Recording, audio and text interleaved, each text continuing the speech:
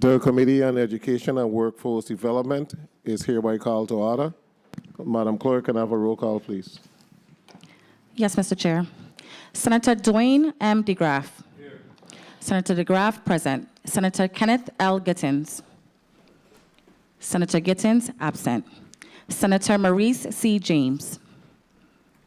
Senator James, absent. Senator Franklin D. Johnson. Senator Johnson, absent. Senator Carla J. Joseph. Senator Joseph, absent. Senator Avery L. Lewis. Here. Senator Lewis, present. Senator Kurt A. Viale. Here. Senator Viale, present. Mr. Chair, you have 3 present, 4 absent. Thank you, Madam Clerk. Do you have any correspondence? Yes, Mr. Chair. You may proceed. May 7, 2025, the Honorable Senator Kurt A. Viale, Chairman, Committee on Education and Workforce Development, 36th Legislature of the Virgin Islands, Capitol Building, Charlotte Amalie, P.O. Box 1690, St. Thomas, VI 00804. Dear Senator Kurt Viale, due to unforeseen scheduling conflict, I will be late in attending today's Friday, May 9th, 2025, Committee on Education and Workforce Development meeting scheduled to begin at 10 a.m. in the Earle B. Ottley Legislative Hall on the island of St. Thomas. My sincere apologies for any inconvenience my delayed arrival may cause. Please forward all documents distributed at the hearing prior to my arrival to my office. Thank you for your understanding in this matter. Sincerely, Franklin D. Johnson, Senator, 36th Legislature of the Virgin Islands. Please mark Senator Johnson as tardy. Yes, Mr. Chair. You may proceed. May 9th, 2025, Honorable Senator Kurt A. Viale, Chairman, Committee on Education and Workforce Development, 36th Legislature of the Virgin Islands, Capitol Building, St. Thomas, VI 00802. Dear Senator Viale, please accept my sincerest apologies as I am unable to attend the Committee on Education and Workforce Development meeting scheduled for today, Friday, May 9th, 2025, due to a prior commitment. I respectfully request that you excuse my absence, and I regret any inconvenience it may cause. Thank you for your understanding. Kind regards, Maurice C. James, Esquire, Senator, 36th Legislature of the Virgin Islands. Please mark Senator James as excused. Yes, Mr. Chair. You may proceed. May 9th, 2025, the Honorable Kurt A. Viale, Chairman, Committee on Education and Workforce Development, 36th Legislature of the Virgin Islands, 3022 Estate Golden Rock, Christiansted, St. Croix, VI 00820. Dear Senator Viale, please accept this letter as a formal notice that I will be arriving late to today's Friday, May 9th, 2025, Committee on Education and Workforce Development meeting scheduled to begin at 10 a.m. in the Earle B. Ottley Legislative Hall on St. Thomas. Thank you for your consideration on this matter. Sincerely, Carla J. Joseph, Senator, 36th Legislature of the Virgin Islands. Please mark Senator Joseph as tardy. Mr. Chair, you have 3 present, 3 excused, 1 absent. Thank you, Madam Clerk. Good morning to the people of the Virgin Islands. Good morning, colleagues. Good morning to the testifiers in the House. We have a full room today where we're going to be discussing a very important topic that is exponentially growing in the Virgin Islands. But before we get to that particular topic, some announcements. I want to congratulate all of the teachers. This is National Teacher Appreciation Week. This week and every day, we honor the incredible educators who inspire, guide, and shape the future every day. Your passion, creativity, and unwavering commitment to your students make a lasting impact far beyond the classroom. And I think everybody have a different appreciation for teachers after COVID. All of the parents that were home trying to become educators now have a different look as to the role that educators play on a regular basis. I also want to recognize nurses. It's Happy Nurses and Hospital Week, a next very important component that serve this community on a regular basis.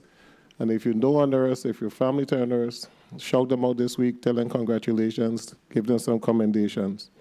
A very important month, May, Older American Month. We honor the wisdom, resilience, and invaluable contributions of older adults in our communities.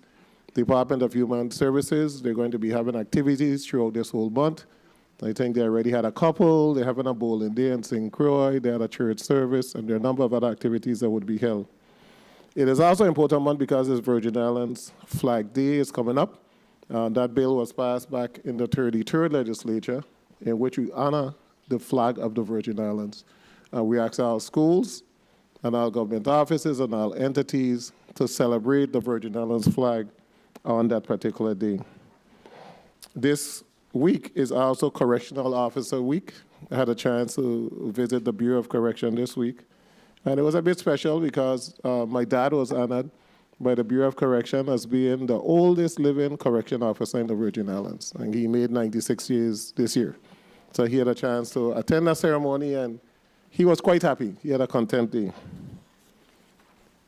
Important for the legislature, employees of the year, two wonderful, magnificent employees that give it the all on a regular basis. Migdalia Profil, Human Resources Journalist on the St. Croix District in the Human Resources Division.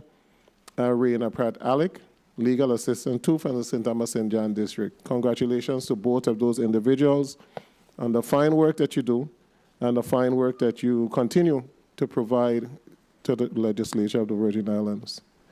Also in the House, we have the Lockhart K-8 Elementary School. This is the Rotaract, or under the Rotary, a group of young students who are beginning to study and learn the process of government. When I conducted a school visit, myself and Senator Avery Lewis, we ran into this group of students that was in the library practicing parliamentary procedures. And had a real good time seeing that they were learning literally how to conduct meetings, etc. And at that point, I promised them that when we had an education meeting at St. Thomas St. Croix, that we would invite them to come to the legislature. So today, and they're waving today, I made good on that promise, and I'm going to ask the students from Lockhart School to proceed to the front so that the entire Virgin Islands can see you on the legislature station. So when you go home, you could let your parents know that you were on TV. If they turn to channel, 25? 26. If they turn to channel 26 tonight, they're going to see you. St. Thomas, cable TV 26 overall. So these are the students from Lockhart Elementary School.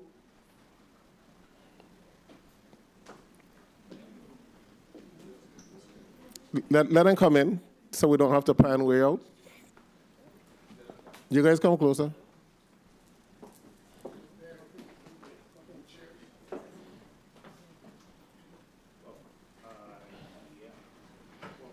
And you guys can look. You can see yourself on the TV over there. Look to your left. Are you seeing yourself?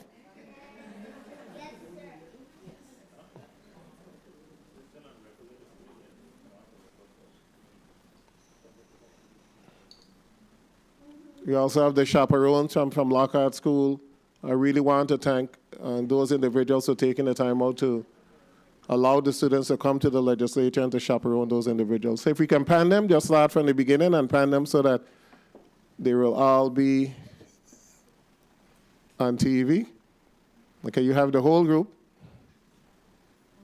Now if you can just do a span across. Start from the first one and go across so that they can see themselves when they go home. Yes. Wave, wave, wave, wave.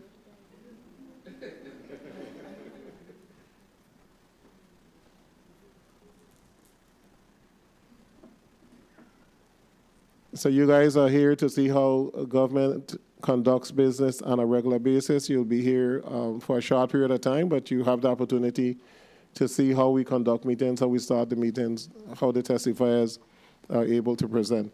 So we are going to take a 1-minute recess so that we can take a group picture with our students, and then we're going to go back on the record and we'll go back to testimony. The Committee of Education and Workforce Development will recess for 5 minutes.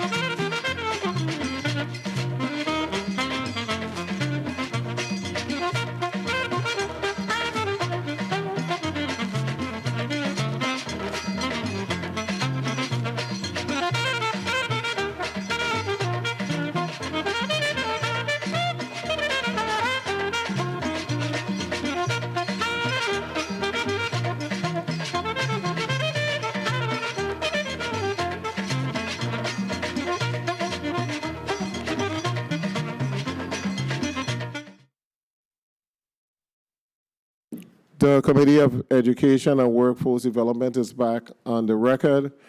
Madam Clerk, can you mark Senator Kenneth Gittins as excused? He's going to be tardy.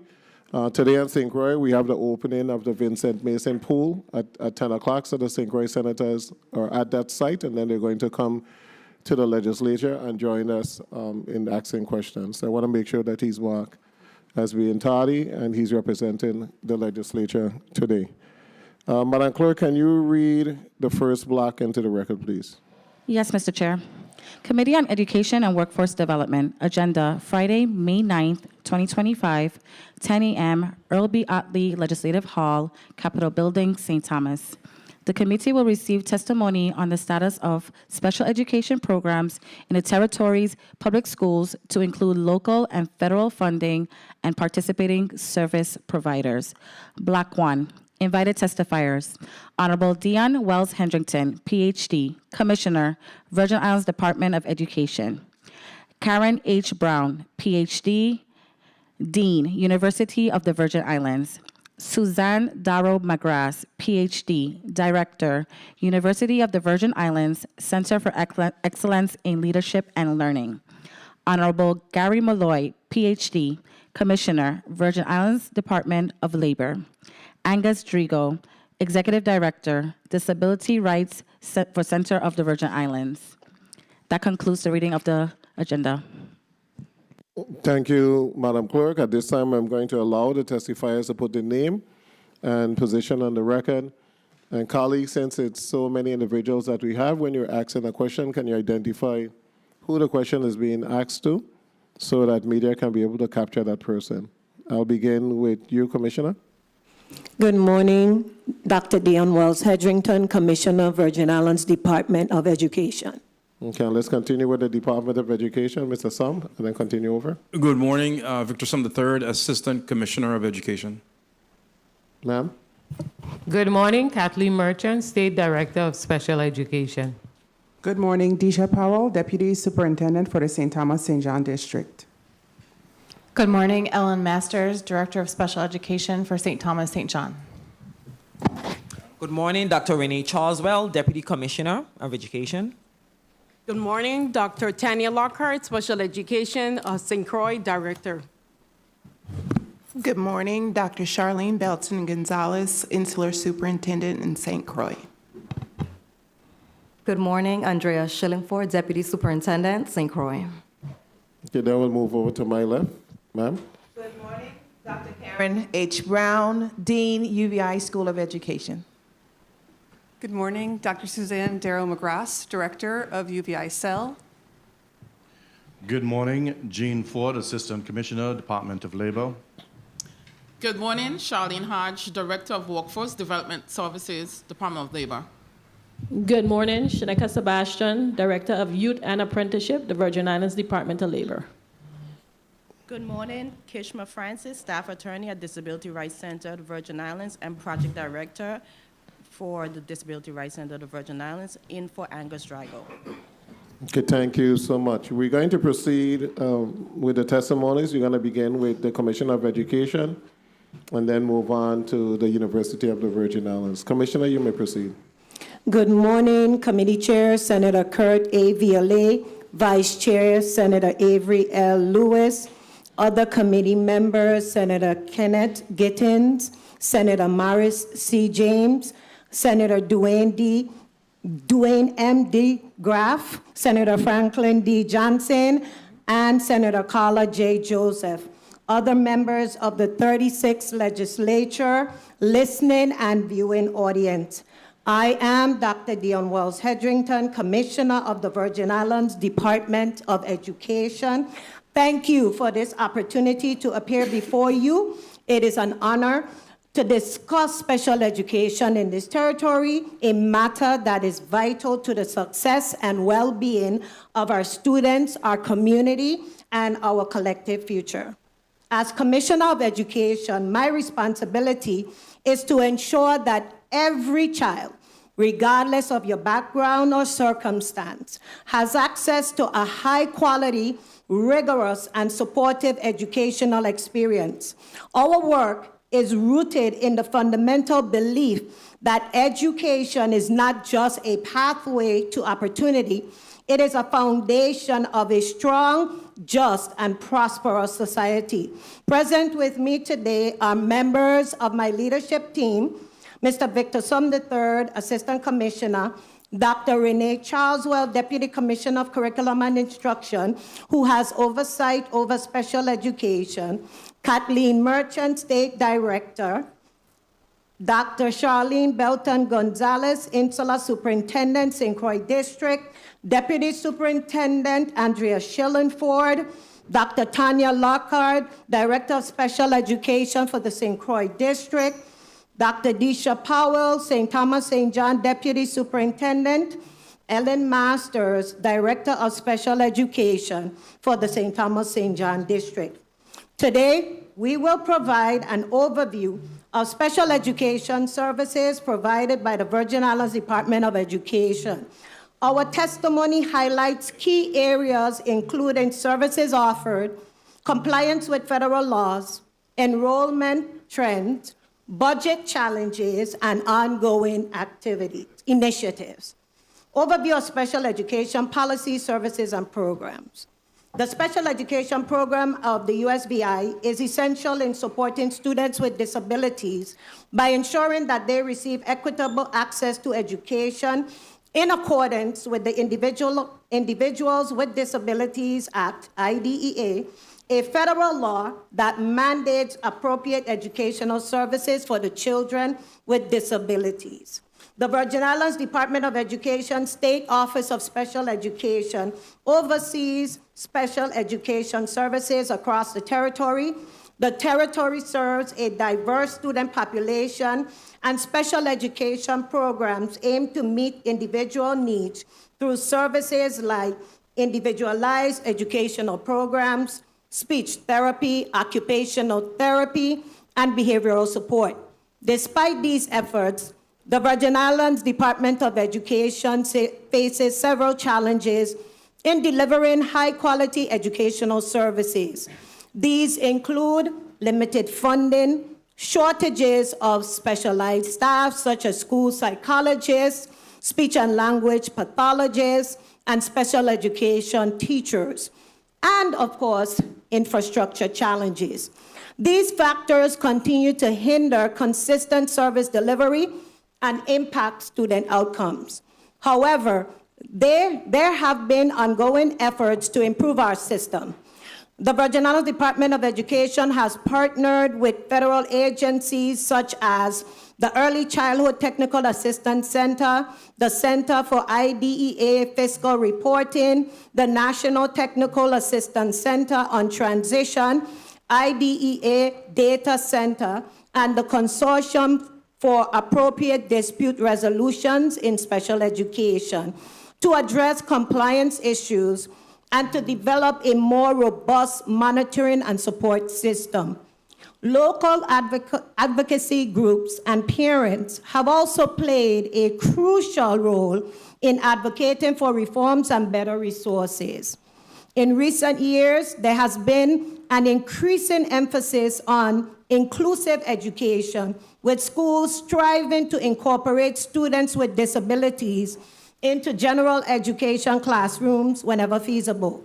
This approach reflects a broader recognition that inclusion enriches the learning experiences for all students by promoting empathy, embracing diversity, and encouraging collaboration.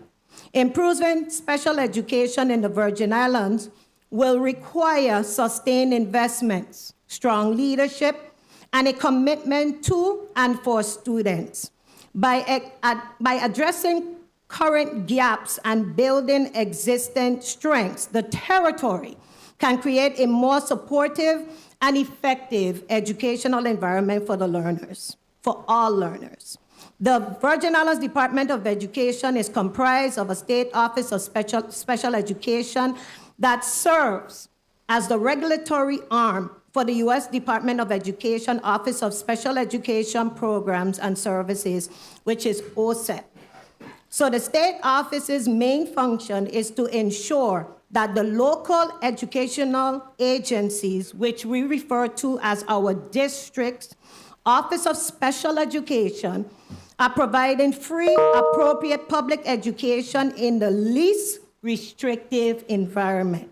The state education agency is responsible for the state's oversight and support for the delivery of all special education services provided in the Virgin Islands under Federal Individuals with Disabilities Education Act.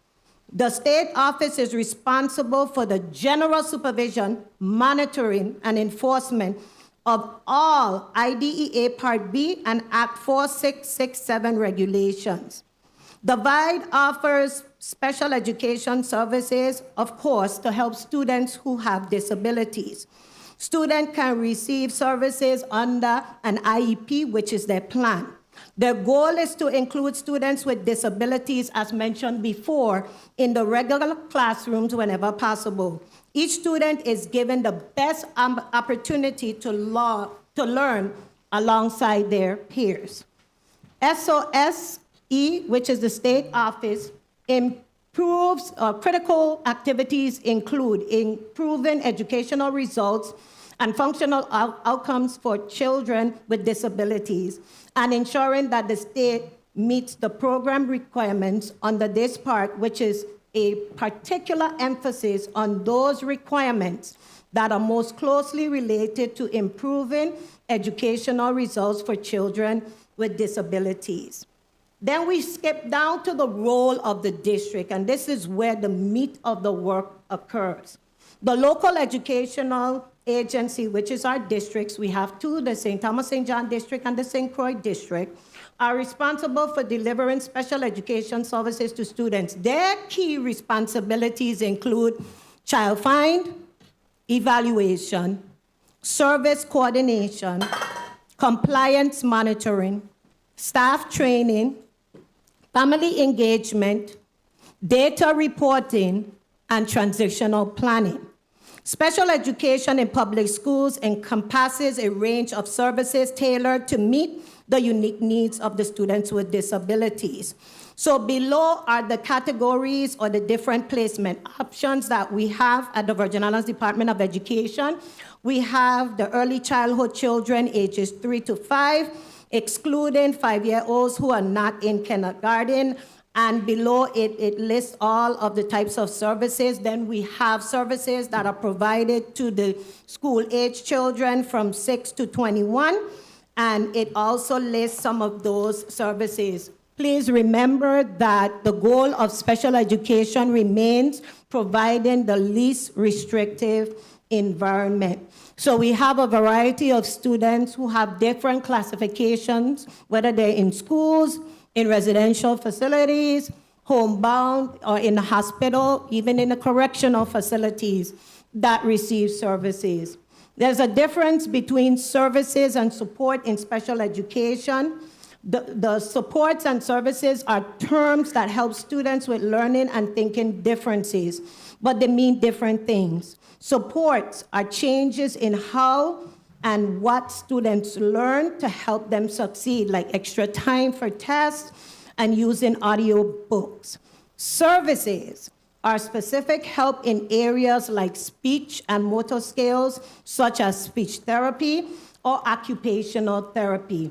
Both can be part of an individualized education program, which is the IEP, a 504 plan, or a response to intervention, which is RTI. The services and support for one child may be different from those of another student. It is all about the individual child and giving them the resources they need to progress in school. For example, some students may spend most of the day in a general education classroom. In contrast, others may spend just an hour or two in a resource room working with a specialist, or might need to attend a different school specializing in teaching children with learning disabilities. So students who qualify for special education services have that IEP. And that is what is used to delineate what services and supports that our students may need. Compliance with federal law and special education laws. The Virgin Islands Department of Education State Office is guided by Special Education Procedures Manual to assist schools and our districts in complying with the requirements of the IDEA and the U.S. Virgin Islands Department of Education special education rules, compliance with IDEA, the federal regulations implementing IDEA, and the special education rules that are required for public and private agencies. Additionally, under federal and local law, the Notice of Procedural Safeguards explains the rights available to a parent, a child under the IDEA. It is available in all languages applicable to the Virgin Islands at this point: English, Spanish, and Haitian Creole. The IDEA is a federal law that governs special education in the United States. Under IDEA, public schools are required to identify and evaluate students who are suspected of having disabilities, a process that is known as child find, a process like discussed before that is done by the district. Assessing these services involves a legal process designed to protect the right of both the child and the parents and guardians. IDEA provides these protections from birth through high school graduation and until the age of 21. Some qualifiers for services include autism, deafblindness, deafness, emotional disturbance, hearing impairment, intellectual disabilities, multiple disabilities, orthopedic impairment, other health impairment, specific learning disability, speech language impairment, traumatic brain injury, and visual impairment. Finally, the student must need special education to access the general education curriculum. Under IDEA, access is an important term in education. Making learning accessible to children with disabilities means finding ways to remove the barriers to their learning. School districts must have a process in place to determine which students are eligible for special education. This process involves a full evaluation that looks at the way children think. It also looks at other aspects of development. Either the school or the child's family can request an evaluation. If the school agrees to evaluate, the district will conduct the testing at no cost to the family. What is the evaluation for special education? The goal is to see if a child that has a disability and needs have the specialized instruction and support. So it involves having the school and family first agree that the child needs to be evaluated. Then you gather the school data like test scores, discipline records, any type of school information that would give you a well-rounded understanding of the child. Questionnaires are given to teachers, parents, and caregivers. Having the child tested by a psychologist would be the next step after the questionnaires. Having the child tested by at least one other professional, like a speech therapist for children who are having trouble expressing themselves. Observing the child in the classroom and other school settings. So at our individual schools, we have basic child study teams. That basic child study team is comprised of many members of the school family that includes counselors and teachers. Sometimes administrators may be on that team. And doing the observation of the child in the setting will give them a better idea of how they are functioning in a regular classroom setting. Always remembering that the least restrictive environment is what we desire for every special education student. So after the observation occurs, then there will be a meeting to discuss the evaluation findings from the professional testing, from the observations, from the questionnaire. And then a decision would be made as to whether the child qualifies for special education.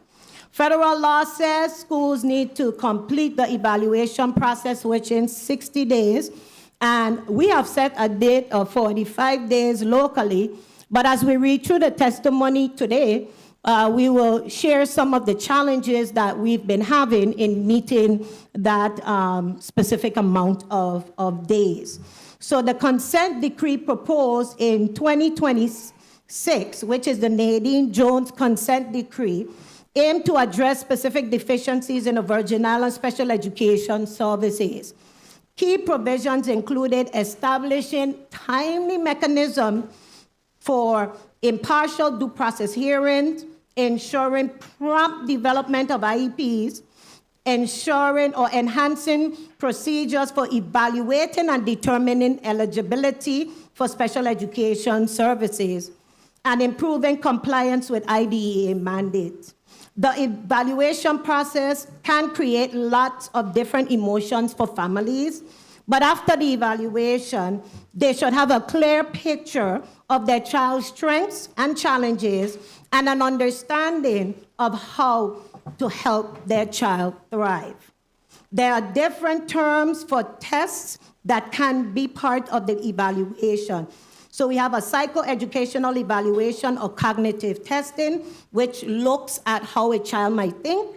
We have an educational evaluation, which would look at the child's educational or academic skills, and then a functional assessment, which looks at how the child behaves. So steps in creating the IEP include the referral and evaluation, eligibility determination, the development of the IEP, regular routine IEP meetings as you are developing and as you look at the progress of the child. Of course, implementation is critical if we're going to meet the needs of our students. And then that annual review and re-evaluation process is critical to determine if there may be adjustments to the plan for the child, or there may be things that can be taken off as a result of the child's progress. So there are challenges that face this department in meeting some of these mandates. State-level challenges. As noted, the state's performance plan annual performance report submitted in February of 2024, the VIDE is continuing to experience infrastructural challenges of the COVID-19 global pandemic, which impacted the delivery of academic instruction for FY 23-24 school year for students with or without disabilities. These challenges also hampered the state's on-site and results in indicator monitoring activities, which consist of classroom observation, teacher and administrator interview, and student interviews. So some of the staff shortages that we have are in compliance monitors, a transition supervisor, and an administrative officer at the state level. District level challenges look a little bit different and is more catered to the delivery of instruction that is needed for our students who have been identified as needing special assistance and support. And that includes a growing need for special education teachers and paraprofessionals in the St. Croix district, as well as in the St. Thomas district. And on page 14 of the testimony and page 15, 16, and I believe 17, you'll see what those needs are. And let me just say that this extra need in services for our students is because of the growing need of services for our students. We have a lot of students who have been identified across the territory as needing to be evaluated because various things have been observed that show that that specific student might need additional support. So, for example, in Claudio Marco, they need 2 sped teachers, 4 paras. Ricardo Richards, 3 teachers, 3 paras. Then you see what's in our middle school needing, our junior high school needing 1 teacher and 3 paras. So you will see across the board, when we jump into the St. Thomas, St. John district, Alamala needs 1 sped teacher and 1 para. Lockhart K8 needs 3 of each, sped teacher and para. Bowski, 1 new class. which is a sped teacher and 3 paras, and the list goes on and on. The number of therapists needed to be contracted annually, and this is where we have our challenges. Because we don't have the personnel on hand, we have to contract the services. Contractual service hourly rates have gone up. They were at $50 an hour, now it's $90 an hour. And so that doesn't stop us from having to provide the services, because these are things that our students need in order for them to be successful.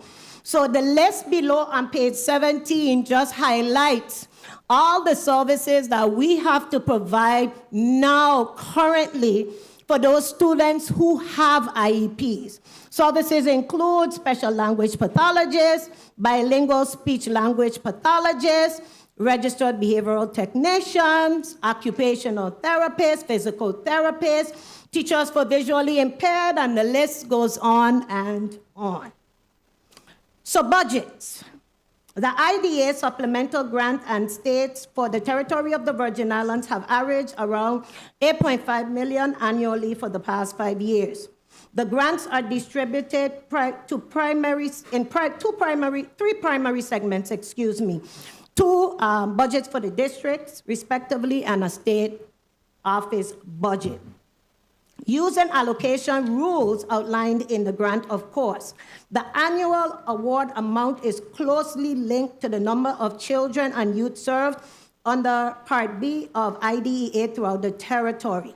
And just in speaking with the Deputy Commissioner of Curriculum and Instruction, over the course of years, our funding has reduced because the students who actually have been evaluated and are receiving services has also decreased. So despite the cut, the state office has maintained the same distribution standard for the districts regarding the base payment and any available funds, while only retaining 11% for the state operation. In addition to IDA grants to states, each district office of special education receives an annual local allotment for operation supports for personnel and a small portion for supplies. The St. Thomas district has maintained roughly $4.4 million in personnel on the local budget, while St. Croix district maintained around $4.5 million on the local budget. The operating cost allotments are subdivided into services and supplies for the St. Thomas, St. John district. And then we go on to talk a little bit more of how that budget breakdown looks.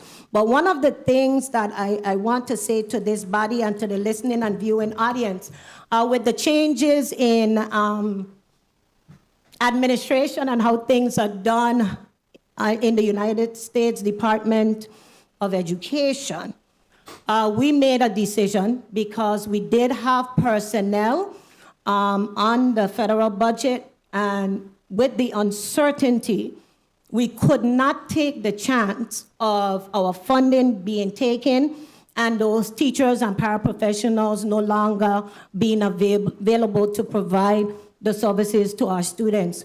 So what we did is we moved the majority of our personnel who may have still been on the federal budget to the local budget, because even with any cuts that may come, we still need to have those teachers in place so that our students can be serviced. So right now on our federal budget, we have what is needed for the maintenance of effort, which is a requirement of the Department of Education, the U.S. Department of Education, and the rest of our personnel has been moved to the local budget.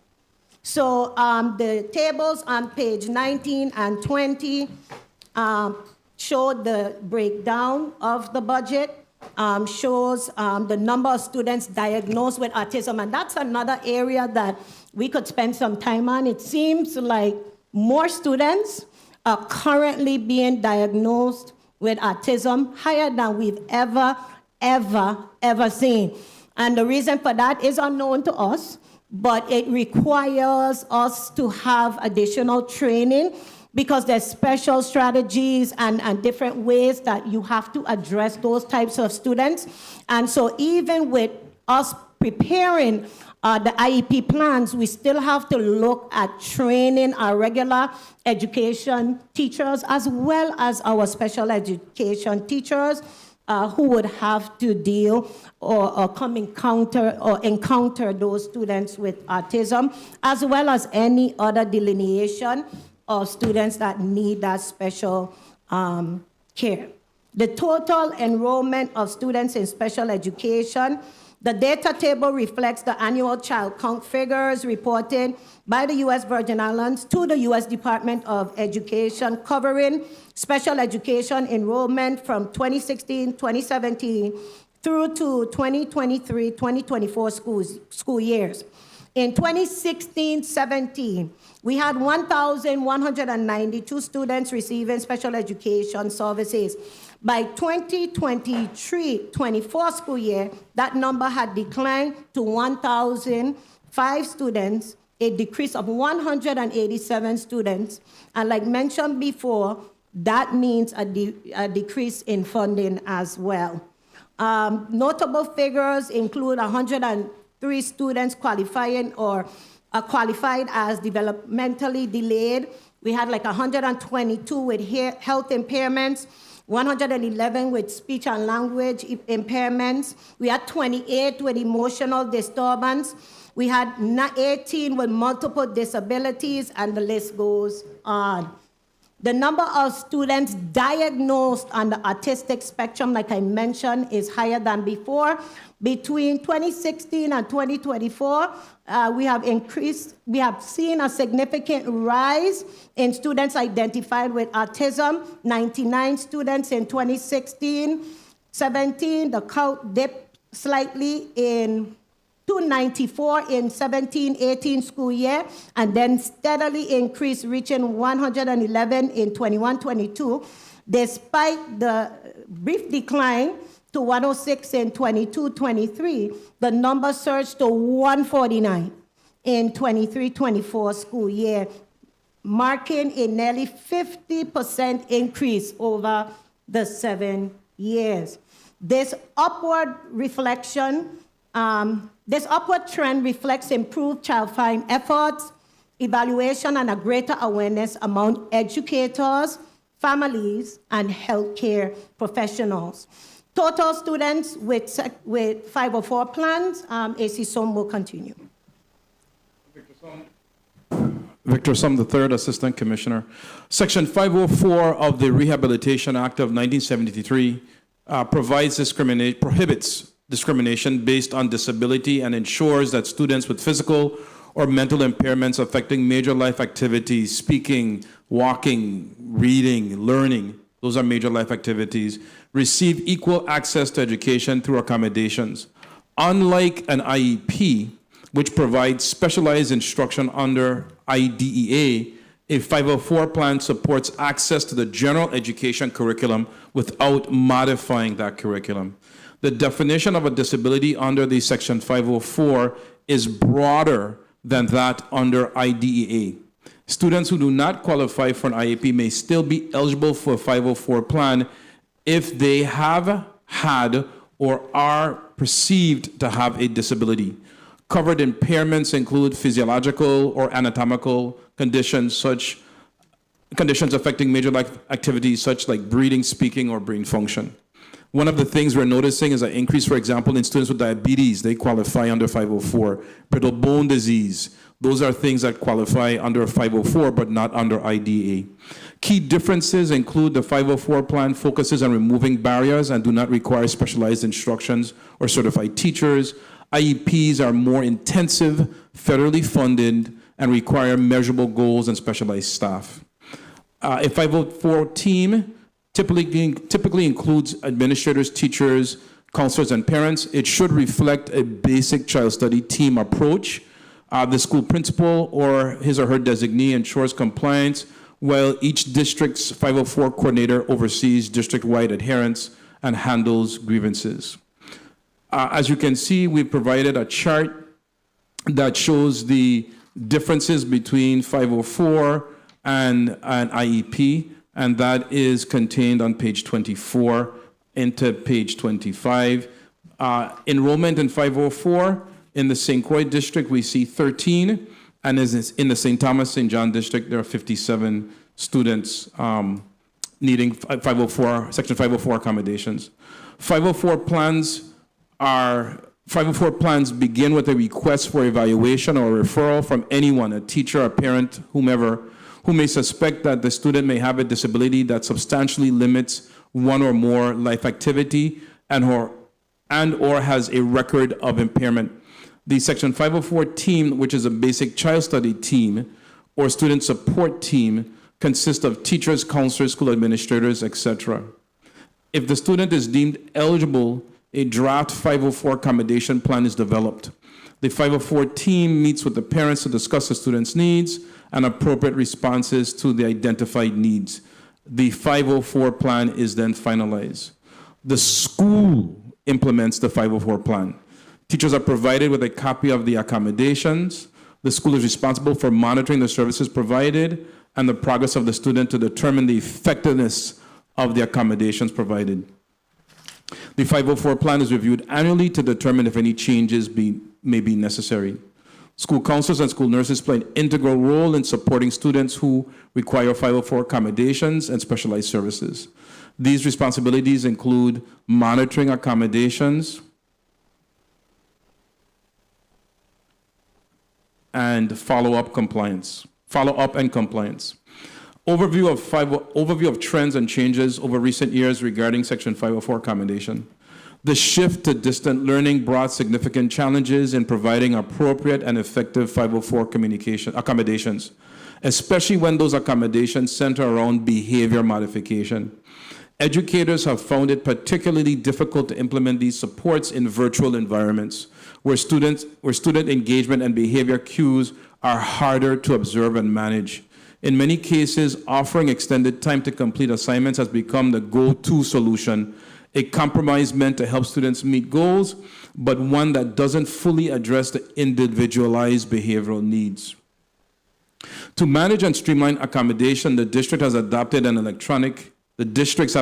an electronic platform, Power School Special Programs, integrated with the Student Information System, or SIS.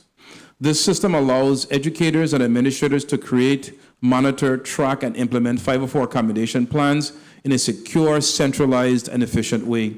The platform strengthens our ability to maintain compliance and transparency while also supporting consistent implementation across schools. A few concerning trends have emerged alongside the increased use of 504 plans.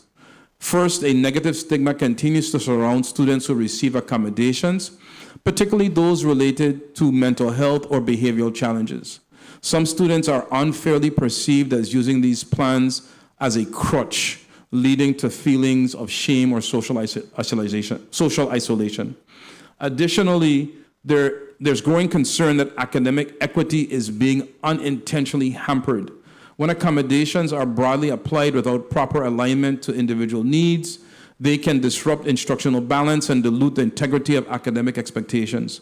Furthermore, inequitable access remains a systematic barrier. Many schools are not fully ADA compliant because of their age, creating obstacles for students with physical disabilities to fully benefit from their accommodations in both virtual and in-person settings. To move forward, we must balance technological efficiency with empathy and equity. That means continuing to invest in staff training, addressing the root cause of stigma, and pushing for structural upgrades in our schools to ensure that every student has fair and dignified access to support they need. The corrective action plan to address the backlog of evaluations in the IEP process. The St. Croix district faces a number of serious challenges in recent years, from devastating impacts of Hurricanes Irma and Maria to the COVID-19 shutdown, leadership transitions in special education, ongoing staff shortages, as the commissioner mentioned, and the absence of a dedicated special education office. These disruptions have placed tremendous strain on the Division of Special Education, and quite simply, the St. Croix district has struggled to catch a break. Despite these setbacks, the team continues to push forward. In response to a growing backlog of referrals, the Educational Diagnostic Center, or EDC, and the Division of Special Education launched the Summer 2024 EDC Evaluations Program. This initiative marked phase 1 of the district proposed expedited special education evaluations for school year 2024 action plan, aimed at addressing evaluations that had remained outstanding for over 60 days, putting the district back on track with IDA compliance. The program was generally hosted at Ricardo Richards School, where administrators welcomed the use of their campus for the summer. From June 3rd to July 5th of 2024, the EDC provided direct services to children or youth and families, offering both assessment and multidisciplinary support, which was often difficult to coordinate during the school year. In the St. Thomas St. John district, the ongoing national shortage of school psychologists continues to significantly affect the district's ability to meet the needs of students and families. The shortage has disrupted the child find process and delayed timely student evaluations, contributing to a growing backlog of referrals requiring urgent attention. Since 2022, the situation has worsened due to retirements among local staff, including local school psychologists. Despite continuous recruitment efforts, securing qualified permanent staff has been challenging. This has increased the burden on remaining personnel and further delayed essential services for students in need of special education support. At the start of the 2024-2025 school year, the district partnered with 2 staffing agencies to fill 8 vacant psychologist positions, resulting in only 1 hire who resigned within 2 months. However, recent progress has been made. As of March 2025, the St. Thomas St. John district has successfully onboarded 2 bilingual school-certified psychologists, making a positive step in expanding evaluation capacity and meeting the diverse needs of students. To continue addressing the backlog, the St. Thomas St. John district is also exploring virtual evaluation platforms. By adopting innovative technology-based solutions, the district aims to ensure timely, compliant evaluations and uphold students' rights to services under federal law. Strategies to improve the delivery and effectiveness of support services, contract with local agencies. Over the past year, the department has collaborated with a local private vendor to help reduce the backlog of student evaluations. This agency has successfully conducted psychological assessments and submitted reports for a limited number of students. While responses to our requests for proposals, or RFPs, have been minimal, the department remains committed to actively promoting these opportunities and pursuing qualified providers to meet this essential need. Summer intervention services are keen. Students will have access to additional intervention services during the summer to address some of the gaps in learning. Sites that will provide services in the summer of 2025 include the Ulla F. Muller Lockhart K-8 School and the Yvonne Milliner Bowski School. Basic Child Study. The Basic Child Study, or BCS team will also continue to monitor these students on school campuses as they engage in the MTSS process. The core function of the Basic Child Study team within MTS is to continuously monitor the progress of students who are receiving targeted interventions. The district will be able to continue to intervene and provide additional support for these students based on data. Reduction in the number of referrals for special education evaluations. The district has reintroduced a multi-tiered system of supports, MTSS, which helps to act as a preventive measure, ensuring that students receive appropriate support within the general education setting. This is important because we don't want schools to misidentify students. By systematically addressing learning and behavioral challenges early and effectively, MTSS can significantly reduce the number of referrals for special education evaluations, allowing resources to be focused on students with the most significant needs and streamlining the child find process. MTSS is a proven framework that helps schools meet the unique needs of every student. School psychology program at the University of the Virgin Islands. The St. Thomas St. John District used its American Rescue Plan funds to offer a specialist degree in school psychology at the University of the Virgin Islands. 5 students enrolled and are slated to complete the program in May of 2026. We're very excited by that. Participants signed a contract to provide services within the department for 7 years upon completion of the program. In addition, the St. Croix District has created a proposal to outline an internship program designed for a partnership with the University of the Virgin Islands, utilizing students pursuing degrees in education, psychology, social work, or related fields. This internship will allow students to earn academic credit while gaining practical, hands-on experience as registered behavioral technicians, or RBTs, within the Division of Special Education. Interns will work under the supervision of an experienced board-certified behavioral analyst, BCBA, professional, gaining insight into behavioral interventions, case management, and IEPs. The program will provide students with exposure to real-world applications of behavioral science, especially in special education settings. Additionally, to further address the backlog, the St. Croix District will assign counseling responsibilities to social workers for the first 6 months of the school year.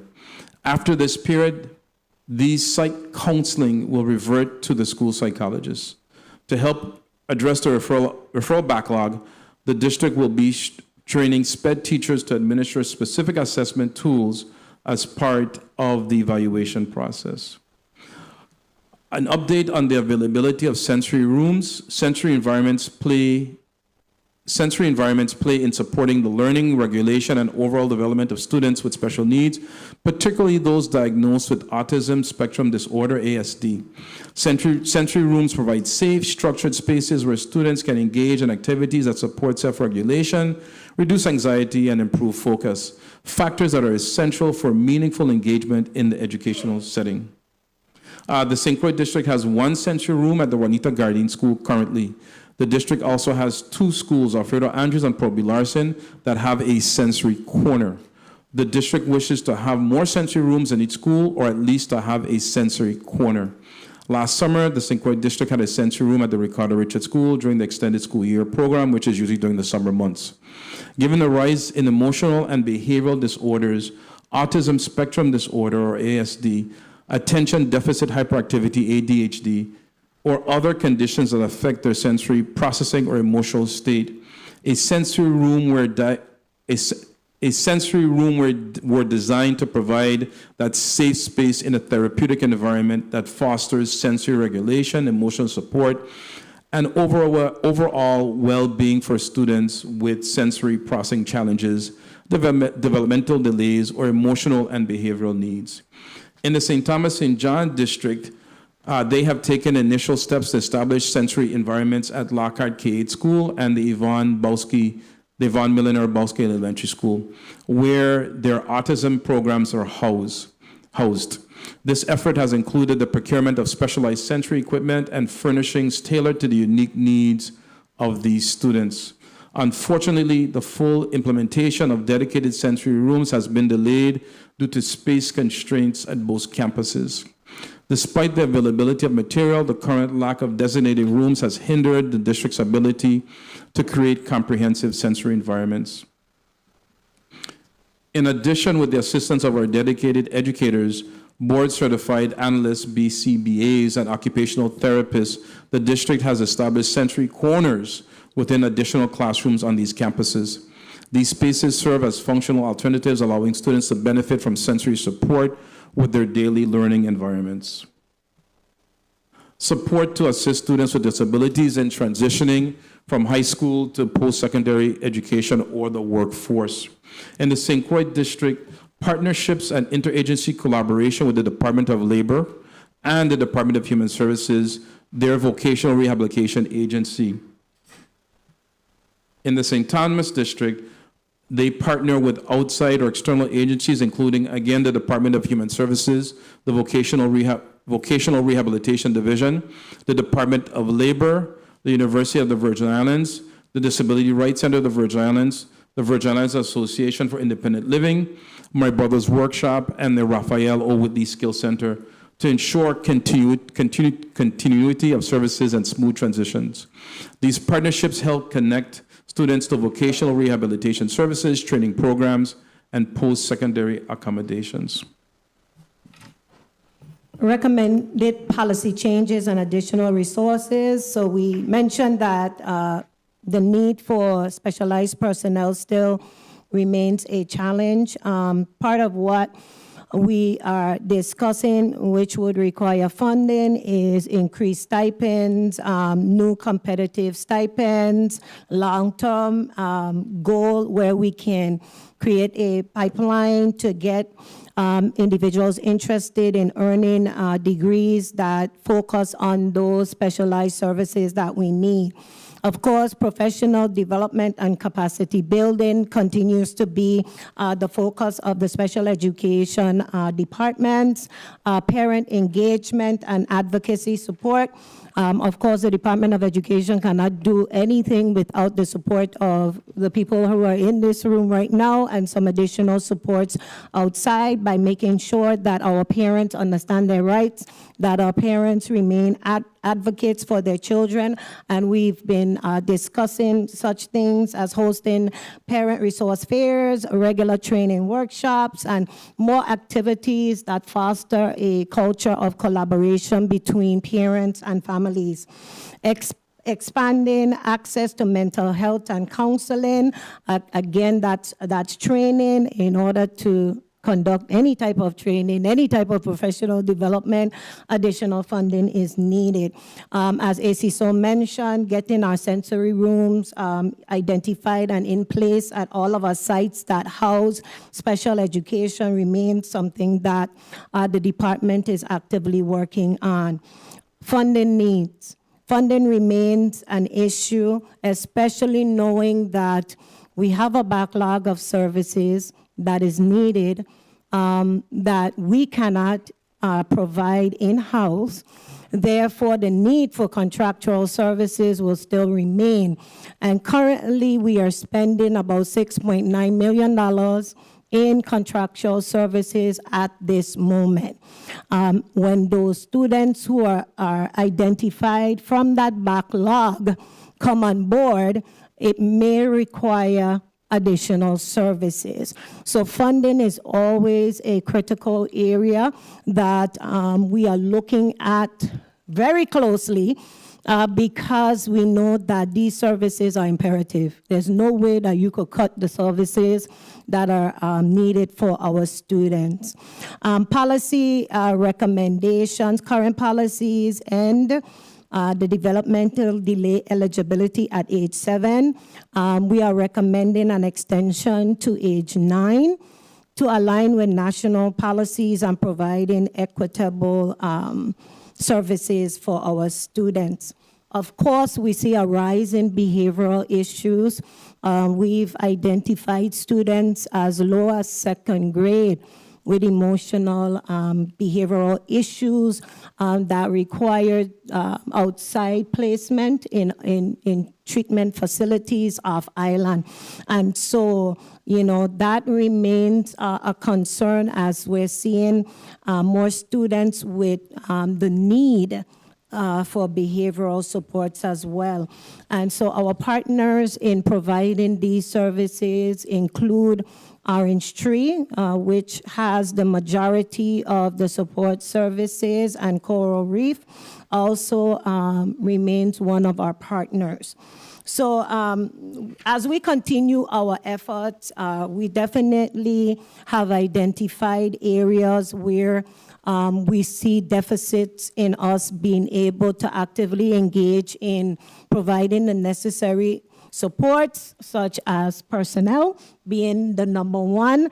And it's very hard. In the past, we were able to recruit international teachers to fill those SPED vacancies. But now we're competing with states who are also utilizing those individuals that may come from the Philippines with those specialties. And so we're in competition.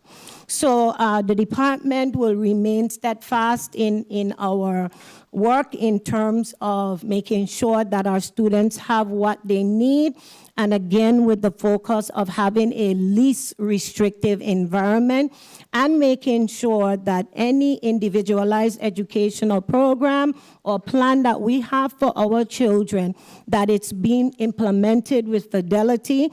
The people who are here at the table today are the ones who speak to that work, and of course what gets monitored gets done. And so we will continue our efforts in making sure that the Department of Education is doing its due diligence.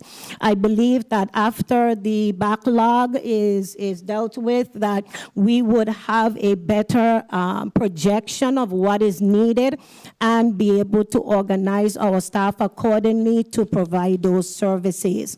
HR is continuing their recruitment effort. That is year-round. It never stops. But again, not many people locally are going into special education, and we are competing nationally. So again, this is an overview of where we are. We thank you for the opportunity, Senator VLA and the rest of the body, for us to really have this discussion of where we are and what challenges we have and how we could work together to make sure that we are serving our special population. Thank you for the opportunity. Thank you, Commissioner. We'll next move to Dr. Brown, University of the Virgin Islands. Good morning, Honorable Senator Kurt VLA, Chair of the Senate Committee on Education and Workforce Development, distinguished members of this committee, other members of the 36th Legislature, and the listening audience. I am Dr. Karen Harris Brown, Dean and Professor, School of Education at the University of the Virgin Islands. I present this testimony on behalf of the university and our president, Dr. Sophia George.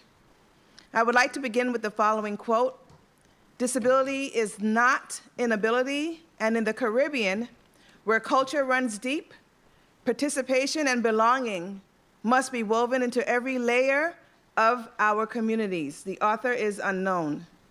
Thank you for the opportunity to submit written testimony on the critical issue of special education in the Virgin Islands. I offer this testimony as a lifelong advocate for children and families with disabilities across the Virgin Islands and the wider Caribbean region.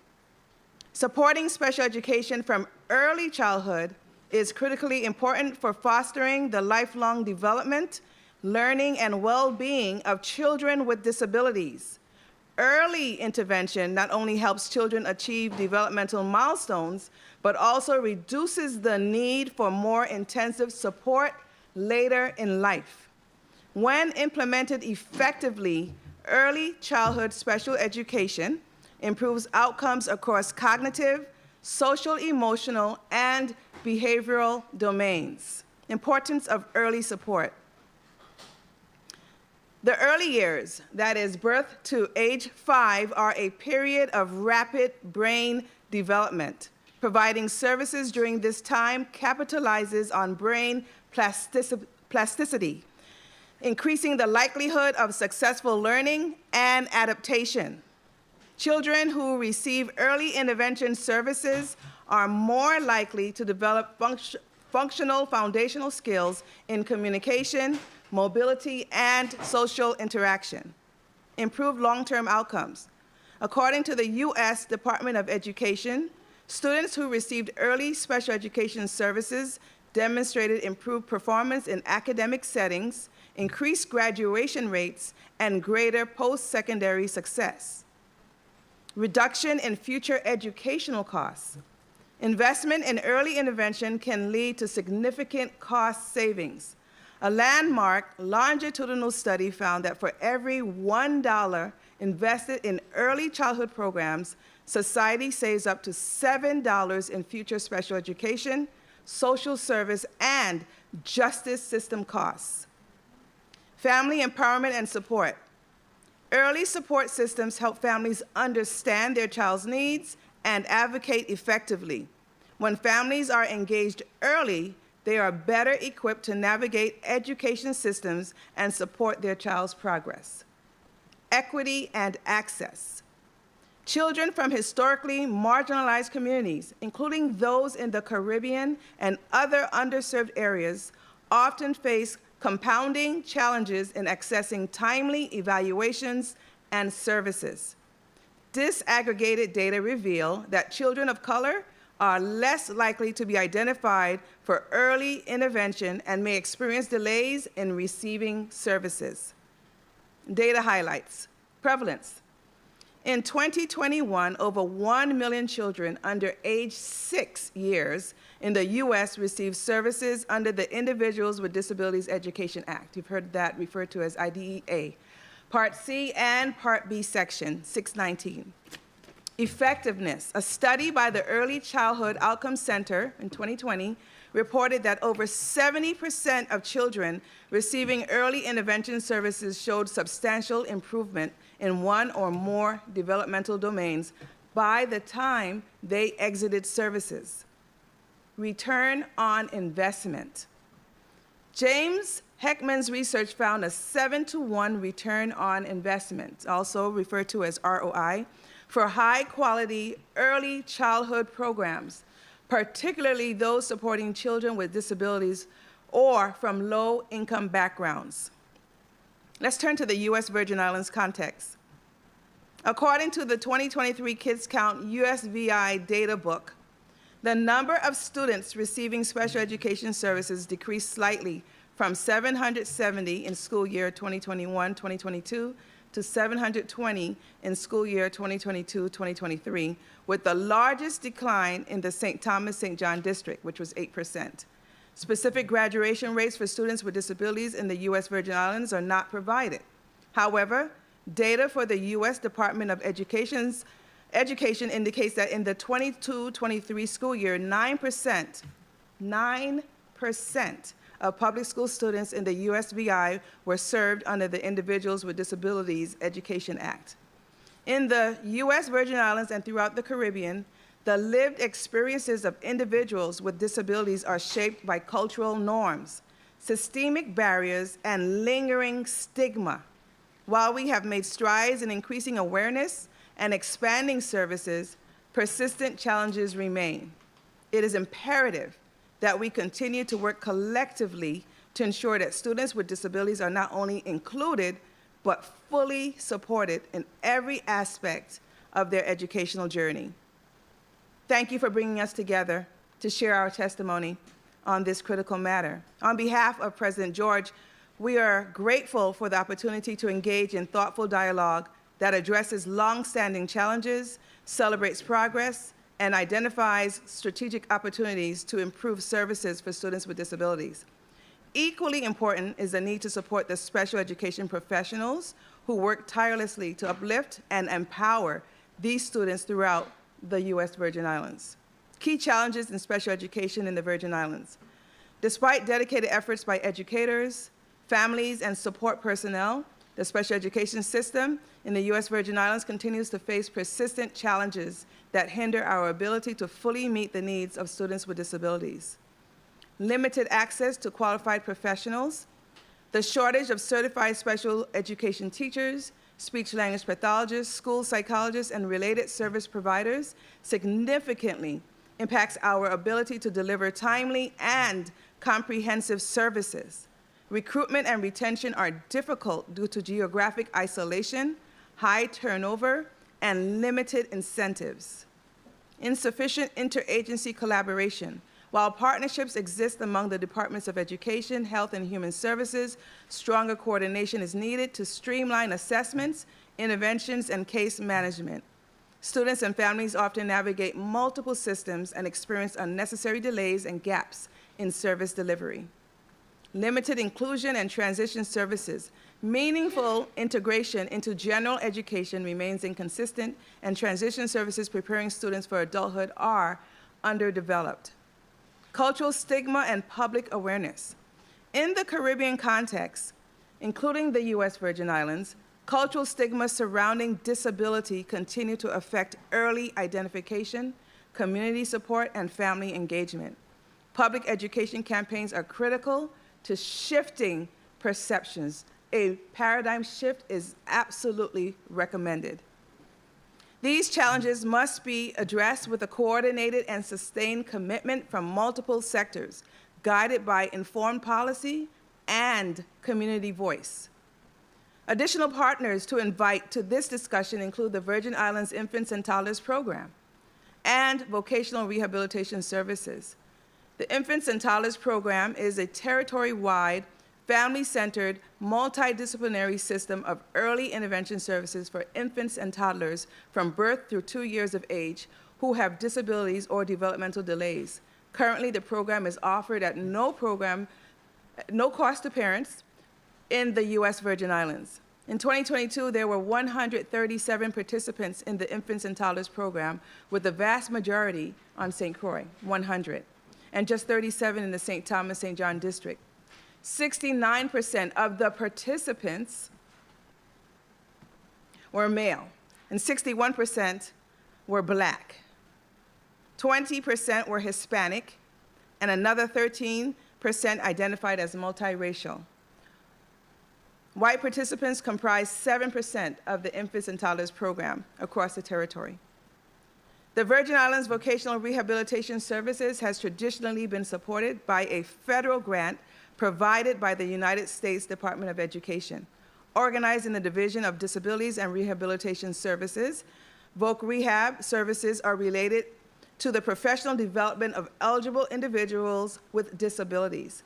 Eligibility standards include having a physical, intellectual, sensory, or mental impairment, an impairment that results in a substantial barrier to employment, in need of Voc Rehab services to gain, retain, or regain employment, and can benefit from these services to achieve an employment outcome. Students with an individualized education plan are considered eligible unless identified as too significantly disabled, quote, to benefit from the services. The University of the Virgin Islands, advancing special education across the P16 continuum.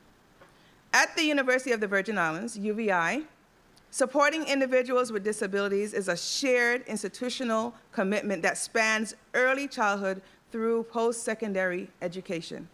Through its academic programs, research centers, and student services, UVI plays a critical role in strengthening the special education landscape across the P16 pipeline in the U.S. Virgin Islands and beyond. UVI Eastern Caribbean Center. The Eastern Caribbean Center, ECC as it is most commonly referred, at the University of the Virgin Islands is a social science research institute with a long-standing partnership with the Virgin Islands Department of Education in producing a vital study of special education services here in the USVI. The Parent Satisfaction Survey is an annual initiative conducted by the ECC on behalf of the Virgin Islands State Office of Special Education. Since 2007, this survey has served as a critical tool for assessing the perspectives of parents and guardians of students receiving special education services in the U.S. Virgin Islands. It is designed to evaluate the extent to which the Virgin Islands Department of Education is meeting its obligations under IDEA, particularly in relation to the development and implementation of individualized education programs. Each year, ECC partners with the State Office of Special Education to reach out to families and gather their feedback on the services and support that their children need. To facilitate the survey, State Office of Special Education provides ECC with an updated list of contact information for parents, guardians, and in some cases, social workers of students who are actively receiving special education services. This list includes telephone numbers and relevant identifiers that allow ECC to conduct structured interviews using trained survey interviewers. Interviewers engage directly with participants in a confidential manner, collecting data that reflects satisfaction levels across a range of service indicators. Upon completion of the data collection and analysis phases, ECC provides and produces a comprehensive written report detailing the findings of the survey. In addition to the written report, ECC delivers a formal public presentation of the survey results. And prior to COVID-19 These presentations were conducted in person in both the St. Thomas, St. John, and St. Croix districts. However, since 2020, the presentations have been held virtually to accommodate health and safety considerations. And due to increased attendance, however, and broader accessibility, the decision was made to transition the annual public presentation to a permanent virtual format. This has enhanced public participation and ensured that more families and community partners can access and engage with the findings in a convenient and inclusive manner. The Parent Satisfaction Survey continues to be a valuable mechanism for accountability, transparency, and continuous improvement in special education services throughout the U.S. Virgin Islands. UVI Disability Student Support Services. The University of the Virgin Islands Disability Student Support Services, housed within the Campus Counseling Services Office, offers a comprehensive support framework for students with disabilities. The accommodation process is designed to be interactive and student-centered. Once a student is approved for reasonable accommodations based on documentation and a collaborative discussion, a formal accommodation letter is generated. This letter, sent confidentially via DocuSign to both the student and their instructors, outlines the accommodations. Professors are reminded to treat all disability-related information as confidential, ensuring private discussions rather than public or classroom-based exchanges. Each semester, students must submit a semester request for services through Health Hub, specifying which courses require accommodations. And this flexible system respects student agency, acknowledging that accommodations may not be necessary for every single course. UVI's process is built on non-discriminatory practices and adheres to national implementation standards, including guidance from the ADA Center at Cornell and resources from the Association on Higher Education and Disability. A grievance policy is in place to ensure fairness, allowing review only if a discriminatory practice is alleged. Technology plays a significant role in supporting UVI students. Free speech-to-text and text-to-speech software enhances communication and coursework for all students, not only those with disabilities. UVI's learning management system, media platforms, and website include embedded assistive technology features that comply with legal accessibility standards. The university embraces universal design for learning through diverse instructional strategies such as project-based learning, flipped classrooms, experiential and inquiry-based learning, and blended formats that combine virtual and in-person sessions. Tutoring options include 24/7 access to BrainFuse, as well as in-person and virtual sessions available through the Bucks Connect portal. Peer-to-peer models, including group projects and peer-led team learning in math, promote a collaborative learning aligned with modern workplace demands. The National Student Exchange Program further enhances learning by allowing students to study at partner institutions across the U.S. and Canada while maintaining UVI tuition. These experiences, considered transformative by many participants, include appropriate accommodations aligned with ADA guidelines.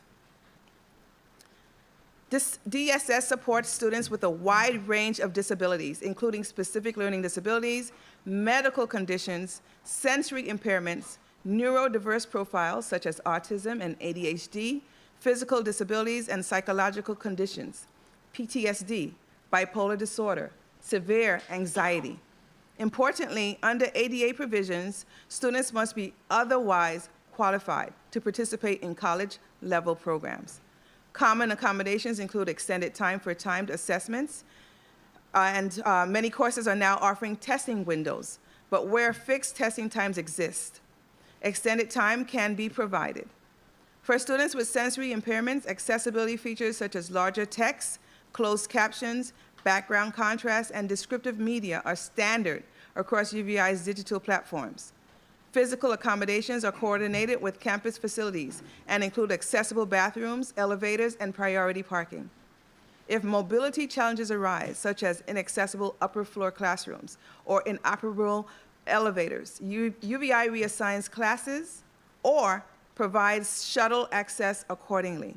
And while accommodations are broad, they do not include personal services or devices such as wheelchairs or personal attendants. There's currently no dedicated testing center on either campus, a service common in mainland institutions that benefit from federal funding not extended to U.S. territories. To assist students in transitioning from college to the workforce, UVI Career Services offers inclusive events and services, resume writing, internships, LinkedIn profile development, and more. DSS ensures accommodations are in place where needed. A job placement plan, JPP, currently in development, aims to certify students' career readiness for prospective employers. Collaborations with local government agencies are essential to making this initiative viable and impactful.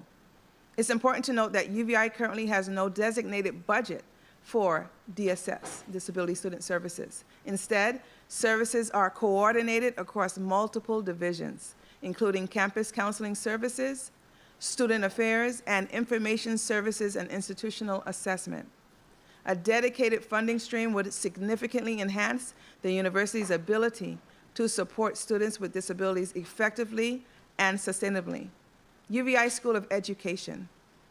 The School of Education at the University of the Virgin Islands prepares individuals to work with children and adolescents with disabilities through a variety of ways. We have Introduction to Special Education as an introductory course at the undergraduate level, designed to expose adult learners to children with exceptionalities. The course focuses on the various categories of disabilities, the associated characteristics, etiology, prevalence, causes, and academic interventions based on the nature of the disability. And in addition to this standalone course, the Post-Baccalaureate Certificate in Special Education program is a graduate-level program that was co-developed with the Virgin Islands Department of Education through the Territorial Offices of Special Education, District and State.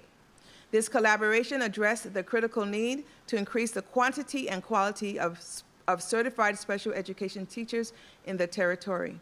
In 2021, the department funded a cohort of 13 teachers as part of a Grow Your Own initiative. Currently, the Bachelor of Arts in Inclusive Early Childhood Education program is undergoing program modifications to better align it to the 3 professional organizations for special education, early childhood, and early intervention, early childhood special education. They are the Council of Exceptional Children, the National Association for the Education of Young Children, and the Division of Early Childhood under the Council for Exceptional Children.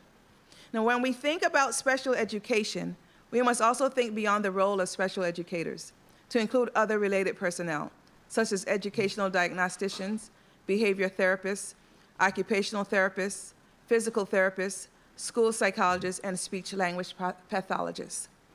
In 2022, the VIDE committed to fund another cohort to complete the Education Specialist degree in School Psychology program through our joint Grow Your Own initiative.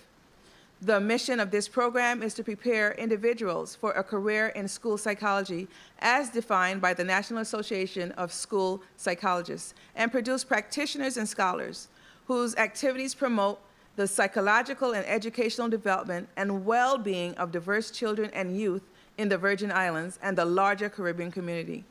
School psychology and special education are closely connected through their shared focus on identifying and supporting students with learning, behavioral, and developmental needs.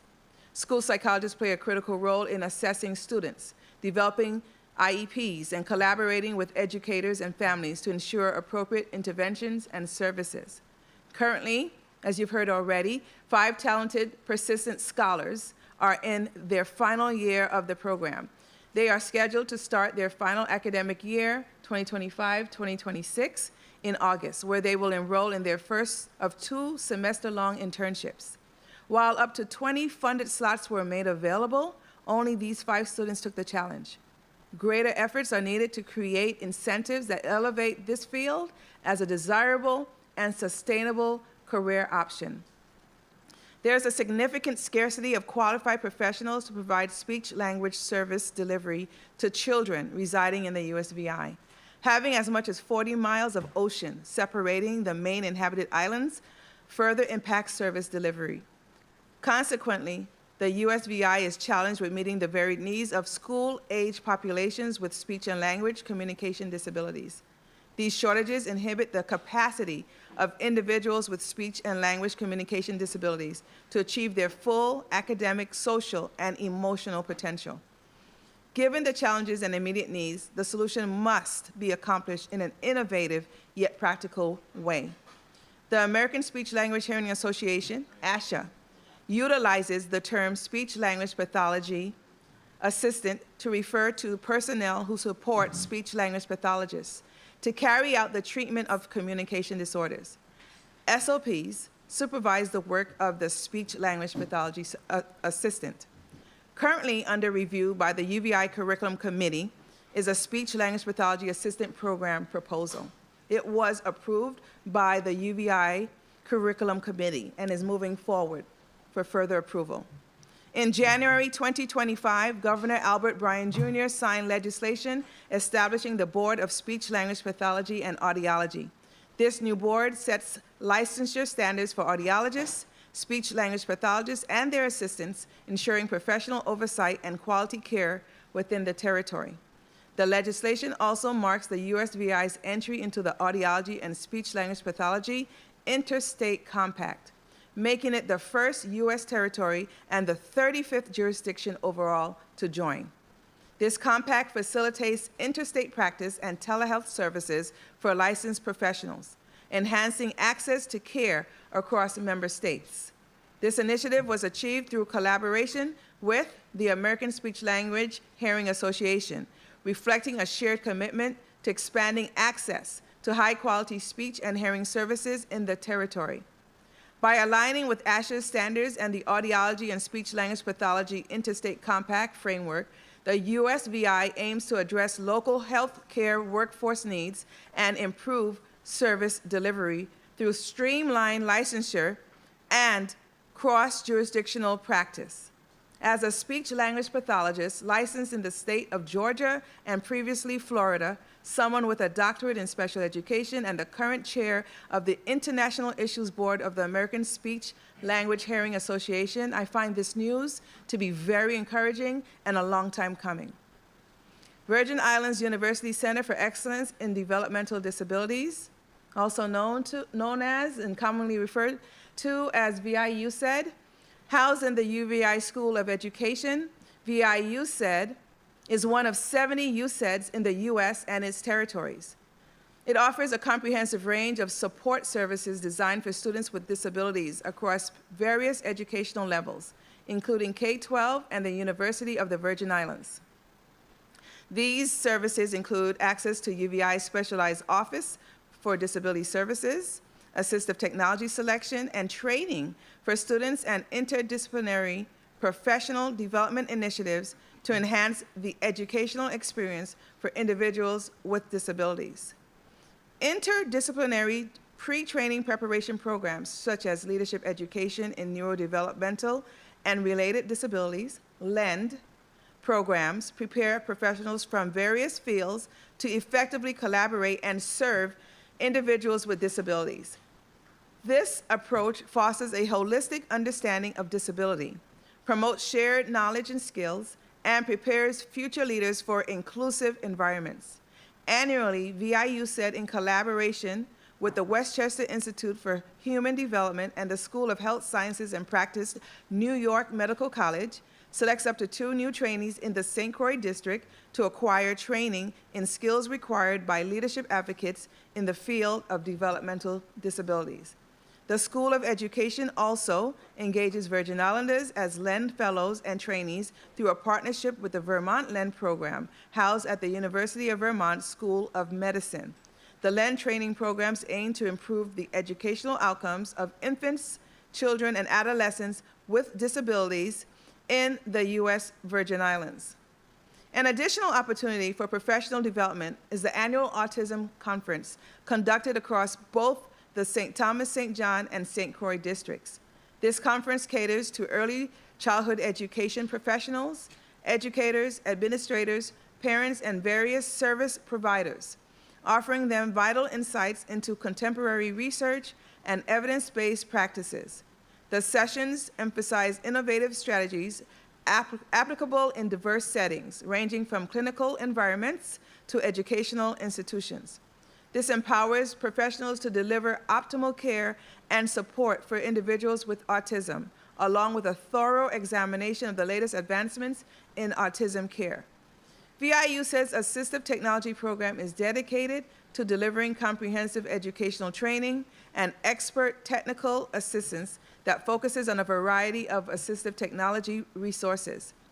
This includes guidance on the effective pairing of assistive technology devices, such as communication aids, adaptive tools, and software applications tailored to meet the unique needs of each person as appropriate. The primary objective of this initiative is to empower educators, parents, and students with disabilities within both districts, and by providing these crucial resources and support services, the AT program enhances educational accessibility and inclusion, ensuring that all students are equipped to successfully navigate their K-12 education as well as their transition to post-secondary opportunities. VIUCEL's efforts aim to establish an environment that promotes the thriving and academic success of all learners. And in summary, as an educator and practitioner, I have witnessed the transformative power of interprofessional collaboration in advancing inclusive education and improving outcomes for individuals with disabilities. This interdisciplinary foundation has solidified my commitment to fostering environments where education, health, human services, and workforce development converge to provide culturally responsive and developmentally appropriate services. In tightly knit communities like us, the USVI, where specialized resources are often limited, such collaborative efforts are not merely beneficial, they are essential. Early childhood special education plays a pivotal role in this framework, offering timely interventions that capitalize on critical periods of brain development, thereby enhancing cognitive, social, emotional, and behavioral outcomes. Despite strides made, challenges persist, including shortages of qualified professionals, fragmented interagency coordination, inconsistent inclusion practices, and cultural stigmas surrounding disabilities. Institutions like the University of the Virgin Islands are at the forefront of addressing these issues through initiatives such as the Eastern Caribbean Center's Parent Satisfaction Survey, the Disability Student Services Office, and specialized training programs in special education and school psychology. Moreover, the establishment of the Virgin Islands University Center for Excellence in Developmental Disabilities underscores a commitment to interdisciplinary training, assistive technology, and community engagement. The recent legislation establishing the Board of Speech-Language Pathology and Audiology, along with the U.S. Virgin Islands' entry into the Audiology and Speech-Language Pathology Interstate Compact, marks a significant advancement in enhancing access to quality care and professional oversight within this territory. Collectively, these efforts signify a robust commitment to ensuring that individuals with disabilities are not only included, but are empowered to thrive academically, socially, and economically. And I leave with key recommendations. Establish legislative appropriation with a dedicated budget line for DSS to support sustainable operations and accommodations. This would include, but not be limited to, developing a centralized testing center on each campus to provide extended time and distraction-reduced testing environments, supporting the professional development of the DSS coordinators to keep abreast of best practices, increasing university-led targeted faculty, pre-K-12 teacher and staff training on neurodiverse learning strategies and accessibility tools. Expand public education campaigns to reduce stigma and raise awareness about disabilities in the Virgin Islands. Strengthen the interagency collaboration across education, health, social services, and workforce development. Improve physical accessibility infrastructure across the territory. Accelerate the implementation of the job placement plan in partnership with local government agencies. Scale up recruitment and preparation pathways for special education and allied health professionals in the territory. And in closing, my reflection, as a Virgin Islands society, we have a collective responsibility to ensure that individuals with disabilities are not only protected by policy, but also empowered through opportunity. Supporting their full participation in education, employment, and community life is not an act of charity.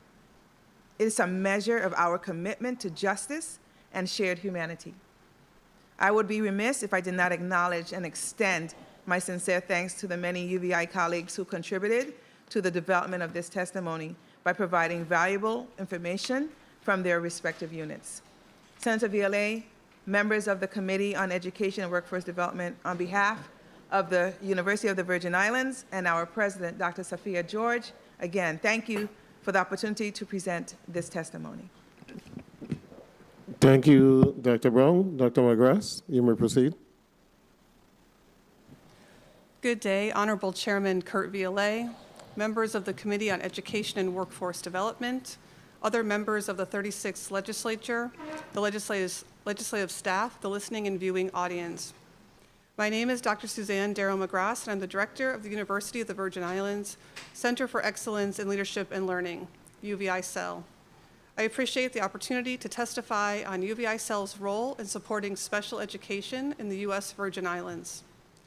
UVICEL, a division of the University of the Virgin Islands, was established in 2002 to meet workforce and professional development needs critical to the economic prosperity of the Virgin Islands.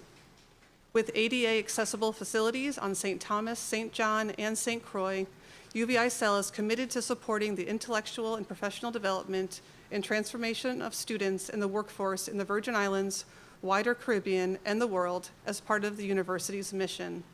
We aim to serve as the premier institute for personal enrichment and consultancy, locally and globally through innovative leadership and collaborative partnerships. We partner with the VI Department of Education in a number of areas. Our online course catalog has over 20 courses available for educator enrollment in topics such as teaching students with autism, ADHD, and learning disabilities, designing IEP goals, managing classroom behavior, and using trauma-informed strategies. We also offer online training in inclusive classroom practices, sign language, and differentiated instruction and assessment. These courses offer practical guidance for educators as well as parents and caregivers who are navigating diverse needs. UVICEL receives funding from the Virgin Islands Board for Career and Technical Education to support instructor certification, which includes the use of our online special education courses to help educators meet licensure and professional development requirements. UVICEL receives grant funding from the VI Department of Education through the State Office of Career and Technical Education under the Adult Education and Family Literacy Act, AFLA. With this support, we offer adult basic ed, GED preparation and exams, and English as a second language programs. AFLA participants are administered the TABE, the Test of Adult Basic Education, at the beginning and end of their instructional period to assess learning gains and guide individualized instruction. In our most recent AFLA courses, 60 ESL students on the St. Thomas and St. Croix campuses participated in beginner and intermediate level classes. These sessions ran for 10 weeks and were delivered in partnership with the UVI College of Liberal Arts and Social Sciences. Our next ESL and adult basic education classes are expected to launch in June. The adult basic education program will be delivered in collaboration with the UVI School of Education. GED preparation support and exams are available on a rolling basis throughout the year. UVICEL also offers an alternative high school program funded by the Virgin Islands Department of Labor, and we are approved providers through the Workforce Innovation and Opportunity Act, WIOA. Our program provides adults and out-of-school youth, including minors and foster youth referred by the Department of Human Services, with TABE assessments, enrollment in Penn Foster High School, access to computer labs, and one-on-one academic and case management support. Many of our learners have diagnosed and undiagnosed learning disabilities. Through WIOA, we offer training programs in high-demand fields that lead to industry-recognized certifications. Several programs provide accessible, skills-based pathways to employment, including certification as an administrative assistant, child care worker, or in the culinary arts. Transportation to and from UVICEL can be provided by arrangement with the Department of Labor. Can you get a little closer to the mic? Yes. UVICEL's Diageo Learning Skills for Life bartending program is a free hands-on training that prepares participants for jobs in the hospitality industry. The program is inclusive of individuals with special needs, offering a supportive and structured environment that builds confidence, teaches practical skills, and supports the transition into employment. We also offer a free entrepreneurship program through our EDA University Center grant, with courses, mentoring, and small business support open to all. Designed to promote self-sufficiency and economic empowerment, the program can be especially valuable for individuals with special needs seeking flexible, independent career paths. Our annual Territorial Empower You Youth Summit supports students ages 12 to 18 through interactive panel discussions and breakout sessions that focus on post-secondary transitions, workforce readiness, and mental health awareness. While not exclusively a special education program, its emphasis on social well-being, resilience, and future planning aligns with key priorities for students with special needs, particularly those with emotional, behavioral, or learning challenges who benefit from structured support during life transitions. We work closely with the Bureau of Corrections to support incarcerated individuals with GED, Penn Foster High School, and career and technical education certification programs. Our Parenting Inside Out program provides incarcerated parents with evidence-based parenting skills while also supporting the children of the incarcerated and their caregivers, many of whom face special needs related to trauma, developmental challenges, or disrupted education. Our Thinking for a Change program uses cognitive behavioral strategies to help incarcerated individuals improve decision-making, manage emotions, and reduce patterns of impulsive or antisocial behavior. These individuals are often the victims of the school-to-prison pipeline. Those with emotional or behavioral disorders face a heightened risk of entering the criminal justice system due to exclusionary school discipline practices such as suspension, expulsion, unmet mental health needs, lack of post-high school transition support, and systemic inequities such as poverty and under-resourced schools. UVICEL's staff includes Dr. Latasha Edwards, who holds degrees in counseling, and Mr. Adrian Glenn, who has expertise in corrections education and reentry. We often engage experienced counselors and behavioral health professionals to design and lead program sessions, ensuring that participants receive high-quality support. Individuals with disabilities in the Virgin Islands face significant challenges, including limited access to specialized educational support, gaps in services after high school, and barriers to meaningful and living wage employment. Individuals may also face social stigmas that can lower expectations among educators and employers. These individuals may be at an increased risk of victimization and often lack access to essential community support, such as permanent supportive housing, group homes, and adult day programs. Families of individuals with special needs may face emotional and financial strains, limited access to coordinated services, and social isolation as they navigate complex systems with few consistent supports. Whether through existing programs or customized solutions, we are committed to addressing challenges, building capacity, and advancing inclusive education in the Virgin Islands. We see potential in every learner and strive to provide a supportive, respectful, and empowering learning experience that meets individuals where they are. UVICEL is open to partnerships to strengthen special education services across the territory. We have a dedicated community engagement function and welcome opportunities to support our community through one-on-one education advisement, workshops, certification programs, and professional development offerings. The community can contact us by visiting our website, cell.uvi.edu, emailing cell@uvi.edu, or calling 340-693-1100. Chairman Violet, this concludes my testimony. Thank you for the invitation to provide information on UVICEL and special education services. I thank you for the opportunity to testify before this committee and welcome any questions you may have. Thank you for your testimony. Next, you'll have Department of Labor, Assistant Commissioner Ford. Thank you. Good afternoon, Honorable Senator Kurt Earle, Chairman of the Committee on Education and Workforce Development, honorable members of the Committee of Education and Workforce Development, distinguished senators of the 36th Legislature of the Virgin Islands, listening and viewing audiences.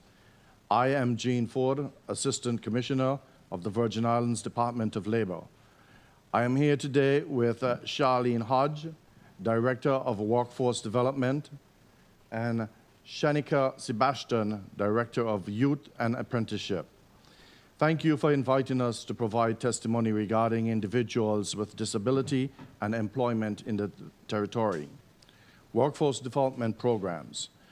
The Workforce Innovation and Opportunity Act, WIOA, emphasizes equitable access to employment and training services for individuals with disabilities.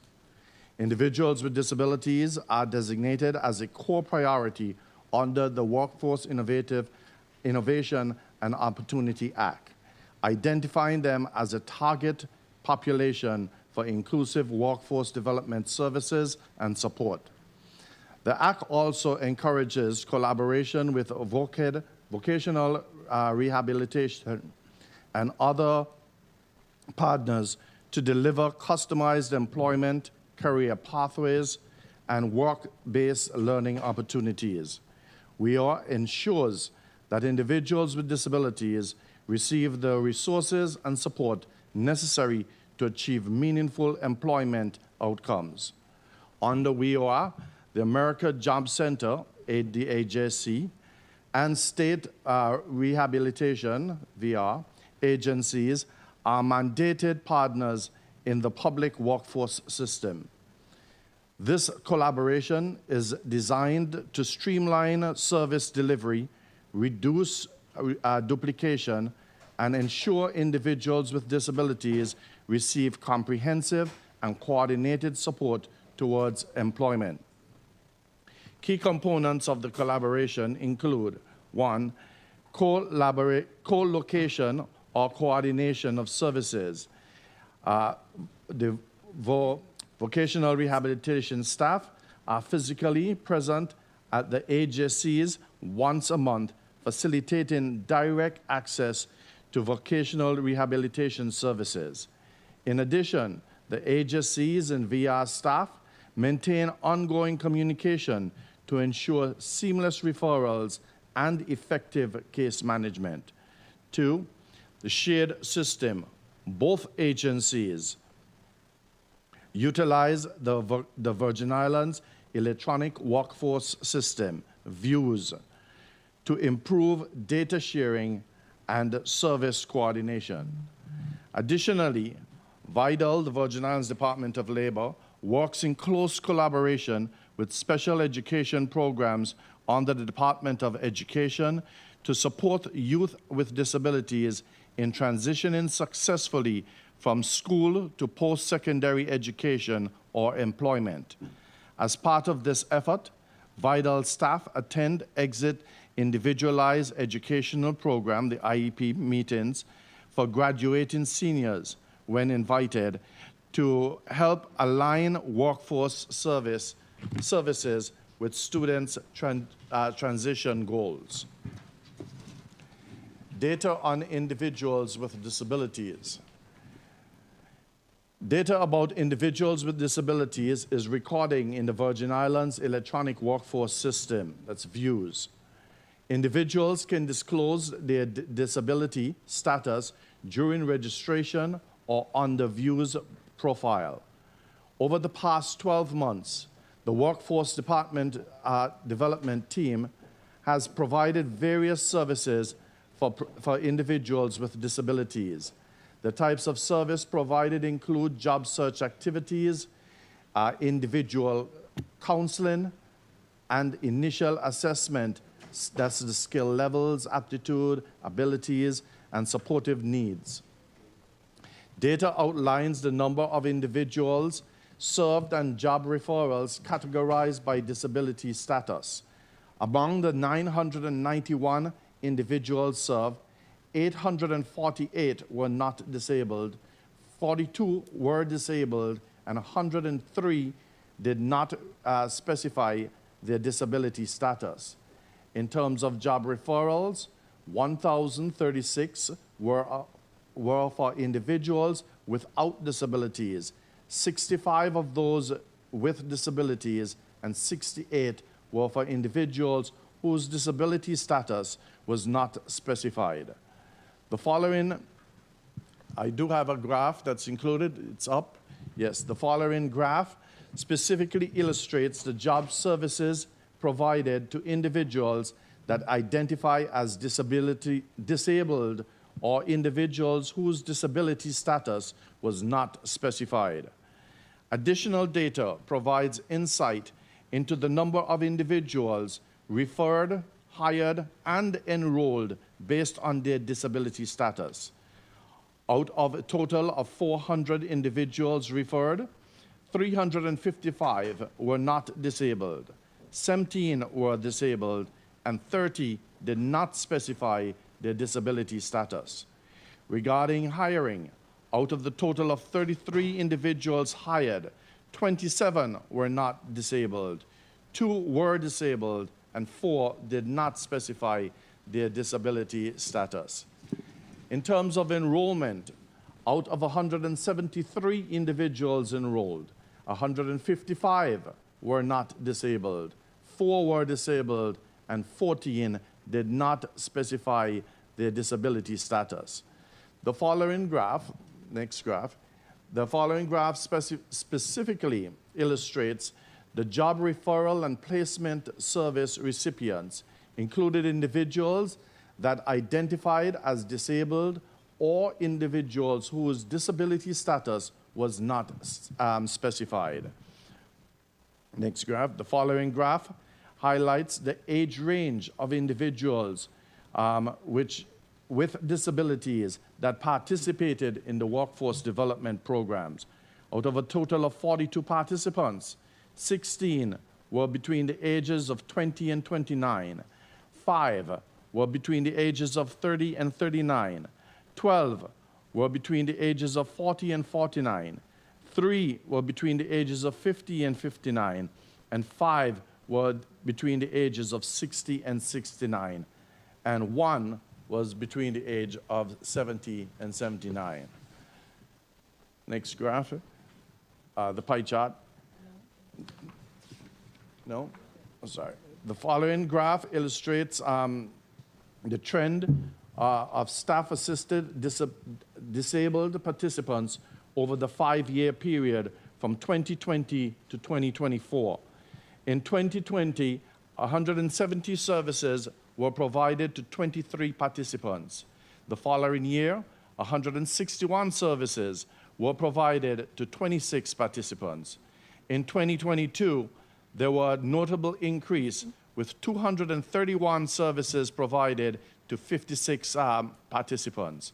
However, in 2023, the number of service dropped to 123, serving 31 participants. In 2024, the service increased again to 233, assisting 52 participants.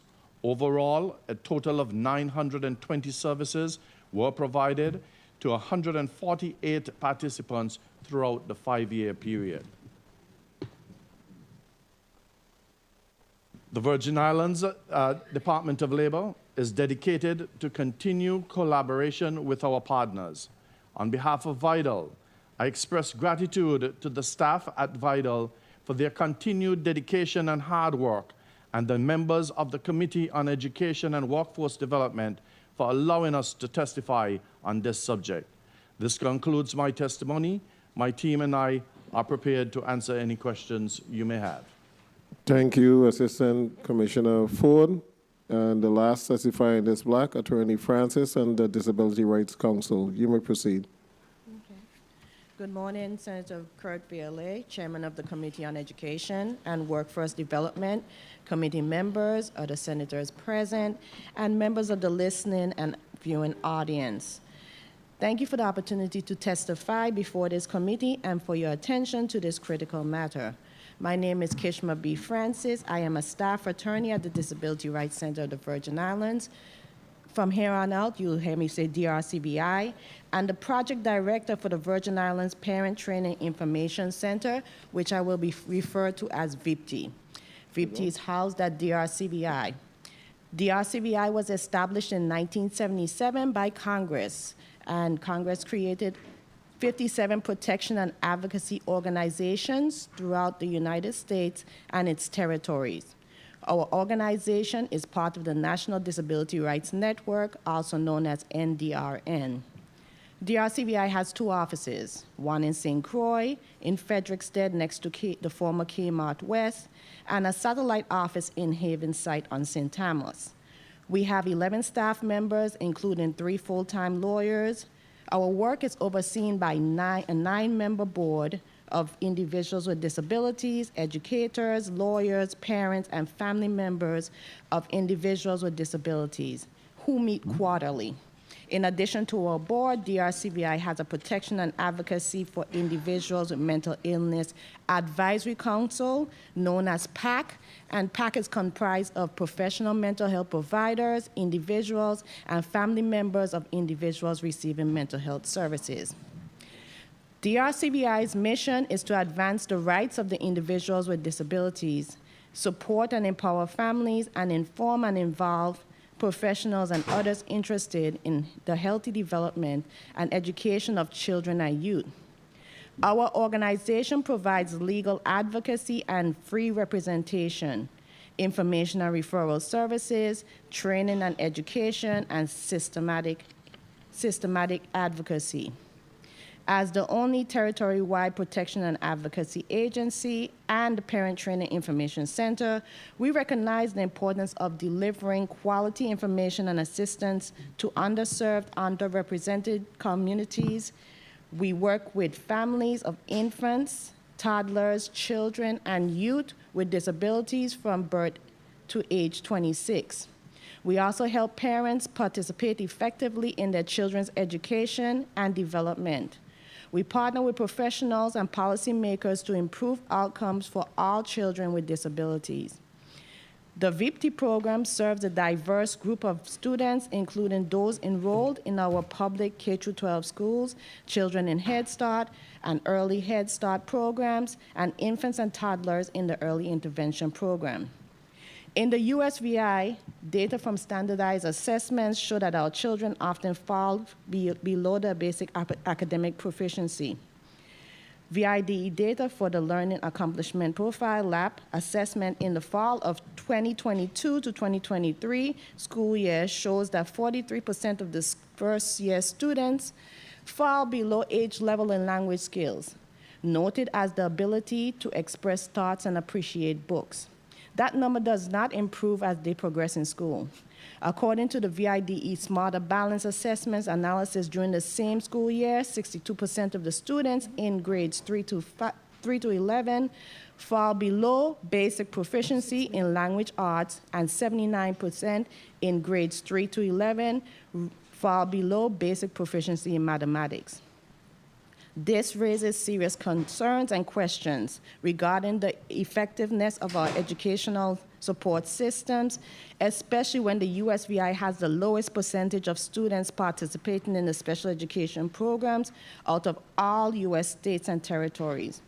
The National Center for Educational Statistics data from 2022 to 2023 school year shows that 9% of public school students in the Virgin Islands receive special education services under IDEA, while nationwide the average is 15%. However, our neighbors, Puerto Rico, have the highest average at 37%. The disparities between our territory and national averages are not just numbers. They represent lives that are affected, futures at stake, and a call to action for all of us. As we have seen in the past, learning disabilities and other health impairments can be misconstrued as behavioral issues when the student has not been adequately diagnosed. This deficiency not only impacts their educational trajectories, but also reflects a larger systematic problem.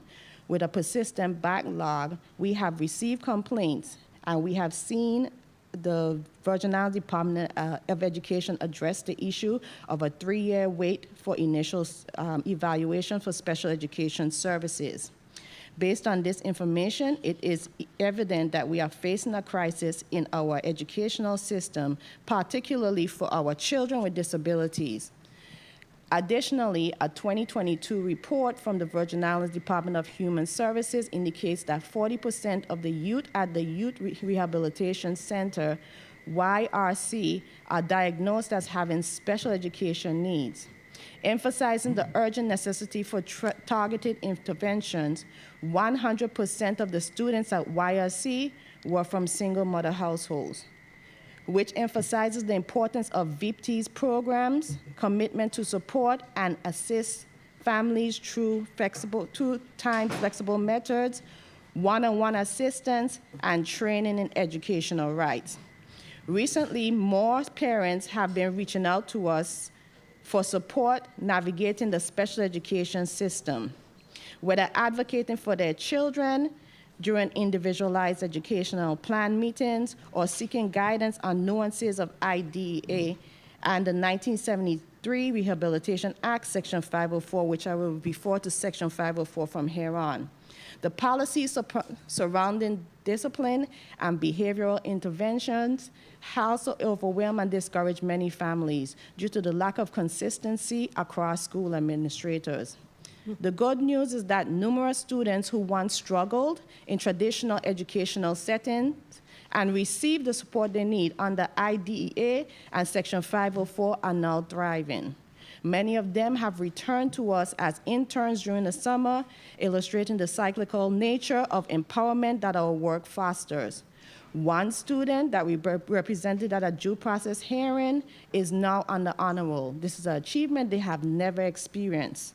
This serves as a testament to the potential that lies in every child when given proper support and services. We need comprehensive efforts to foster a culture of inclusion and understanding within our communities.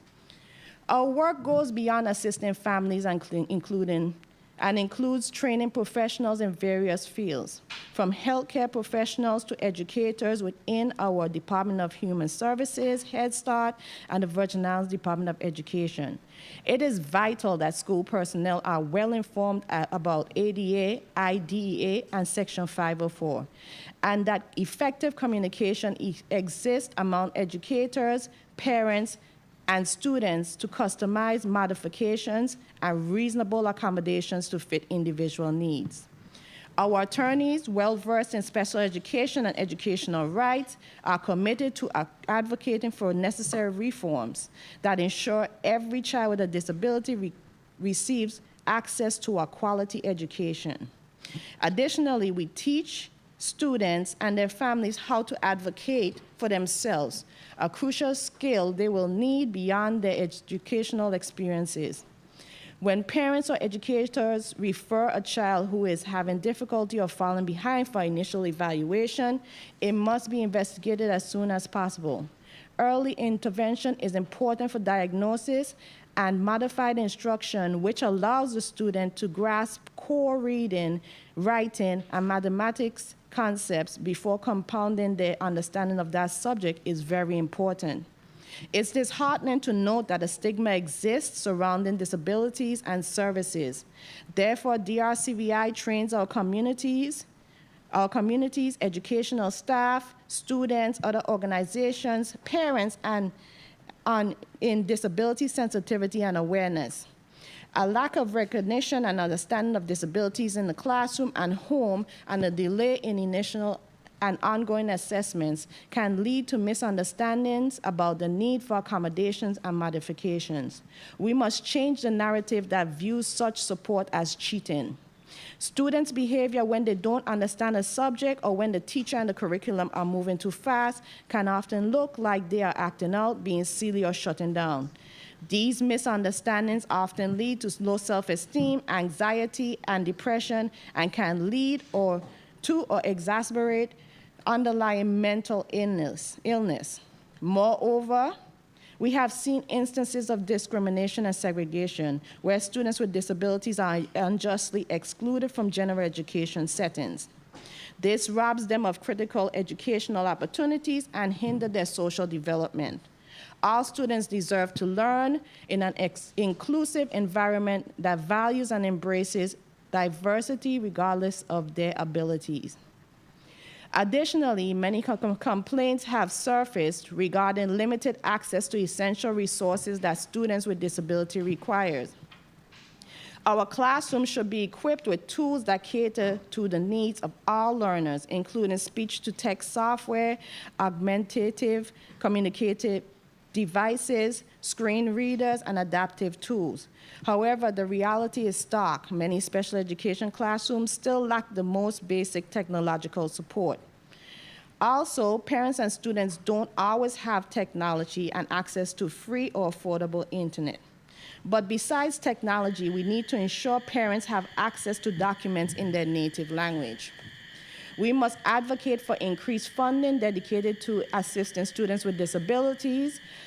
Our schools need the resources to provide necessary supplies, equipment, and adequately trained personnel, which are essential for creating a supportive educational environment. Additionally, when it comes to the workforce, we must clarify the distinction between various educational achievements, specifically the difference between a traditional high school diploma, a GED, and an IEP diploma. An IEP diploma awarded to students with disabilities who cannot meet standard graduation requirements does not hold the same weight as a traditional diploma or a GED.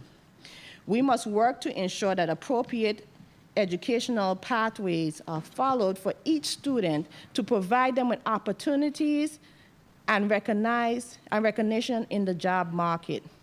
We also see different planning timelines in the school system regarding when and if special education students receive pre-employment services or pre-ETs, and the direct vocational services that are present in the community.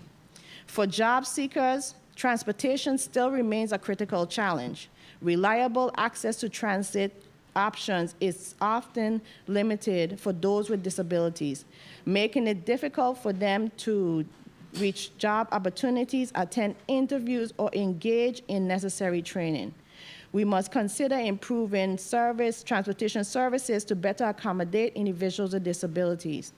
DRCVI works with the Northeast ADA Center and VITRAN to ensure disability sensitivity and monitor compliance. We also work with UVI Technology Center to connect people with disabilities with remote work opportunities.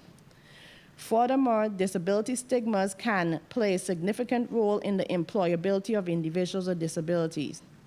Many employers harbor misconceptions about capabilities of individuals with disabilities, often viewing them through a lens of limitation rather potential. We must advocate for awareness programs that promote understanding and highlight the valuable contributions that individuals with disabilities can make in the workforce. In conclusion, we need your support to dismantle these barriers and create a workforce that not only includes individuals with disability, but also values their contributions. Together, we can push for policies that empower every individual to achieve meaningful employment, benefiting not just those with disabilities, but also enriching our entire community. Children without adequate resources are more likely to face the risk of developmental delays and related issues, and will likely burden them for the remainder of their educational careers and their lives. Thank you very much for allowing me to testify. I am available to answer any questions that you may have. Thank you so much for your testimony. Colleagues, testifiers, we're going to take a 2-minute recess, and then we're going to come back and begin with our rounds of questions. This committee stands in a recess for 2 minutes.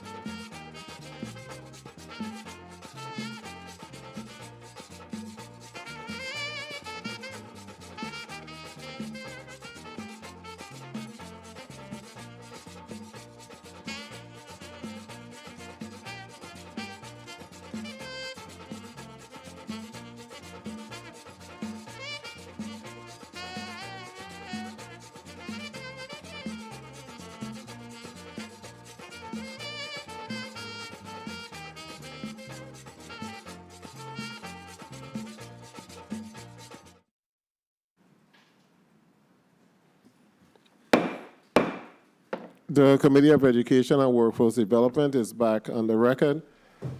I want to thank the testifiers for their extensive presentations.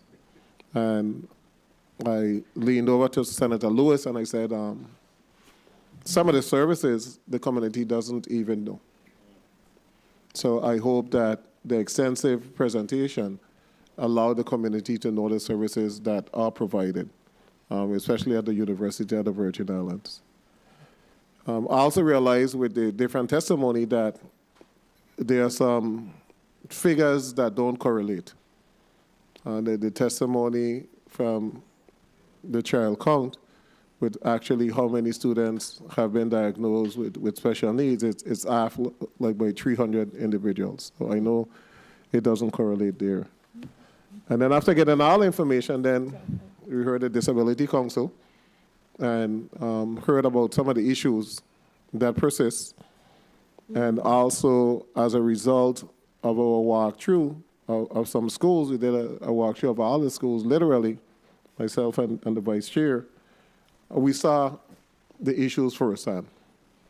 We saw what I have considered, and also based on talking to a number of parents that have 2- and 3-year-old, there just seemed to be like an explosion in the number of autistic children, autistic students.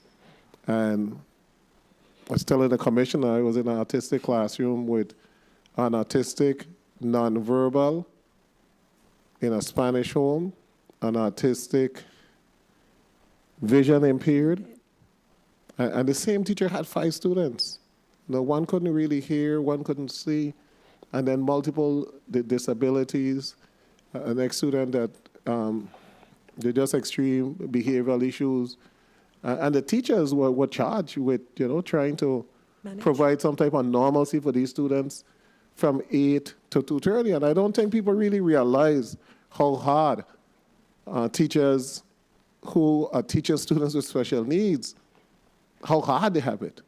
And even if you have a class that don't have any behavior issues, they're on multiple grade levels. So everything is differentiated. From the time you start teaching, every single thing is differentiated. And as we go along, I'm going to get to some of those questions because a lot of time these students are mainstream. And they're mainstream into a regular classroom to a teacher that really didn't have any extensive training in teaching special education students.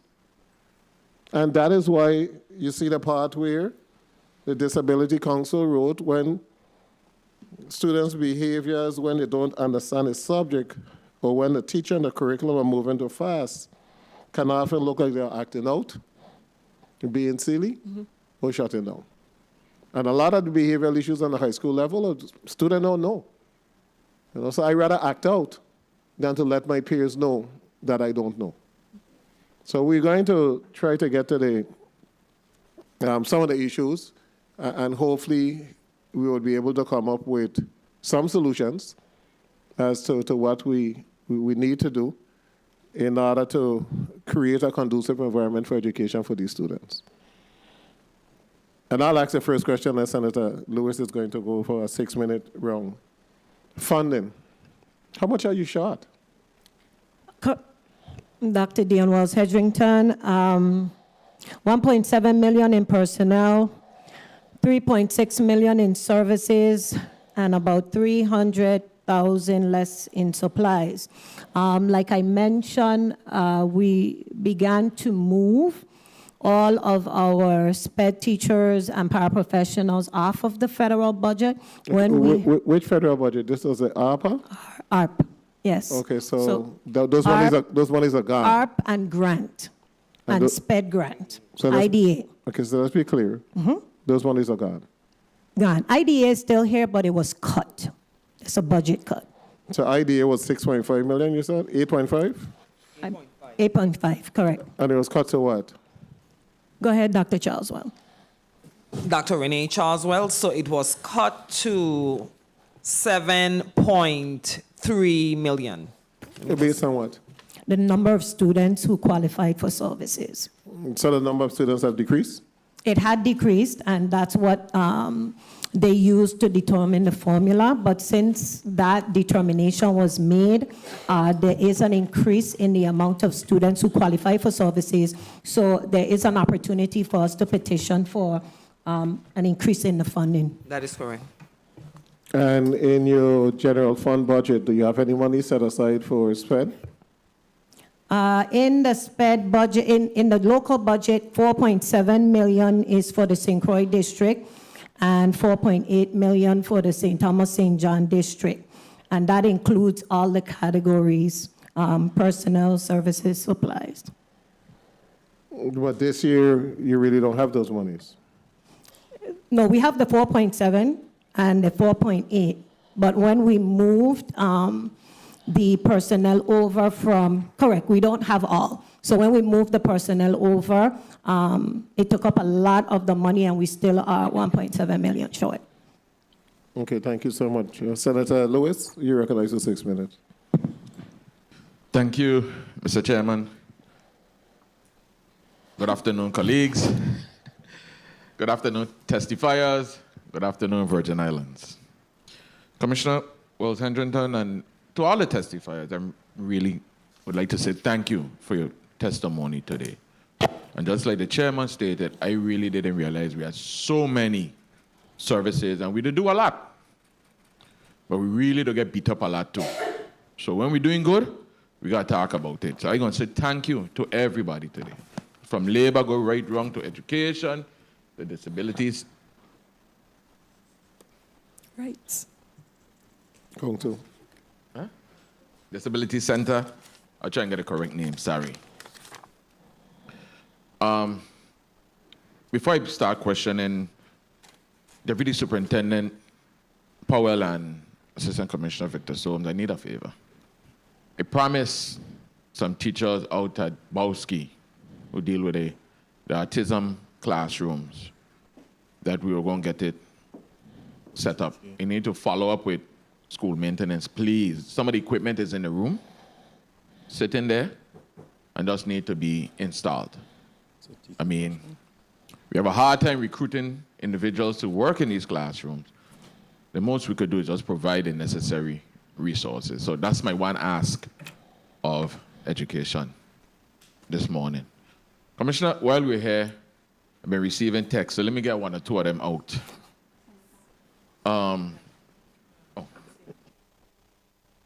What plans are being put in place to secure psychologists so that children on the waiting list can be tested or reevaluated? So I'm going to allow the districts to respond to that question. Senator Dr. Lockhart. Good afternoon. Dr. Lockhart, Special Education Director, St. Croix. Right now, we have in place 5 school psychologists on island, and these school psychologists, 4 is in person and 1 is virtual. Mm-hmm. Okay. St. Thomas St. John District. Ellen Masters, Director of Special Education, St. Thomas St. John. Good morning, or good afternoon now. Yeah. Currently, we have 2 bilingual Spanish-speaking psychologists, 1 on island full-time, 1 on island in a hybrid situation.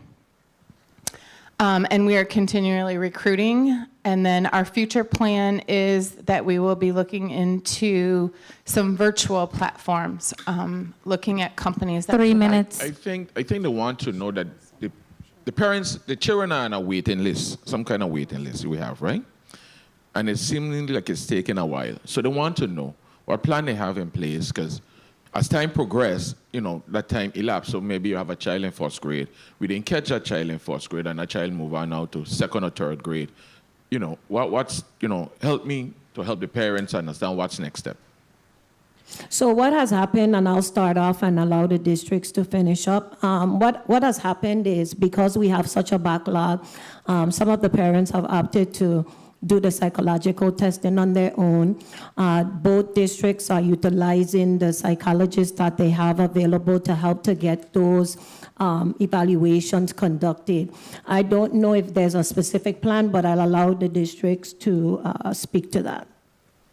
And while we get the information, when parents take the initiative and do it on their own, are they reimbursed? No. Okay. Good afternoon. Recognize the mic of Dr. Powell. Good afternoon, Disha Powell, Deputy Superintendent for the St. Thomas St. John District. So we are actually, we have also procured local private contractors. So we are, like Ms. Master said, we did get 2 employees to do the evaluations, and we are also going to be evaluating our students into the summer. Yes. So we're going to try to catch up that way. So things are moving we faster. are continuing to try to recruit local providers, but it is a struggle. Okay. So as it relates to those students, though, I just want everybody to understand that those students are continuing to get intervention services, even within the general education setting. They're getting small group, they're getting tutorials. 1 minute. We are continuously monitoring those students, and we're also sending invitations to every single student in that situation to our summer schools, and we're going to actually hire personalized supports to go into those summer schools to see what's going on, to see how we can continue to support those students. So we are monitoring those students. Some of them might need to get evaluated, but we're hoping to see a trend where some of them, because of the intervention, 30 seconds. that they don't need further evaluation. Mr. Chairman, if I may continue. Commissioner, do special education work with parents providing information regarding universities that honors IEPs? I'm going to allow Dr. Charleswell to address that. So I'm going to speak on it from a state perspective. So yes, we do. Time. In the St. Croix district, we have the Career Academy that actually dealt with supporting parents when it comes to providing them with information with those universities, as well as school counselors who work with our students closely. All right, Mr. Chairman, if I ask one more question. Dr.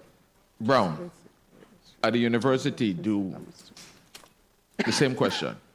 Do we accept students there with IEPs? Dr. Karen Brown, Dean of the UVI School of Education. And so under the Rehabilitation Act, it is not a requirement, but what the students would do is they have to self-disclose, and that sometimes is an issue if they don't self-disclose. But if they bring the IEP, that's information that can be used. All righty, thank you. Thank you, Mr. Chairman. I know you're going to come back, but Mr. Sam. Good afternoon, Assistant Commissioner Solm. Hello. Good afternoon, Assistant Commissioner Solm. In response to your last question, the department and particularly the St. Croix district, we've gone so far as to even offer college tours. Back in 2017, when I was a deputy, I had an opportunity to travel with the St. Croix district and several students and parents in the state of Florida, and we visited several colleges. So yes, the department does, and we need to get back to that, providing there's funding, but we do expose our special needs students, our students with disabilities, to college environments. Since 2017, has it taken place again? No, primarily because of funding, but what has happened is, Director Lockhart can speak to this, we've created the Career Academy that exposes students to not only careers throughout the territory, but also the opportunity for colleges. Senator Lewis? Bars the counselors now from offering that service? Or stops them? No, there's nothing there. In terms of doing college tours? Not college tours, but offering the information. They do it. Well, they do. Okay. It happens, but what happens is that as they become seniors, senior guidance counselors meet with the student and the parent. They do the evaluation. They talk about colleges they attend. We have college fairs in all of our high schools. So that opportunity exists even for our students with disabilities. Yeah. Thank you. You're welcome. Can I just add that this occurs in the St. Thomas St. John district as well? We do have the Career Academy, and during the IEP process, we do have transition discussions with students about university opportunities. We also have students that do go to UVI when they leave us, and we also have students that go to technical colleges, especially UTI. Thank you. And those students that go to UVI is free tuition. Those students that go to the technical colleges, are they receiving any type of federal aid? I would have to get it specific details from Human Services, but they do provide opportunities for funding for students that do go post-secondary. Is Human Services invited to the exit IEP? Yes, they are. Okay. How large is the backlog, before I go to Senator DeGraff, for evaluation by island? Give me numbers. Good afternoon, Dr. Lockhart, Special Education Director. The backlog for St. Croix is about around 250. 250 students? Yes. And this summer, we are, for 5 weeks, we're going to do an intensive, just like last year, we tackled 60 students. And again, we have a team of 20 that consists of social workers, SLPs, speech language pathologists, OTs, occupational therapists, physical therapists, teacher for the vision impaired, and so the school psychologists as well as the education diagnosticians. So we have a team of 20 people or related service providers that will be assisting us this summer. St. Thomas? Ellen Masters, Director of Special Ed for St. Thomas St. John. We currently have 180 reevaluations pending, and we have 80 new referrals. 180 reevaluations. And eval? And 80 referrals for an initial evaluation. The 250 number that you had, Ms. Lockhart, the 250 is all new evaluations? No. How many are reval? For new? Out to the 250, there's a breakdown? Out to the 250, I would say probably 100. Mind you, for the this school year, we were also tackling emergencies. We have incidents that came up during the week, and we will have to, get psychiatric evaluation done. So the goal for St. Croix this summer is to be able to process 60 individuals, 60 students? Yes, and that will carry over for the upcoming school year, where our schools, where our social workers will take the load in doing psych counseling, and our school psychologists will be doing the whole gamut of testing. In St. Thomas, how much do you plan to complete this summer? Currently, our goal is to complete about 25% of a combination of both of those reevaluations and initial evaluations. Commissioner, how we could double those numbers? I know you have like a 1 month cohort in St. Croix for the summer from June to July, early July. If you have 2 cohorts, how many? The issue I have, let me just explain. You have a student that needs to be evaluated. They've been identified as a first grader. It takes 2 years to get them into the appropriate setting. They're losing for the entire 2 years. So by the time they got to the 3rd grade, they literally can't function. So we then placing them, but they have lost all of those years of that academic development. So if we can't identify them very quickly and then provide the supports for those particular students, it's like we're designing a program for them to fail. Because by the time they reach the 3rd grade, they didn't have any support, they didn't have this. It's almost impossible. I mean, there's an old adage that you gotta learn to read by 3rd, right? If you don't learn to read by 3rd grade, you struggle for the rest of your academic career. So is there any priority going to be placed on these first graders, these kinder students who need this evaluation done? Some parents are reaching out and saying, hey, it took 3-4 years for my child to get placed, and by the time they were placed, they were so frustrated that they hated school. How can we speed this up? So I think that's an excellent point, Senator, and I believe that the districts can prioritize those early childhood evals that are outstanding first. Honestly speaking, we would need additional funding to maybe see if we could supplement some of the services that we already have. Currently, we don't have the funding for it. So what is the cost for the summer? So I would have to get back to you on that, Senator. Okay, thank you so much. Senator DeGraff. Thank you, Mr. Chair. Good afternoon, colleagues. Good afternoon, testifiers, all viewing, listening, and present. Today makes 40 years since I joined the Virgin Islands Army National Guard, and the 11th would be 38 years since I joined the Virgin Islands Police Department. And for full disclosure, I have a high school diploma from public education. And I say that because I've been a senator now for 9 years, and I would take probably the majority of these testimonies, cut and paste them, add on a different date, throw up some different graphs, and tell you we are in the same state as we were a year ago.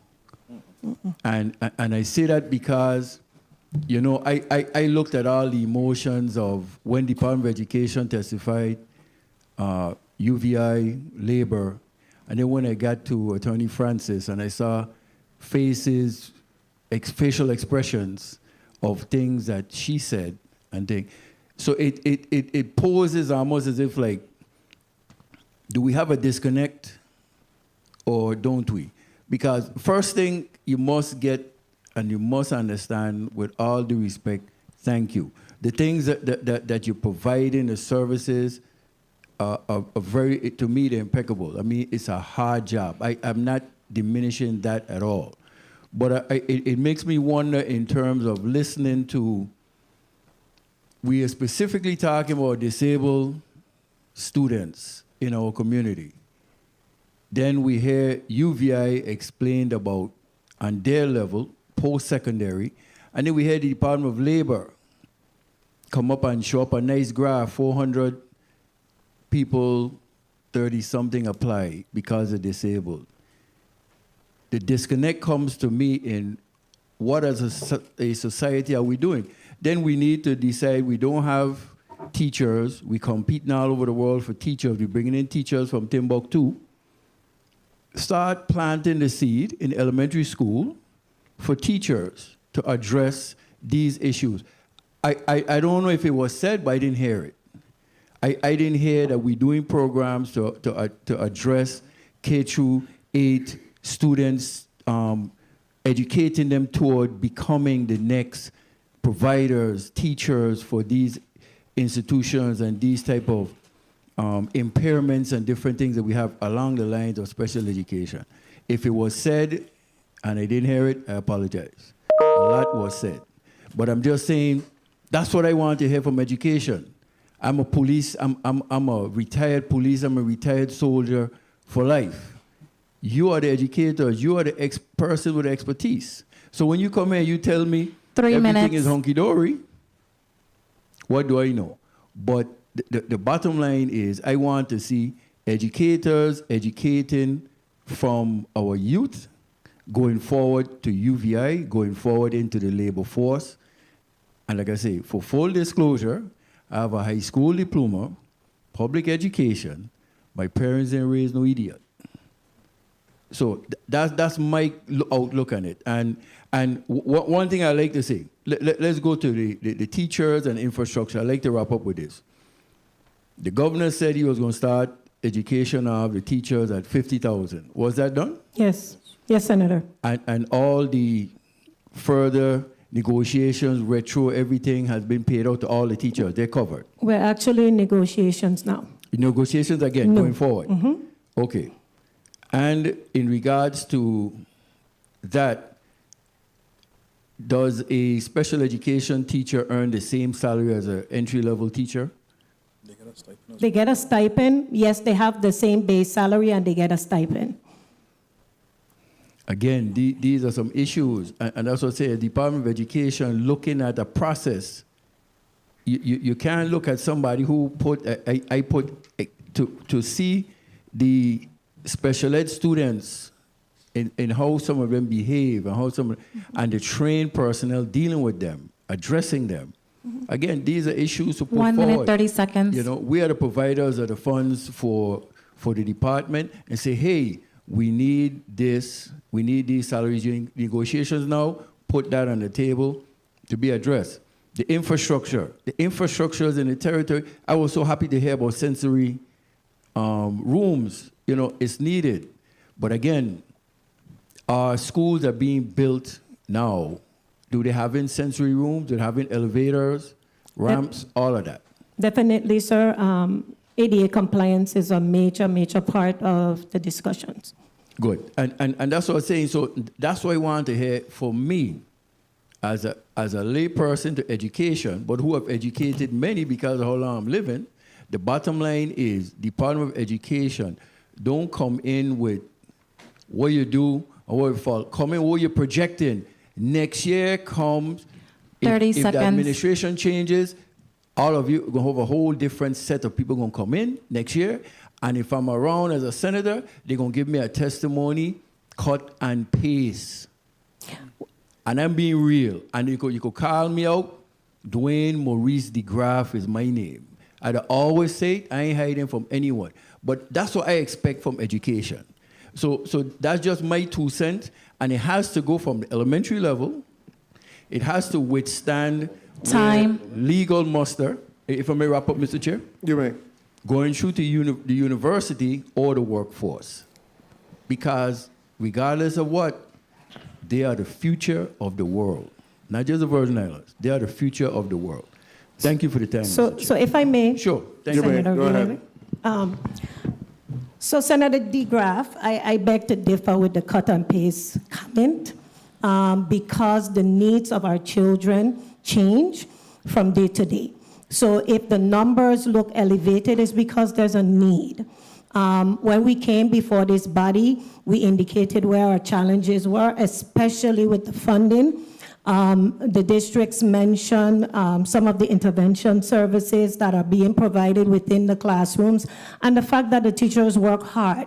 Part of what we do in negotiations is come up with a mutual agreement of how we're going to deal with the regular ed teachers as well as special education teachers. When it comes to growing our own, we did have a cohort of individuals that are currently at the University of the Virgin Islands studying school to become school psychologists, for example. We are in the process of starting our teacher apprenticeship program, which is a collaboration between the Department of Education and the University of the Virgin Islands. So there are things that are being done to grow our own, and I fully understand what you're saying. But I also have to say that even though we're growing our own, that still does not fill the gap in what we're seeing now. So those are future things that we've put in place. But right now, we have some issues in the fact that we need 24 teachers across this territory, and then there's a need for another 33 paraprofessionals across this territory. And in order for us to do that, of course, the funding has to be there. So I understand your sentiment. So we got agree to disagree with the first statement because our needs differ from year to year. And what we've put forth is actually where we are at this current date. Thank you, Commissioner. Senator DeGraff, go ahead. Thank you, Commissioner. And again, how many of the special education teachers are certified? I would have to get that for you, but I could get that before we leave today. Excellent. Thank you. Thank you, Mr. Chair. Thank you so much. The real big issue the Virgin Islands having is that people are not going into the field of education. The UVI School of Education, the numbers are maybe a handful, one hand. While before, when I went to the university, I mean, it was 25, 30 individuals every year graduating from the School of Education. So we're developing some crisis in the Virgin Islands, and I don't think everybody looking at what is taking place. But as long as you have a community that refuses to become professionals, you're going to continue to import and you're going to continue to have issues. We're seeing the issues right now. Nobody studying to become physical therapists, somebody want to be speech therapists. And a community cannot continue to exist when the population refuses to value education and want to become education. And this new administration, nationally, totally different, you know. So if everybody don't wake up We're going to be into some serious problems. Quickly, the stipend for specialized teachers is how much? Stipend for specialized teachers? $2,500, Senator. Okay. The only issue I have with that, and they deserve the $2,500, and they deserve more. The issue I have is that the department for the last maybe 14 years have gone towards mainstreaming just about everybody. And the regular classroom teachers don't receive any stipend. But they have 4 and 5 special education students in the class that they're responsible for all day. And they don't receive any stipend. So when you went to mainstreaming, and you have a teacher that now have to differentiate, they got 20 regular students and they got 5 special education, but they don't receive a stipend. They haven't received all of the necessary training in special education. They had one course that gets certified, but they're not truly a trained, modified instruction teacher, but they're forced to become one, but then they don't receive a stipend. So we have to really look at that and make a determination as to, how are we going to move on in terms of making sure that we incentivize these teachers to try to work with this particular population. Point of... I want to recognize Senator Frankie Johnson. Thank you for coming. He's going to go after Senator Carla Joseph. You're right after this point of information, Senator Lewis. I have you down from the original roll call, but since you're here, you would like to be recognized. Senator Carla Joseph, thank you for being here. You'll be recognized next for your questions. Senator Lewis, you go ahead. Thank you. Good afternoon again. Commissioner, in your testimony, based on the last discussion we've been having here for the last couple of minutes, put on the record that even though we don't have the regular teachers that's being paid by the Department of Education, to make sure that services are continued and, there's no lapse, you have outsourced Correct. these things. So put on the record. Tell the world, man. Sure, Senator Lewis. We have a contract with Orange Tree, and I believe they're coming this afternoon as part of the testifiers. We have an existing contract with them for $5.9 million for services throughout the territory. We have a contract with Coral Reef as well. That one is $589,113.65. And then we have a contract with Remote Speech for $358,560. So those are the outside vendors that have been filling the gap somewhat for the needs and the plans that our students currently have. Thank you, Mr. Chairman. The only issue is, do we have the money to pay them? So that's where we're short. But we're still working with OMB to see how we can fill that gap and how we can get the necessary funding. My concern remains those students that we are testing over the summer and being able to accurately project what type of services we're going to need. And so the point that you made, Senator VLA, of testing as many as we can over the summer would really, really assist us to make some better projections. But we're going to continue our efforts, both districts, to fill those gaps as best as possible. Point of information, Senator DeGraff. Thank you, Mr. Chair. Summer school is mandatory? We have different programs. So we have credit recovery, which the student would be involved in to recover the credit to move on to the next grade. We do have some special education programs that we have over the summer, as well as regular summer. So if the student doesn't go to summer school, the parents say, hey, you're going on a cruise for the summer, then that doesn't seem to me like that would work. It has to be implemented as a part of the daily process, because summer school becomes optional. That's what I was told. It is. Right.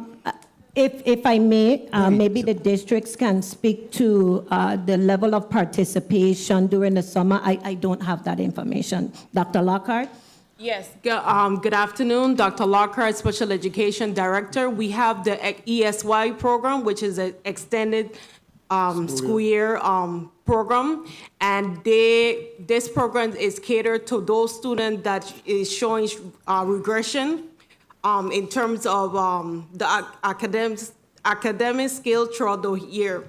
So if they're showing regression, they are able to attend this ESY program. How is participation?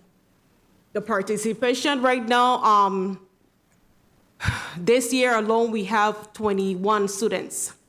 And then these students include students attending Coral Reef Academy.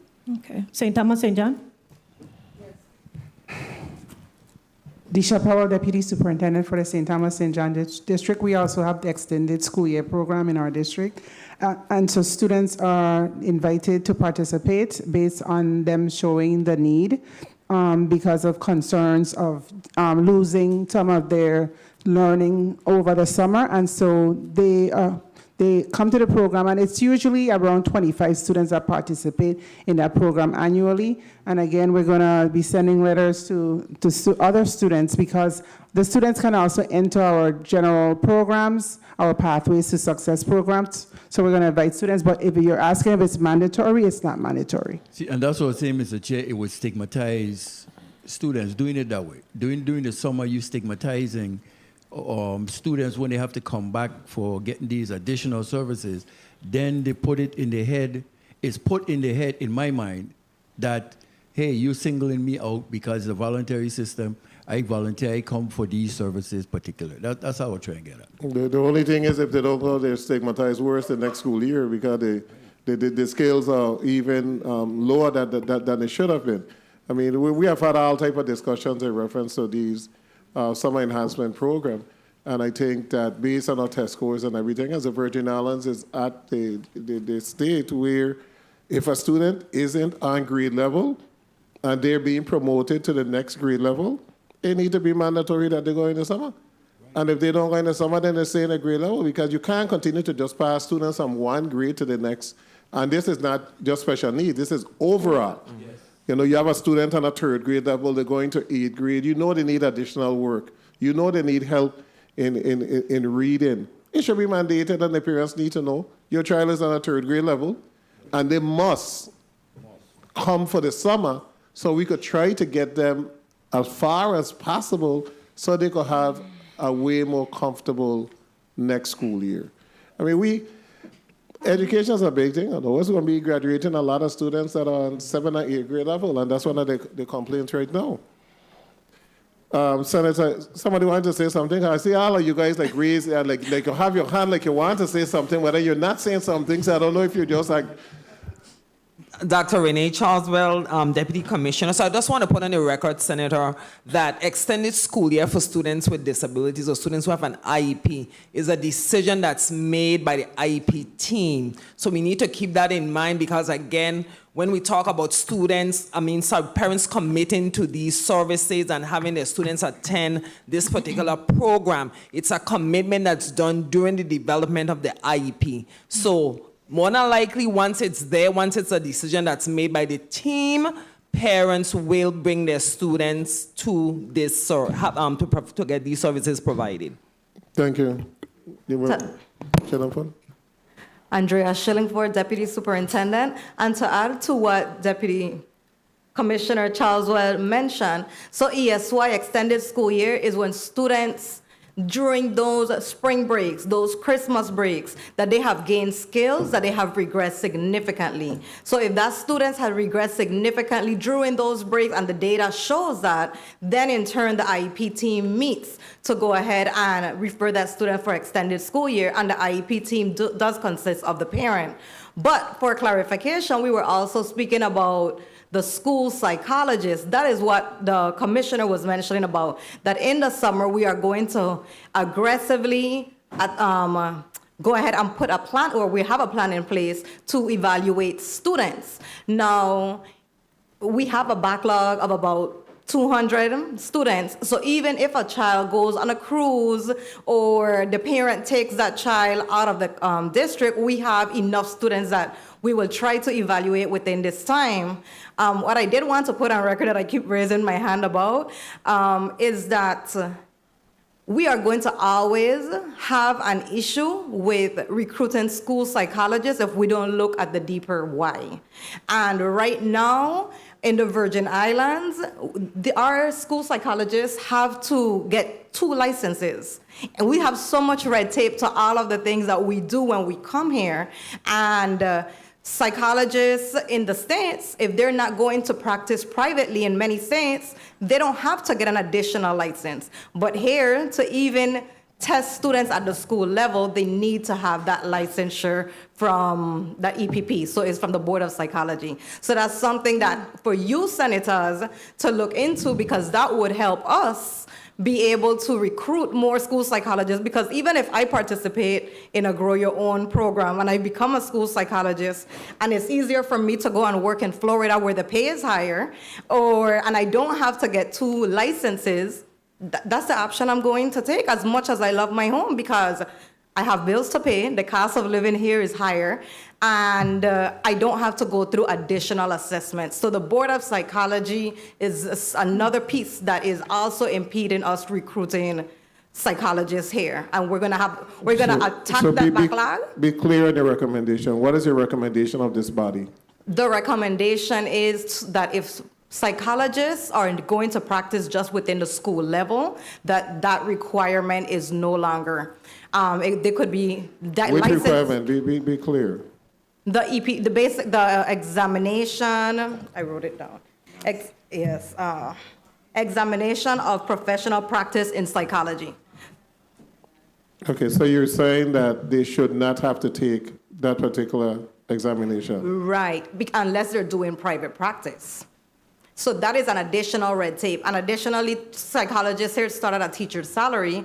In the States, they start at $86,000 in many places. So we could grow our own as much as we try. Okay. When our salaries are not aligning and our cost of living is higher, and we have to give them additional testing. So my ask for this body would be to look into those requirements for school psychologists, because we can work on it in the summer, get the evaluation backlog down. You're going to have the same issue again. Because the Commissioner, my request is, I think you have 2 legal counsel being paid very, very good monies. Very good. To have them draft something and give it to this body so we can put it under consideration. That's first. Secondly, coming to you, Dr. Brown. This body don't negotiate contracts. You guys are in negotiation right now. That's AFT, that's education, that's collective bargaining. Government also ratified a contract. This body has one option, to provide monies. And we're providing monies for every contract that has been ratified. So if school psychologists need to make more money, when you're at the bargaining table, that needs to be at the bargaining table and agreed on so that this body could provide what we need to provide. Senator, yes, if I may, can I update Senator DeGraff on the certifications? Yes. In the St. Thomas, St. John district, we have 20 certified special education teachers, 18 not certified. Some have expired certification that they're working on. Some just aren't certified as yet. Then in the St. Croix district, we have 21 teachers certified, 24 not certified. We did have conversations with the board, and I believe some of those certifications are going to be reviewed tomorrow. One of the things that I want to share with this body is that certification is part of the overall evaluation of teachers. It holds a percentage on the overall performance evaluation. And so it was critical that we have that dialogue with the board so that they could keep up with the certification, so that those who have all the docs at the board of the Virgin Islands Board of Education can indeed get their certification for that process. Thank you, Dr. Brown. Thank you. Good afternoon again. Dr. Karen Brown, UVI School of Education. And so right now we have 5 people who can help you in the summer for free. They're engaging in a 10-week summer classes, practicum classes, so they need the experience. and they're gaining those hours that way. And then starting in August, they start their internship, the first semester, and then in January, the second internship, and then they're done. Okay, but you have them, you don't have to pay them, they just need the experience right now as students, okay? So, we have 1 in St. Croix and we have 4 in St. Thomas. So, Commissioner, you're going to take up that offer? Oh, definitely. Okay, I just want to put it on the record. Definitely. Thank you so that's a much, good Dr. thing. Brown. Senator Carla Joseph, you're recognized. Thank you so kindly, Mr. Chairman. A pleasant good day to all the testifiers here with us today, as well as the listening and viewing audience. This is a very interesting conversation. I believe last year we had discussion with a parent during a hearing, and she was very concerned about her child. This was in the St. Croix district. Her child hadn't had their assessment in a while. So I'm hoping that those individuals, those parents, and she was a very engaged parent, their assessment will be forthcoming. And I really have to say, special education teachers are people with huge hearts to do that work. And I know many of them do the work not for the funding, not for the money, but because they actually truly care about the human beings that they are providing this service to. So I really want to say kudos to them and their parents and the young people. Now, I have some questions, very focused on your testimony. And I don't believe this testimony, I've been here for 5 years and on this committee for that amount of time, and I don't believe that these were cut and paste, because I read very thoroughly and I tend to retain information once it's written. Now, I want to ask you a question, and it was regarding the name of the vendor that you're paying to receive certain services. Here on page 28, the contract, you have a collaborative local private vendor. Was that answered based on Mr. Secretary's question? This private vendor, to help reduce the backlog of student evaluation. So that's actually in the St. Thomas, St. John district. They have procured services from an independent contractor to help them with their backlog. Okay, and what's the contractor's name? Dr. Powell? Masters? Yes, Ellen Masters. We have been contracting with Insight Psychology. Good human beings. I'm familiar with them. And how much are you paying? What's the contract? Insight? The contract is $35,000, and I believe $35,000 annually or monthly. How are we paying them? It's for Dr. Powell? Disha Powell, Deputy Superintendent. So we put out an RFP to get multiple vendors in our district locally to help us, or even nationally to help us with the backlog. Dr. So we procured just get to the point. Insight Psychological. And so the contract is approximately $35,000, and we were only able to get that contract for 25 students. 20, okay, for 25 students for a year, or what's the time period, the term? The contract has ended, I believe. Are we not yet? June 30th. June 30th. So 1 year, pretty much, Okay. 1 year. June, okay, all right. 3 minutes. Now, I have another question here, page 25. I'm working my way back to the front. Who reviews? You mentioned you have a 504 plan and is reviewed annually to determine if any changes may be necessary with the 504 plan. Who reviews those plans? So I'm going to let the districts respond. Dr. Lockhart, 504 plan? The 504 plan, it will be the student services coordinator along with her team. And they are part of your No. They're not part of the not team? part of special education, that's separate. So they are, you would consider them an independent because they're not part of the team, okay? No. And I consider them working under Department of Education. Yes, but they're not part of your separate. team, so you don't have an internal evaluation. This is an external outside of your team, correct? Yeah, yes. No, no? This is 504, you know, we deal with IDEA, Right. special education. So that, section 504 has a team. Right. Separate from special education. Right.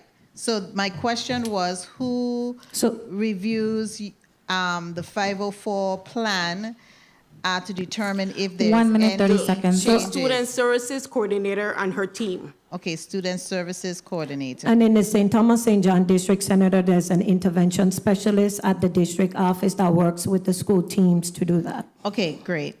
And then I had another question here.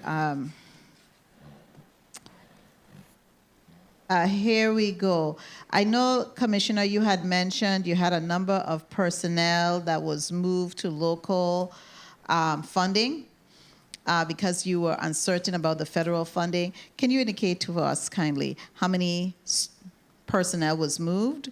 I can get you that information. I don't have it and, here. And the amount that is now hitting the general fund. Okay. Okay. And then Dr. Karen Brown. I noted on page 2, there's a little bit of a gap because we want to see the full 30 picture seconds. of our students when they're graduating. But you mentioned you don't have any data with the graduation rates for individuals who are disabled from our public school. How is it that you're not getting the data? Department of Education, you don't provide that data? So we are talking about students that are over 18 and they have the right to disclose, yes or no. Okay, so Mr. Chairman? Go ahead. Thank you so kindly. So I'm not sure if it's students over 18, which Dr. Brown was referencing in this context. But Dr. Brown, do you receive, my question, do you have an ongoing relationship that you could receive data on the number of individuals who are disabled who are graduating from public school? We don't receive that information. And in terms of collecting that data, we don't collect that data. I know you don't. Department of Education collects that data. So where can Dr. Brown, my question is, get that data? Because then she would be able to pull those students and hopefully get in contact with those students to get them enrolled in some of the other programs that are offered at the University of the Virgin Islands. Am I correct in thinking that, Dr. Brown? That is correct. So where would she get that information? Dr. Renee Charleswell, Deputy Commissioner of Curriculum and Instruction. So that data is available in our state performance plan, our APR that's done annually. One moment for me, Dr. Charleswell. Is it online? Yes, it is. Okay. I know all of you here are part of the Workforce Investment Board. Are these discussions that you have? Because even though a person is disabled, they are still able. Okay? They're disabled, but they're able. They're able to do things.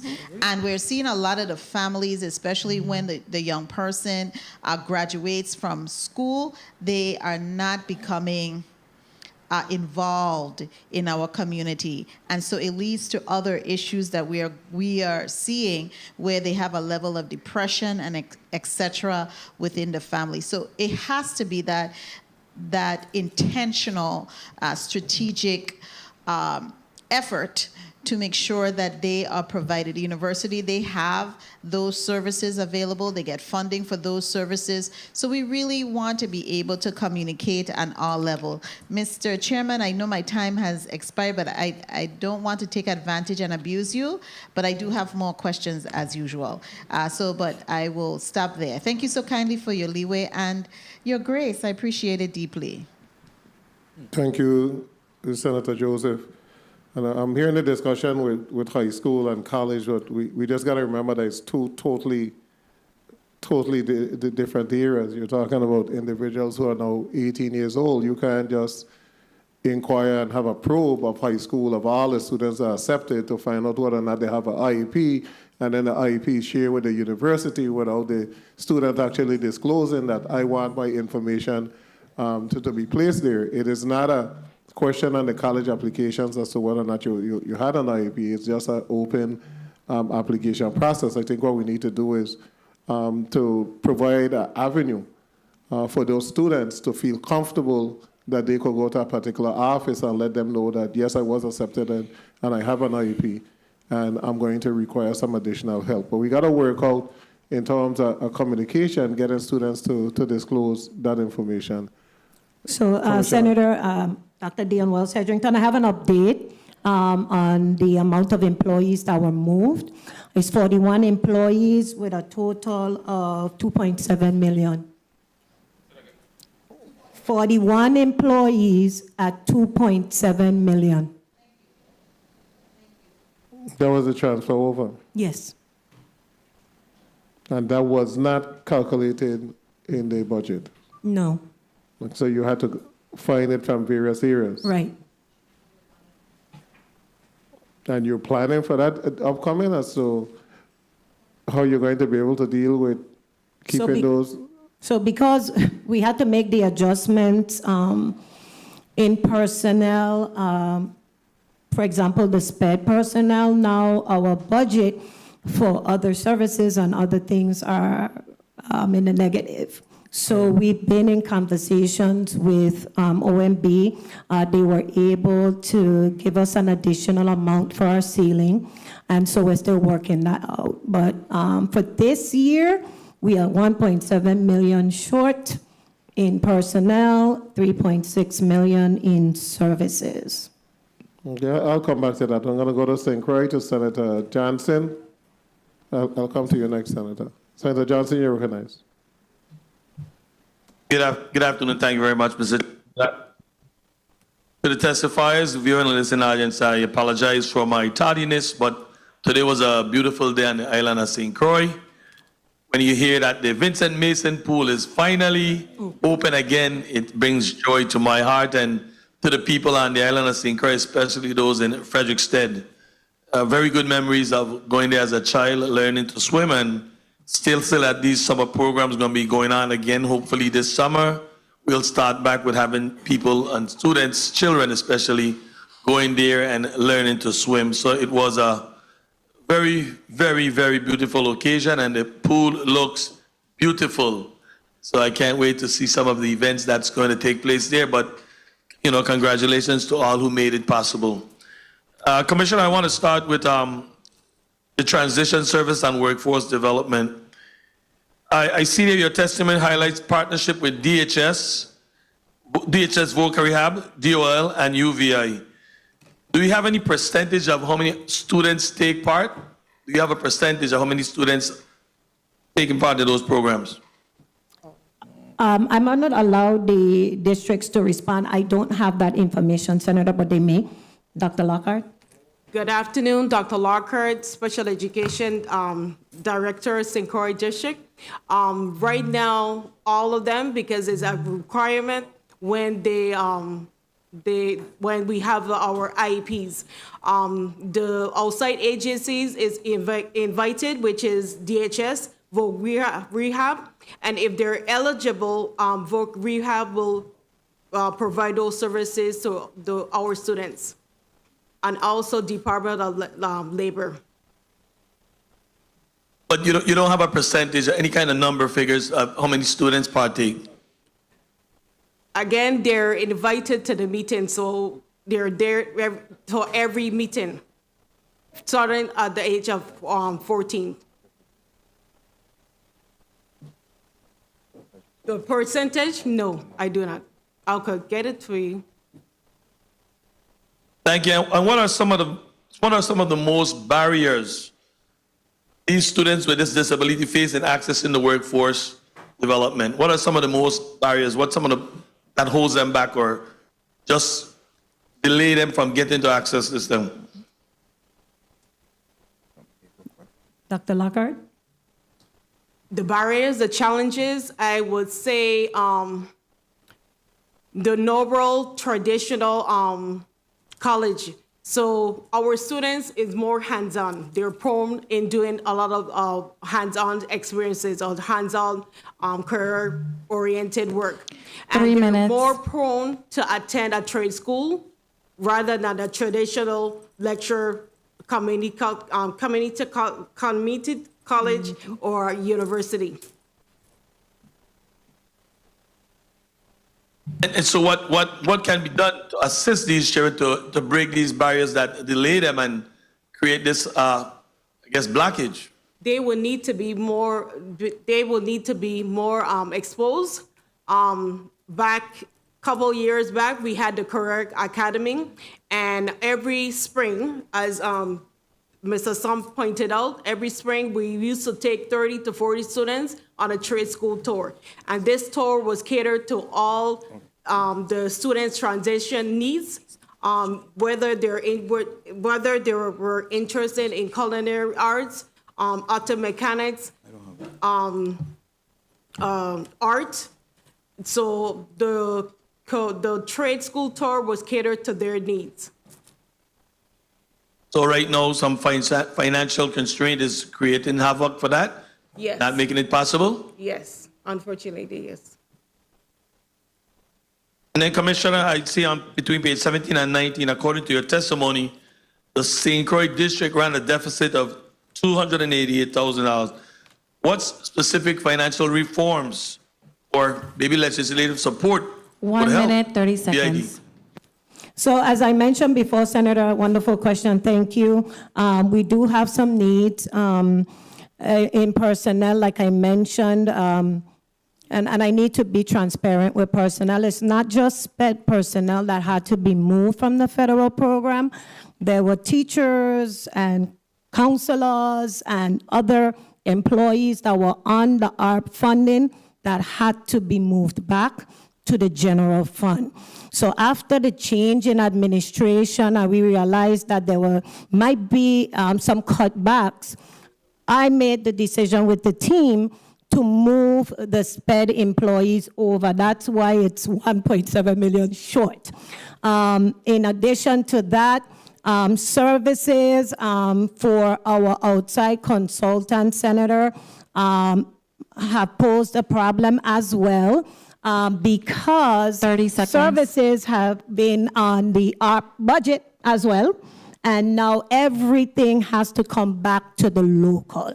And so in moving our funding that we were allotted this year, we're still 3.6 million off for the purchase services, which totals 6.9 million. And do you have any funds to relocate local funds, especially to support these initial stuff? I've been working with OMB to help us to get some additional funding available for these measures. I would like to put on record that we are still carrying some of our employees that have to transition from our budget to the Bureau of Construction and Maintenance. So when that is fully done, we would be able to have some additional funding to help with that personnel deficit. Mr. Chair, can I just follow up in one more question? Yes, you may. You're talking about some of your employees that you're still going to transition from you to maintenance. What's the time frame with that? Do you have an idea of how long it's going to take for that to happen? Well, we meet on a weekly basis.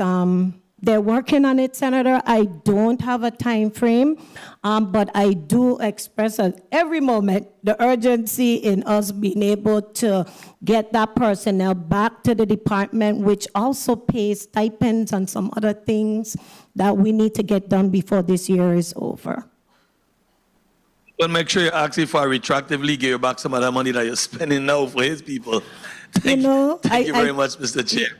That's a good point, Senator. Go ahead. And I did have the conversation with OMB, but they're still working it out. So we're patient, but we do have a need. Thank you very much. Thank you very much, Mr. Chair. Thank you, Senator Johnson. It really shouldn't take so long to transfer those positions over. So they're causing a financial strain on the department and causing you to have issues paying vendors because you're actually paying for that new office while they have been provided a budget to fund those positions. So, I mean, sometimes I really don't understand how one government could be so disjointed in terms of getting things to work. Commissioner, the only issue I have with the employees going from the federal budget back to the local budget is that they were once on the local budget. And then OMB took all of them off of the local budget and put it on the federal budget and then used those monies for something else, and now it's shot. They were always on the local budget. ARPA and CARES Act just come about since 2017 and 2020. They were on the local budget. It was budgeted for before. So it behooves me as to how we have all of these issues. But one reason why we have all of these issues, the department have become too big in non-teaching and non-school-based positions. And that's a personal view of mine, non-teaching, non-school-based. We have more administrators at some school than we ever had in our life. When we have the smallest population, the population has decreased exponentially. Maybe 4,000 or 5,000 less students than 10 years ago. But you have more administrators in every single school than you had 10 years ago. More. I had 2 assistant principal at complex. You have 4 plus a dean, plus a principal. You have elementary schools with 3 administrators. So what you're going to have to do is to freeze hiring any administrators for the next couple of years. Whoever retire, you reassign individuals, and then you have to look at your structure and see how many individuals, special this or special that, or doing this or doing that, actually how much of them really can stay in those positions. So if I may, Senator. Let me finish. Because some of them don't even know anything about education because they've never been in education. They never worked in a school. But they're special in all different areas. So when you need these austerity measures, right, you got to look in-house and see, no, well, I have 100 of the 100 individuals. How many of those individuals are really school-based and attacking the issues that I need? So we have to rejuggle. We have to look at rentals. You got to look at everything. Because those positions were funded within the general fund before. You don't have to answer. Go ahead. Can I comment? So, Senator VLA, you're right on target. We actually had a needs assessment done where we looked at our teaching personnel. For example, in some schools, we had excess teachers that, I've been a principal, we hire teachers, right? That's what we do, but we don't have the luxury of that anymore. And our classroom sizes are very small. And so we put some measures in place to make some readjustment of teachers. We do have a blanket no hiring. We've moved principals this year in terms of where they are. And believe it or not, the union still wants more bodies at the table, at the schools, but we cannot afford that. And so we've been using our existing personnel to move around to accommodate the needs of the district. So we're on the same page with that. And we are looking from within. For example, I'm looking at my own office, and there's some ways that we could move around. Yeah. No, I can't even remember the new position that I heard a couple years ago in the high school, something they're assigned to students. Success specialists. Yeah, that's what I'm talking about. You got success specialists, 5, 6 success specialists. They need to go into a teaching position. You don't have positions, You don't have bodies. You have position. So every able-bodied person that has a degree need to go into one of those positions. They need to be encouraged to apply for those positions because we no longer have the type of budget where you can hire these layers of individual success specialists. That's what counselors are supposed to do. You have so you got to relook at that. And I'm not saying to send anybody home, but I'm saying that you need to say, hey, there's no longer a need for this particular position, but there's a need for this. I think you're doing that to the bus drivers, right? We're doing it across the board. So it needs to be done on a whole so that the department has the necessary funding to be able to move on because the department now is over $170 million budget. Yes, Senator. For the lowest population that we've ever had. So my thing is we got to look at all of these budgets, colleagues. And we got to see exactly how the monies are going to be used where they need to be used. That's the only way we're going to continue. We're going to go to a very short round because we're going, after this round, we'll take a little short break and then we're going to take. But point of information, and then we're going to go to a short 2-minute round, colleagues. Thank you, Mr. Chair. Commissioner, in regards to the 41 employees that you're bringing over, and because you're in the process of negotiations at this time, you said your amount was 2.7 million? 2.7 million, 41 employees, correct. Okay, so with negotiations taking place, so that 2.7 should be higher than that then? Based on the capacities they are and longevity, and definitely. seniority? We're in negotiations, and when contracts are put in place, that means that there's going to have to be a special appropriation to cover those salary increases. But one of the things that has happened to the department is that over the course of the years, we've had salary increases, but our ceiling has not increased. So what we have been doing was absorbing, now since, that was pointed out, our OMB director, Mr. Reimer, has given us that additional 8-point-something million to cover the increases that we've given over the years, whether it was AFT or EAA. So as we're in negotiations now, those budget increases have to be given to the department to cover those increases. So we get this 8.7 million from?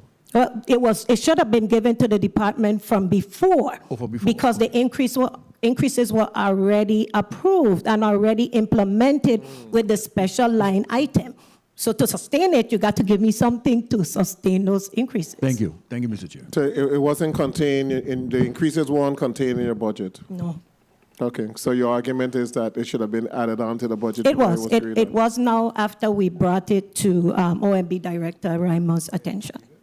Okay, what is the potential of being able to hire retirees that came directly out of SPED during the summer to help with these evaluations? So can we revisit that bill and the interpretation of that bill? Because you took it as 3 years.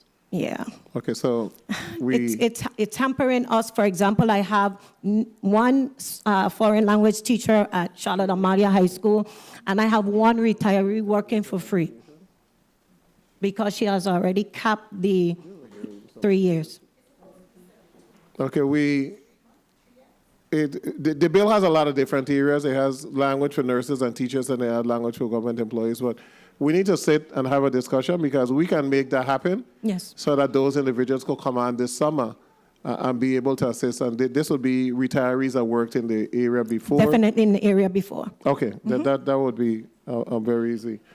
I know we had something in drafting. I'm not sure if we sent it in. We might have sent us some preliminary information, but we needed to get some more clarity as to exactly what the department is going to need. And this is for also regular teaching position that individuals who retired, they already did the 3 years, that they could come back. Correct. Which would save us money because you don't have to pay fringe. Right. So, okay, we are going to have a discussion with your legal counsel. Senator Avery Lewis, we're going to do a 2-minute round, colleagues, and we have some others we need to hear from. Thank you, Mr. Chairman. Again, good afternoon, testifiers. Commissioner Wells-Henrington, on page 25 of your testimony, you spoke, you gave some numbers. I really think it was Assistant Commissioner Soames. You gave some number in the St. Croix district. There are 13 students that receiving the 504 accommodations, and in St. Thomas, St. John, there's 57. What's the disparity there? More students with needs. More students with needs that have been identified by the basic child study team as needing stuff like extra time on a test, You think medical it's having to do with the conditions. backlog of evaluations? or No, anything? no, these are other issues that we identify. And if I may, Victor Som, Assistant Commissioner. 1 minute, please recognize Mr. Som. Good afternoon, Victor Som, Assistant Commissioner. At one point, I was the 504 coordinator in the 1 St. Croix minute. district. And one of the issues that we saw was there was a stigma. I had a diabetic student who was on medication. He was self-medicating, and he just refused to participate in the process because he didn't want individual at the school to know. So there's a lot of stigma, even with 504s, just like they are. Senator DeGraff talks about the stigma with IEP students or SWDs. We also have that with 504s. They don't want people to know that they have a disability. 30 so seconds. that may account for the fact that they're not sharing the fact that I have brittle bone disease or I'm a diabetic and should get these accommodations. Thank you. Assistant Commissioner Ford. You never comment here, right? Anyhow, I have a question here. And it's, I see in your testimony you talked about the electronic workforce views. And how did that play in supporting individuals with disabilities? Gene Ford, Assistant Commissioner, Department of Labor. That views is where they will register once they're looking for a job, once an individual is looking for a job. We, of course, at Department of Labor, we can only match individuals with the jobs that they may want. We cannot ask an individual if you have a disability. We are governed by WEO, which prevents us from asking the question. Now, there is room on the registration, the application, there is room where they can divulge that information voluntarily, but we cannot ask for what a disability is. Mr. Chair, let me ask one more question here. Go ahead. Director Hodge? No. Sebastian? What they want to say first name is Sebastian. Okay. This is the lady who hire everybody every summer. You see her there? Oh, jeez. That's my friend, my classmate too. Anyhow, what's the relationship between labor and human services as it pertains to children with disabilities? Okay. So good afternoon. Shaneka Sebastian, Director of Youth and Apprenticeship, Virgin Islands Department of Labor. So Human Services is one of our mandated partners. So we do collaborate with them to serve the customers. Usually, most of our customers with individuals with a disability are filtered through Voc Rehab, and we partner with services to provide them with career services. Good. And so what are we doing this summer? We're providing them with service. Yeah. So have we started? Have we advertised it? Remember, we advertised our summer employment program, but the application deadline was April 12th. But based on our applications, I could kind of tell you offhand, because Voc Rehab encouraged them to disclose. They have the opportunity to not to disclose, have encouraged them to disclose. And based on among the applications we got this summer, I think it's about 29 across the territory. Right. Thank you.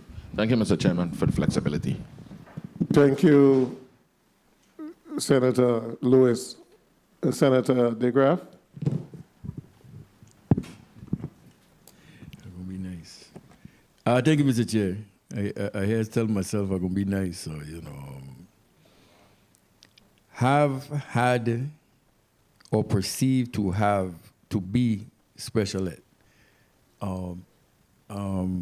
Dr. Soul, you mentioned that when you say perceived to be special ed, how is that evaluated? Good afternoon, Victor Sum III, Assistant Commissioner. So you, as a classroom teacher, you may notify, or you may notice rather, a student who struggles, a student who has difficulty reading and understanding what they've read. I'll give you an example. I had a student who the science teacher selected him to read. So instead of reading, the young man, who's now an adult, picked up the chair, took the student out of the chair, and flipped him over on his head. So further investigation revealed, and this was at the start of the school year, that this young man historically had issues with reading. And when he was referred for an evaluation, we found that he was SLD. He had a specific learning disability, and we were able to pair him to get the services he needed. So those are examples where a teacher may see a student who's struggling, and then you look at their CUME folder and you see, look at their reading comprehension skills, look at their writing, and that may trigger that teacher or that guidance counselor to then refer that child to get evaluated. Okay, and in closing, Commissioner, in regards to teacher certification. 30 seconds. St. Thomas, St. Croix, St. John District. So it's, to me, the certification is the crust of the issue. And there's so many teachers that are not certified. Is the Board of Education's responsibility to do that? What is the collaboration and what is in place to have that done? To me, that's very essential. So we are in communication with the board on a regular basis. Like I said before, they do have a special meeting this Saturday to assist us with those outstanding certifications that teachers need to upload for their final evaluations. So the communication is constant. Principals are having conversations with those teachers who are not certified in their buildings and working. We have a platform to help them get their hours needed. So the department is doing everything that it can to assist them. But again, it's ultimately the board having to meet to do the certification process. And finally, Mr. Chair, what is the Nadine Jones consent decree? A little light on that. Thank you. Thank you, Mr. Chair. Ms. Merchant, can you respond to that? Yes, go ahead.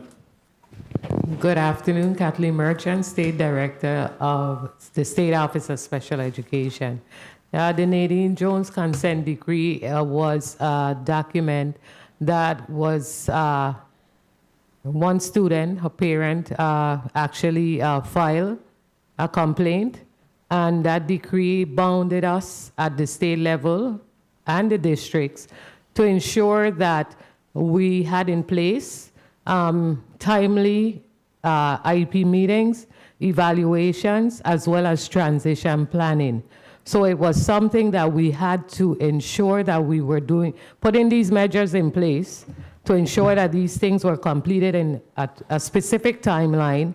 And we also had to report to the Office of Special Education Programs. So we still utilize that consent decree to ensure that we are providing those areas highlighted within that consent decree. It's a legal binding document and it's available for review.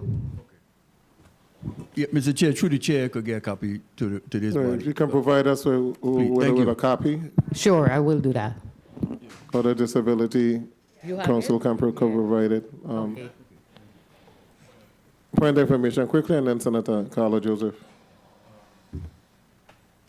Commissioner Wells, Hendrington.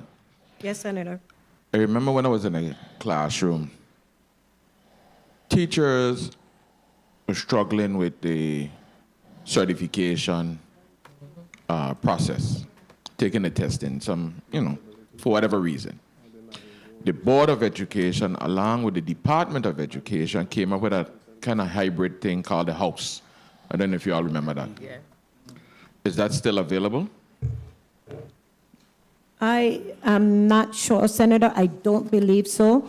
One of the things that we realized in the board's requirement, and I don't remember the exact amount, but one of my colleagues, they have to have a certain amount of hours of professional services, whether it is trainings, whatever. So what we did is through Power School, we have a platform that allows them to get their hours to help them with their certification. It's free of charge.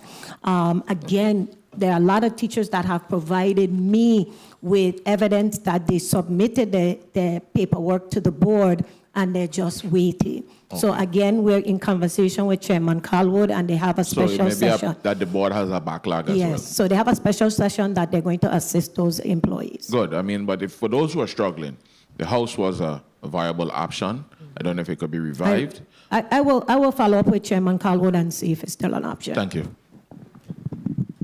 Thank you so much, Senator Lewis. And the House was adopted by the board and not the department. The board need to just be very proactive in terms of getting teachers certified and having various ways for teacher certification. Because when we looked at it, sometimes the Virgin Islands teacher certification process was harder than just about every single state you could think about. So we made everybody go through all type of hoops in order to be certified. While other states are bringing individuals on that have college degrees and then providing different avenues for certification. And we're going to need to do that. The long and short is we don't have teachers. You have a college degree in a particular subject area, and we could give you some education courses and bring you on to teach. You need to do that. Here with all type of requirements, and then when you submit the documents, it takes 4 months for them to read the documents, but It just can't continue that way. They got to do what they're supposed to do. Yes, ma'am. Dr. Brown. Right here, 1 minute. Recognize Dr. Brown. Thank you. Karen Brown, UVI School of Education. The School of Education paid a consultant to develop 2 Praxis 2, that's the certification exams, preparation courses. And so we have VIDE teachers who have been contacting me. I gave my information to the HR director, Ms. Jacobs, and they are trying to register. Some are actually enrolled this semester, and then we're offering those 2 classes again in the fall. So that's one way that we're trying to support. So this is for teachers who have not passed or have not taken Praxis. Not passed or have not taken. And we're also requiring our education majors to take those classes before they graduate. Yes. Commissioner, have your HR office sent out a notice to all those teachers who have not passed Praxis or waiting to take Praxis that this service is available? Yes, they have, and the house is still available. Okay, that's very good information. Okay, Senator Joseph, you're up. Thank you so much, Mr. Chairman. And I really like that the university is being what it's supposed to be, a university that is really catering to building our educational workforce here in the Virgin Islands. That's commendable and proactive.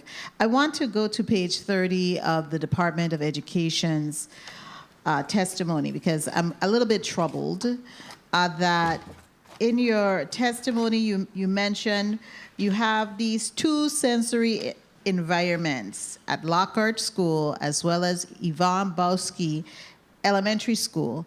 And however, and I'm sure you bought equipment, you can't get a room at either one of them. Why is that? Senator, we do have the equipment. We're waiting for the installation through the Bureau. You said despite the availability of the materials, the current lack. 1 lack minute. Mean, what does that mean? Lack mean either you don't or you do. Lack of designated rooms has hindered our ability to create comprehensive sensory environments. So, Senator, what does that mean? So I will allow Dr. Powell to respond to that. Good afternoon, Disha Powell, Deputy Superintendent, St. Thomas St. John District. So because of the infrastructure issues in our 30 schools, seconds. we can't provide a dedicated room. So we have our sensory corners, and as I believe it was Mr. Lewis stated, that there are some additional equipment that needs to be set up, and we're going to go ahead and contact the Bureau to find out what the limitations in getting those set up. But they're going to be corners in rooms. So we have several rooms at the school, even in the general ed settings, that we have the sensory corners, but we do not have a dedicated space to have a full sensory classroom that we wanted to. Dr. Disha, Mr. Chairman, Dr. Disha Powell, my good classmate. Now, you went and take up all of my time. Just tell the truth. The Bureau of Maintenance Construction has the rooms them and they ain't fixed, just laid out straight. Is that the case? I will not say that's the case until I do a further investigation. What is the case that you don't have the rooms? We don't have a space for a room. Like I said, we have sensory corners, and if some of the equipment isn't set up at those corners, that's what I'm going to investigate. Let me just ask one final question, Mr. Chairman.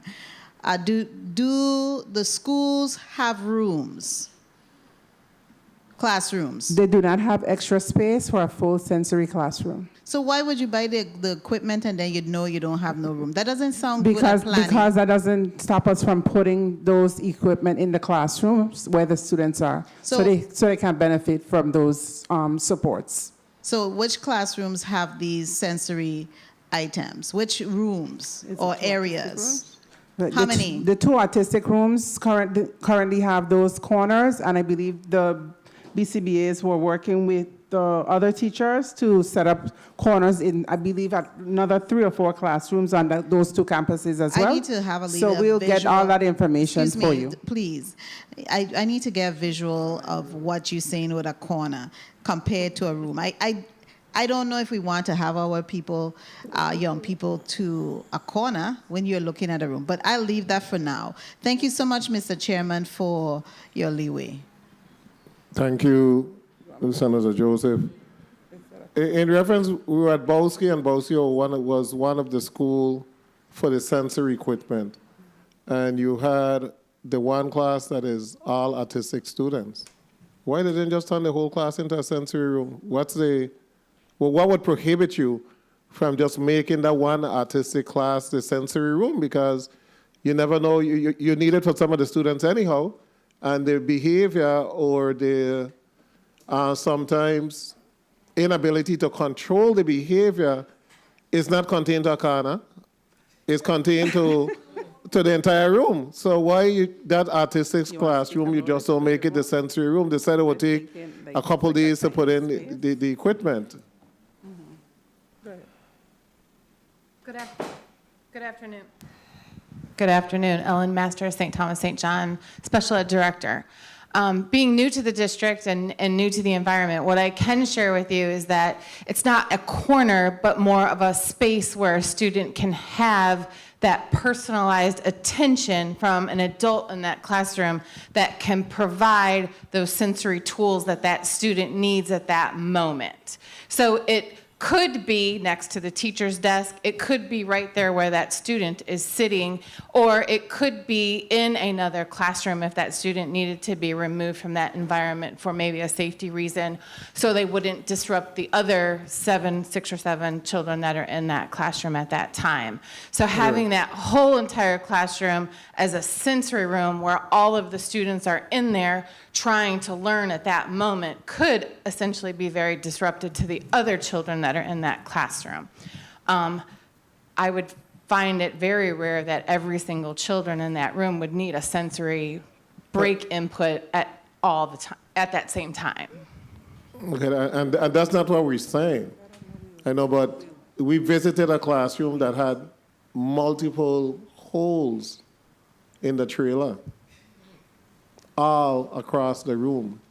And every single hole was caused by a student when they were having a crisis in a different part of the room. So it's something as simple as just that room having padding across all the walls would have stopped the student from hurting himself. Hello, Bishop. So we're gonna take all your recommendations and suggestions, and we're gonna go back and we're going to reassess how we can make it a more comprehensive space. But we're gonna work within the parameters that we have. I'm gonna go next to Senator Johnson, but the situation we saw, right? And Senator Lewis was there with and myself. Thank God for the paraprofessional. The teacher was absent on the day. And thank God the paraprofessional did an excellent job in de-escalating a situation. But the person they were trying to de-escalate was 60 or 70 pounds heavier than the paraprofessional. And we were scared for the para. I was ready to intervene, but the para did an excellent job.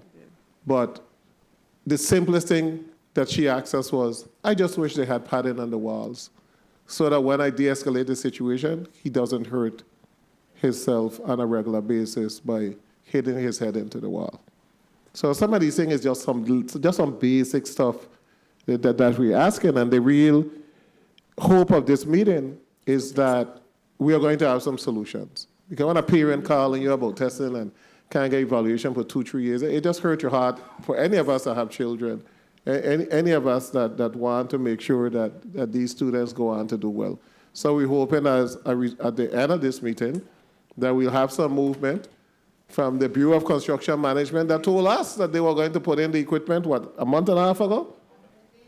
Okay, and they haven't done it yet. But we create an entity that doesn't fall under education, a whole next bureaucracy, and that's the rest of the story now. You don't even know when this is going to happen or that going to happen. So we're going to have to bring the parts back together so it can work. Senator Frankie Johnson, you recognize. Thank you very much, Mr. Chair. I just want to wrap up with this. Commissioner, we keep speaking about certification, whether it's special ed or just regular teacher. I want to ask this question. Each time a teacher is certified, is there a stipend or a bonus or increase in salary? No, that's part of their requirements, Senator. So, so there's no penalty if they don't certify? Now we have included certification in the evaluation process, so there is a penalty now. May I ask, what's the penalty? Because I think you have some staggering numbers of teachers. The last time you were here, I don't know if those numbers have improved, of teachers that are not certified. So the numbers have improved. What we're doing now, Senator, the principal presentations that give us a better perspective of how each individual school looks. The certification evidence is part of the evaluation system. If a teacher receives an unsatisfactory evaluation, that affects their ability to get raises. So it's a trickle-down effect. Like I said, the teachers have been working on their certification. We have evidence to show that. And so we'll continue to work with the board to ensure that they get the evidence of them being certified. All right. And I'll close on this. What measurable 30 seconds. outcomes have resulted from the 2024 EDC evaluation programs in addressing the backlog of special education evaluation in St. Croix? So can you repeat that, Senator? Sorry. It's a long one. I've been here watching it. What measurable outcomes have resulted from the summer 2024 EDC evaluation programs in addressing the backlog of special education evaluation in St. Croix? All right, I'm going to allow the St. Croix district to respond. Dr. Lockhart? Well, before last school year, we had a number of close to 400 referrals, and as I stated before, it is down to 250 referrals. So that big, intensive referral testing that we did last year helped drastically. As I said, we continued last school year, from the summer into the school year. So the intention is to do it again this year to try to catch that next Definitely, 200? yes, it is, yes. Okay. All right. Thank you very much. Thank you very much, Mr. Chair. Thank you so much, Senator Johnson. I'm going to allow everyone to put a closing statement on the record so we could go to the next group. But I just wanted to end by saying we want to reduce the backlog. After reducing the backlog, we need additional personnel. So now personnel become an issue. After getting personnel, space become an issue. So we have a lot of different issues.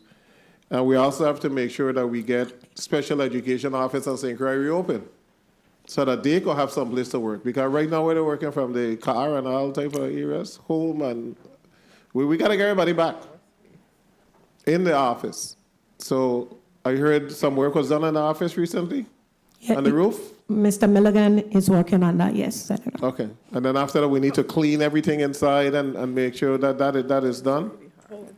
However, Dr. Lockhart, Special Education St. Croix District Director, we need manpower, as stated in the testimony, for us to move all cabinets out of the special education office, because right now, although Mr. Milligan is on his team is fixing the office, we still have things in the office that needs to be moved out.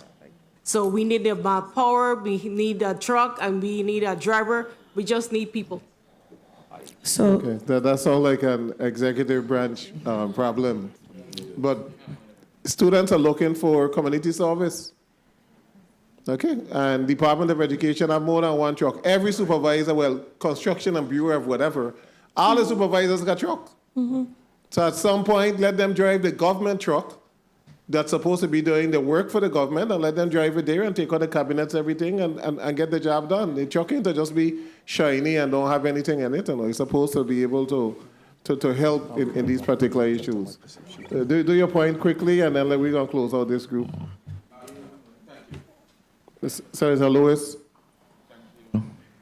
Thank you, Mr. Chairman. Dr. Charles Well, help me out here. after a child leaves 12th grade, let's go to autism, children with autistic children. Their parents asking what else in the community is available for them. I guess not employment so much, but this one lady called, she said her child is one of those non-functional ones. What is left? Because now she had to stop working to care for the child. You know of anything? So I'm going to, Dr. Renee Charleswell, Deputy Commissioner. So from the perspective of what's in the community, and just looking at transition planning, during that transition planning time where we have VOC, we have many different agencies working with them. Once they leave education, those agencies pick up and provide programs for these students. So my thing is, human services and all those entities outside of education, because once those students exit, those programs pick up and kick in. It may be places like my brother's workshop and different things like that in the St. John district, but there are community-based programs that work with these students. I think this individual may not be able to function like that, so that's what the mother is really concerned about. And to be honest with you, we're limited here in the Virgin Islands. That's the reality. Some businesses do allow them to come in to get that type of exposure and experience, but in all honesty, we are limited. Thank you very much for the response. Thank you. I do know, I think that, I think VOC Rehab needs to do a better job, because I know we're saying that they do this, they do that, but in terms of the exit IEP and making sure that even students that have some ability have options that they could go to. A lot of time, look at the data, VOC Rehab in exit IEP, they're showing up. So we need to make sure that that is done on a regular basis for every graduating senior, because we have a lot of the special need population who graduate to a home. They're literally doing nothing at all, and they've been home for a period of time. Some found a job here or there, but nothing that could be sustained, and we got to get that done. Commissioner, you put a closing statement on the record. We're going to bring you back because we still we'll have a different meeting. We need to talk about IEP diplomas, regular diploma, and a whole bunch of other different stuff as to impact and how do we move forward. Do you want to give a regular diploma for somebody who is on a first grade level? What do you do in those instances? Is it just a show, and then it's a reflection on the system because the individuals hiring out there now want to know, well, this person have a regular diploma, but they can't read anything, they can't do this, that. But that's a different conversation. So I'll allow you to close out. Thank you, Senator. Thank you for the opportunity to have this rich discussion around special education. Thank you to the University of the Virgin Islands for assisting us during the summer to get these evaluations close to completion as possible. Again, thank you for the opportunity to lay the challenges out. I just want to assure the community that the Department of Education will continue to do its best. Again, our job is to educate our children. Our job is to make sure that all of the connections that need to be made after they leave our system are made. So we do have some work to do. We took some copious notes, and I'm looking forward to us moving this needle forward. Thank you again for the opportunity. Thank you, Commissioner. Dr. Brown? Thank you, Senator Violet. Thank you once again for your time and thoughtful attention to this vital issue. Today we have reflected on the current state of special education in the Virgin Islands and acknowledged both our progress and where we need to go, as well as our persistent challenges that we face. But more importantly, we've illuminated the incredible potential of every child when given the appropriate support, early intervention, and access to high-quality, inclusive education. Thank you so much. Dr. McGrath? Yes, thank you, Senator Violet and members of the Committee on Education and Workforce Development for allowing UVICEL to provide testimony today on the special education services and education safety nets that we provide. A society is judged by how it treats its most vulnerable members. Together, let us continue building a more inclusive and compassionate Virgin Islands for all. Thank you. Totally agree. Assistant Commissioner Ford? Yes, thank you, Senator. Thank you very much for the invite to participate in this topic. That's individuals with disability. This, of course, we know is very critical in our community. Even though individuals with disability, that they do have a disability, we recognize that they're still productive and they still have great potential to be productive. And so we must offer the assistance wherever we can. Vital will stay committed and in providing whatever service we can to assist. Again, I want to recognize and thank Director Hodge and Director Sebastian and their team in doing an outstanding job in serving the disability. Thank you very much. Thank you so much, Assistant Commissioner. Attorney? Counsel? Can you hear me? All right, Yes. all right. Kishma B. Francis, attorney for Disability Rights Center of the Virgin Islands. I want to thank you for us just being able to highlight all the issues that we experience and what's been brought to us by our parents, our students, and the professionals that work in our community. Thank you so much. Madam Clerk, can you provide us a recap of the acts of the senators? Yes, Mr. Chair. Committee on Education and Workforce Development, through the chair, requests and suggestions. Request. Senator VLA is requesting the cost for the Department of Education's summer special education testing. Senator Lewis is requesting that the Department of Education follow up with the Bureau of School Maintenance and Construction regarding the completion of the sensory room at the Yvonne E. Milner Bowski School on St. Thomas. Senator DeGraff is requesting a copy of the Nadine Jones consent decree. Suggestions. Senator VLA suggests considering providing a stipend for mainstream classroom teachers responsible for educating students with special needs alongside their general education responsibility. Suggestion from Commissioner Wells Hendrickson, review the language of the bill concerning the employment of retired teachers to help address the teacher shortage during the summer months.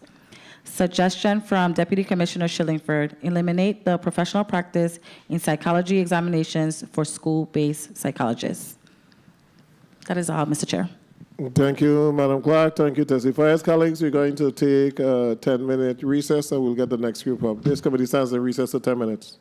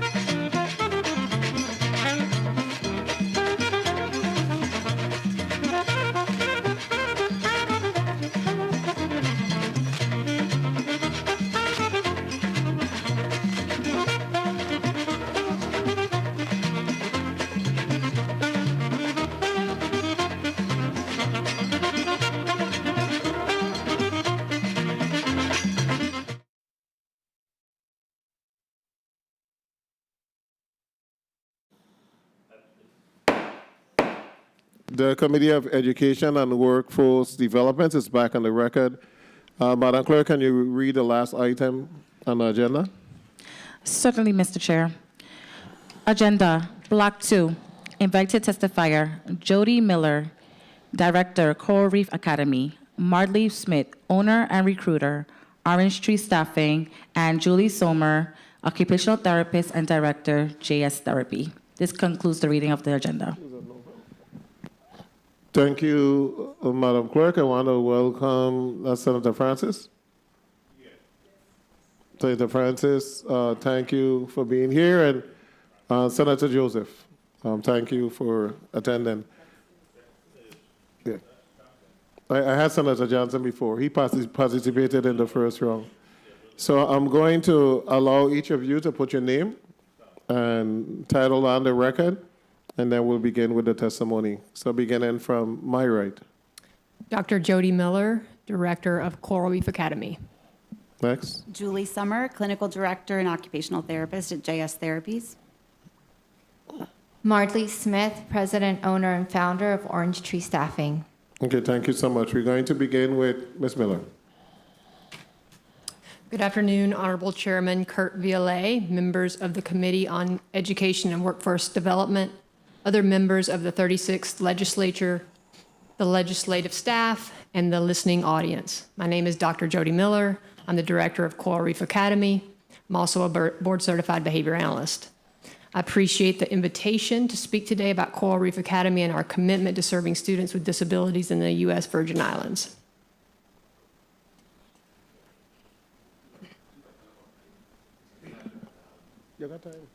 So our mission at Coral Reef is to serve, simply to serve this community.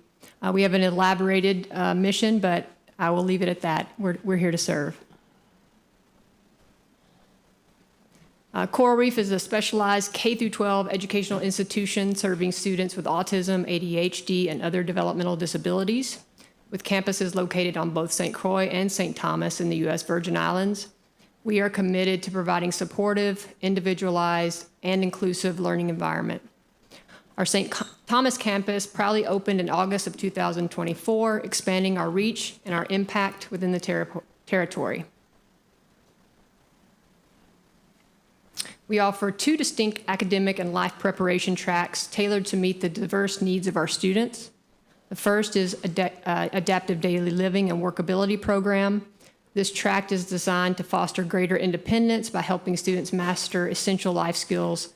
Areas of focus include money and money management, time awareness and management, sight word recognition and functional reading, personal and community safety, community engagement, and career exploration and development.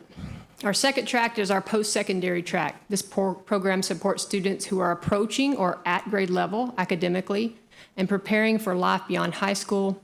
Students on this track are guided toward college or university enrollment, degree programs or non-degree college experiences, and continued academic and achievement independence. So we currently have a total of 33 students. 28 of those are on St. Croix, and 33 of those are on, 5 of those are on St. Thomas. Let's go through some of this. Of those 33 students, 11 are funded by the VIDE, and the remaining students are funded privately from families. There are currently we have no students funded by the VIDE on St. Thomas. All 11 students that we currently have funded by VIDE reside on St. Croix. In total, we have 26 students of the 33 that have a diagnosis of autism, 5 on St. Thomas and 21 on St. Croix. We have 4 students with a diagnosis of ADHD, 1 student with a specific learning disability, 1 student with a traumatic brain injury, and 1 student with multiple disabilities.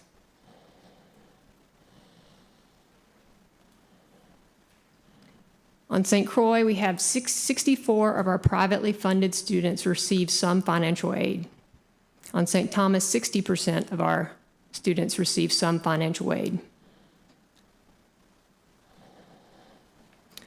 Over the past 2 years, Coral Reef Academy has seen notable increases in privately funded student enrollment, highlighting both a growing trust in our program and a significant gap in available services for students with developmental disabilities within the U.S. Virgin Islands.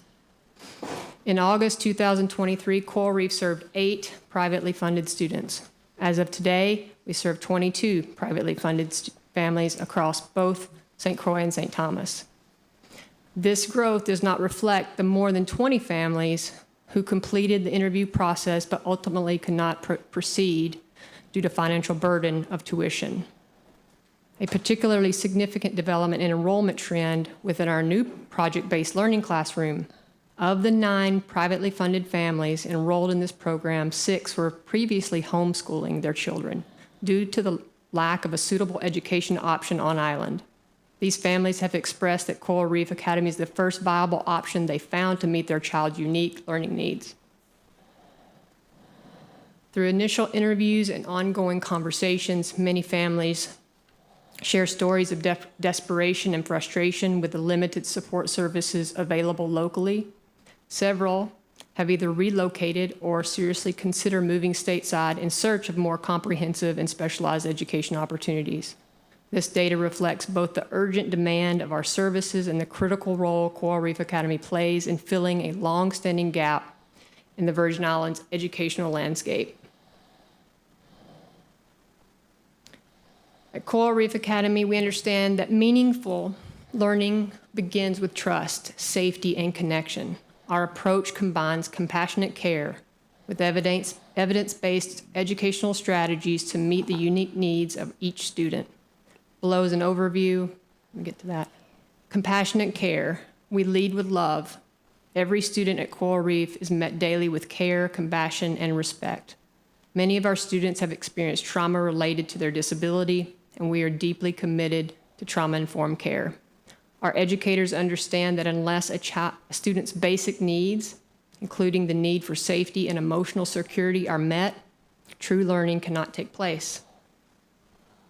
We create a nurturing environment where students feel safe, understood, and supported, allowing them to learn and grow at their own pace. We use a couple of different methodologies, TEACH being one of those, TEACCH. It's out of the University of North Carolina. All of our personnel are trained in this method. It's developed at the University of North Carolina. The TEACH approach is central to our instruction. It aims to enhance the quality of life for individuals with autism through structured teaching. And the key components include a highly structured classroom to reduce overstimulation, individualized schedules to promote routine and teach flexibility, visual supports to guide students through tasks and transitions, learning materials and physical spaces organized to minimize distraction, curriculum individualized to each student's interests and developmental level. This structure helps students become more independent, confident, and promotes learning. Oh, sorry, my apologies. This structure helps students become independent, confident, and engage in their learning. We also use applied behavior analysis. As I stated before, I'm a board-certified behavior analyst, and we also contract with Island Therapy Solutions for additional ABA support for our students. ABA is another core methodology used at Coral Reef to improve meaningful behavior and to promote learning. Our team uses observations, formal interviews, and data collection to identify skill gaps and behavioral challenges. Individualized goals focused on skill acquisition and behavior reduction. Proactive strategies to manage behaviors that interfere with learning, and teaching of replacement behaviors that are functional and socially appropriate. And ABA is woven into their daily activities to support academic success and personal growth. We also use project-based learning. In our project-based learning classrooms, students explore real-world problems and work on extended hands-on projects to foster deeper understanding and essential life skills. Through students develop content knowledge in meaningful context. They build critical thinking, collaboration, creativity, and communication skills, present their work to real audiences, build confidence and purpose, engage in learning that feels relevant, exciting, and student-driven. And this approach cultivates independence, initiative, and lifelong love for learning. Project-based learning is a teaching method which students gain knowledge and skills by working for an extended period of time to investigate and respond to an authentic, engaging, and complex question, problem, or challenge. Coral Reef Academy is proud to play an active and collaborative role in the U.S. Virgin Islands, building strong relationship with public agencies, private organizations, and community partners to enhance the services available to students with developmental disabilities. Since 2019, Coral Reef Academy has collaborated with the Virgin Islands Department of Education to support students through a contractual agreement. Currently, we serve 11 Department of Ed students and are hopeful to expand to 12 students beginning in August of 2025. On St. Thomas, we have initiated communication with the Special Education Department, but due to recent leadership at transitions, formal discussions are pending, and Coral Reef Academy welcomes the opportunity to partner with VIDE on St. Thomas to support students who may be struggling in traditional educational settings. We proudly hold Certificate of Operation from the U.S. Virgin Islands Department of Education, both for St. Croix and St. Thomas. And on St. Thomas, Coral Reef is a licensed child care facility certified by the Department of Human Services. To ensure comprehensive wraparound care, Coral Reef contracts with the following service providers on both campuses: Island Therapy Solutions and JS Therapies. These partnerships allow us to offer critical therapies on site, including applied behavior analysis, occupational therapy, speech and language therapy, and physical therapy. Coral Reef is dedicated to supporting future professionals and empowering youth through experiential learning. We provide internship opportunities to students from Good Hope Country Day School, and we are preparing a partnership with St. Croix Central High School's NAF Academy of Business, offering internships that provide hands-on experience in the field of education and behavioral health.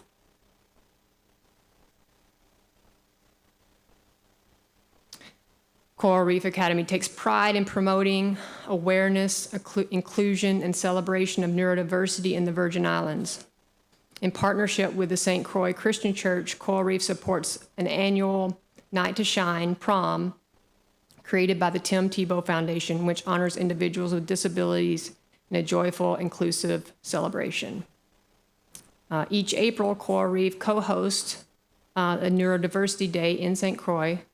This event brings together the community, families, and businesses to celebrate our neurodiverse community. We proudly host a sensory-themed booth featuring interactive sensory tools and activities designed to engage individuals of all ages and abilities.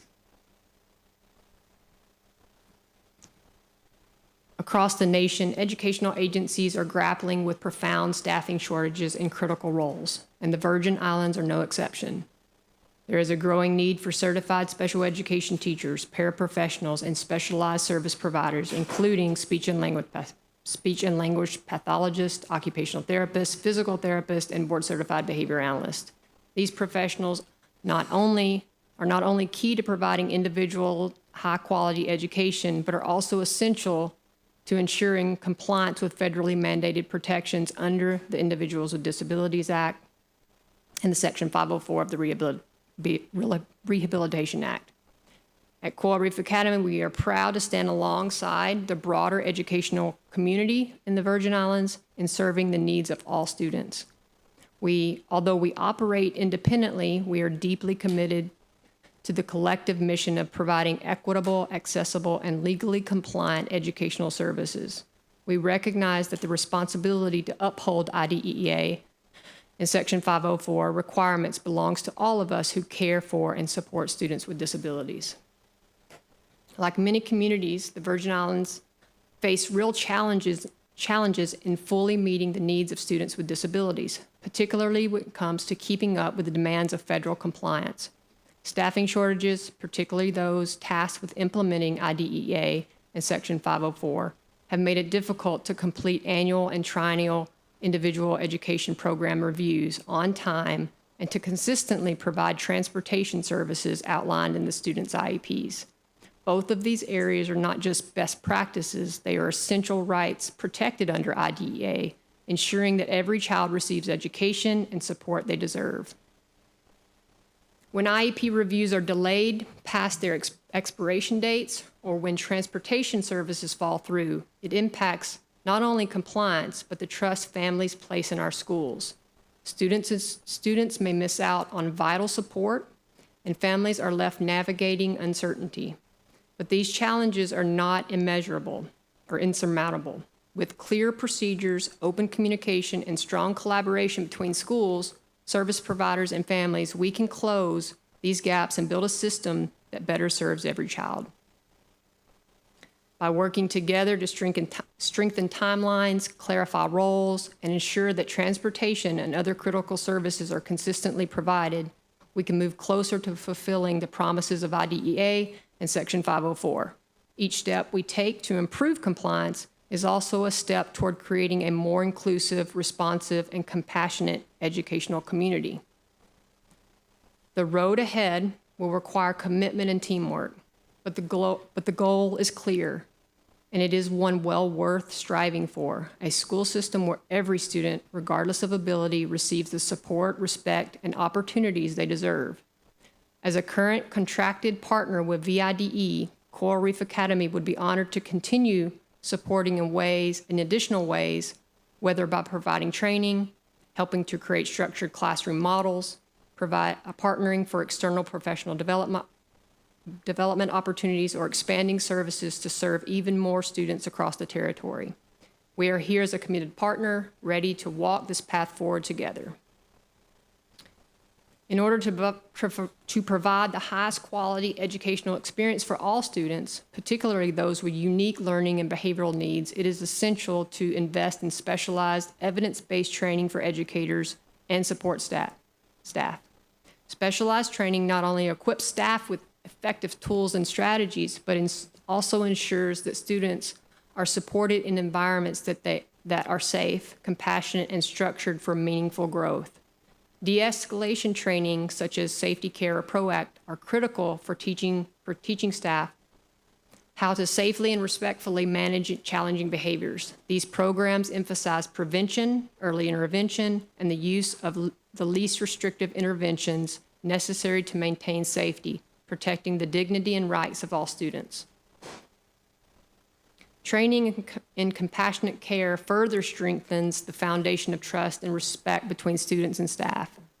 Compassionate care practices emphasize empathy, understanding, and trauma-informed approaches, ensuring that all interactions are sensitive to each student's experiences and emotional needs.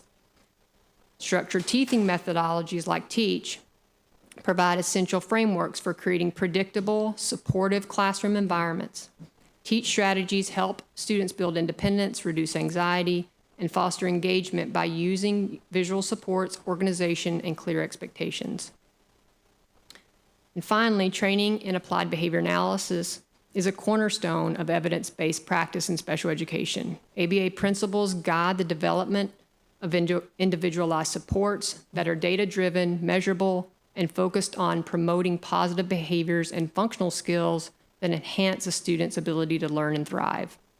Each of these training areas, de-escalation, compassionate care, TEACH, and ABA, are research supported and integral to the progress and safety of our students. Investing in these professional development opportunities is a necessary step toward building school communities where every student can access education in a safe, supported, and empowering environment. Lastly, we want to strongly emphasize our commitment to continued growth as a school in order to better serve the needs of the population within the Virgin Islands. Achieving this vision will require significant investment, not only to expand, but also to sustain our current learning environment, instructional resources, allied health services, professional development, and our ability to recruit and retain high-quality educators. I have a video. I'm not sure if it's permissible to be played. If not, then that concludes my testimony. Thank you so much. When we finish with the testimonies, we'll allow it to be played. Ms. Smith, you're next. Dear honorable members of the Senator and Senator Violet, thank you for the opportunity to provide written testimony in response to your inquiry regarding special education services in the U.S. Virgin Islands. On behalf of Orange Tree Staffing, I'm honored to share the following insights, recommendations, and experience drawn from our work in the territory. We're proud to support the students, families, and schools of the U.S. Virgin Islands, and I look forward to the opportunity to meet with each of you. Overview of your organization's mission statement was the first point we were asked. Building and inspiring growth is Orange Tree Staffing's mission statement and commitment that drives everything we do, from the professionals we recruit to the partnerships we build with school districts across the United States, to the students of all abilities that we serve. We believe that every child has the potential to thrive when supported by dedicated professionals and nurturing collaborative environment. We specialize in delivering high-impact staffing and recruitment solutions within public, private, and charter schools. We connect schools with bright and talented therapists, nurses, educators, specialists, and more who are committed to delivering transformative workforce solutions that create lasting impact in schools and beyond, meeting the diverse needs of today's students. We proudly align with the Virgin Islands Department of Education's mission, provide a safe, nurturing environment, high-quality instruction, and continuous support, ensuring that all students succeed in college, careers, and as engaged citizens in a globally diverse world. We share this vision, and our work in the territory reflects a mutual commitment to the student-centered services, continuity of care, and educational excellence. We do more than staff positions. We collaborate to meet set goals, compliance standards, and most importantly, support the students' bright future. Orange Tree Staffing is honored to be a trusted partner in the U.S. Virgin Islands Department of Education, and we look forward to continuing to grow together in support of every student's educational successful journey. The next point we were asked was existing collaboration with public schools, government agencies, or other community partners that support students and families. Orange Tree Staffing is deeply grateful for the opportunity to support numerous educational events that bring enrichment to the lives of children. We are committed to serving local, public, private, and charter schools within our communities and extending our reach beyond. Our ultimate goal is to empower children of all abilities to reach their highest potential. At OTS, our dedication goes beyond the classroom.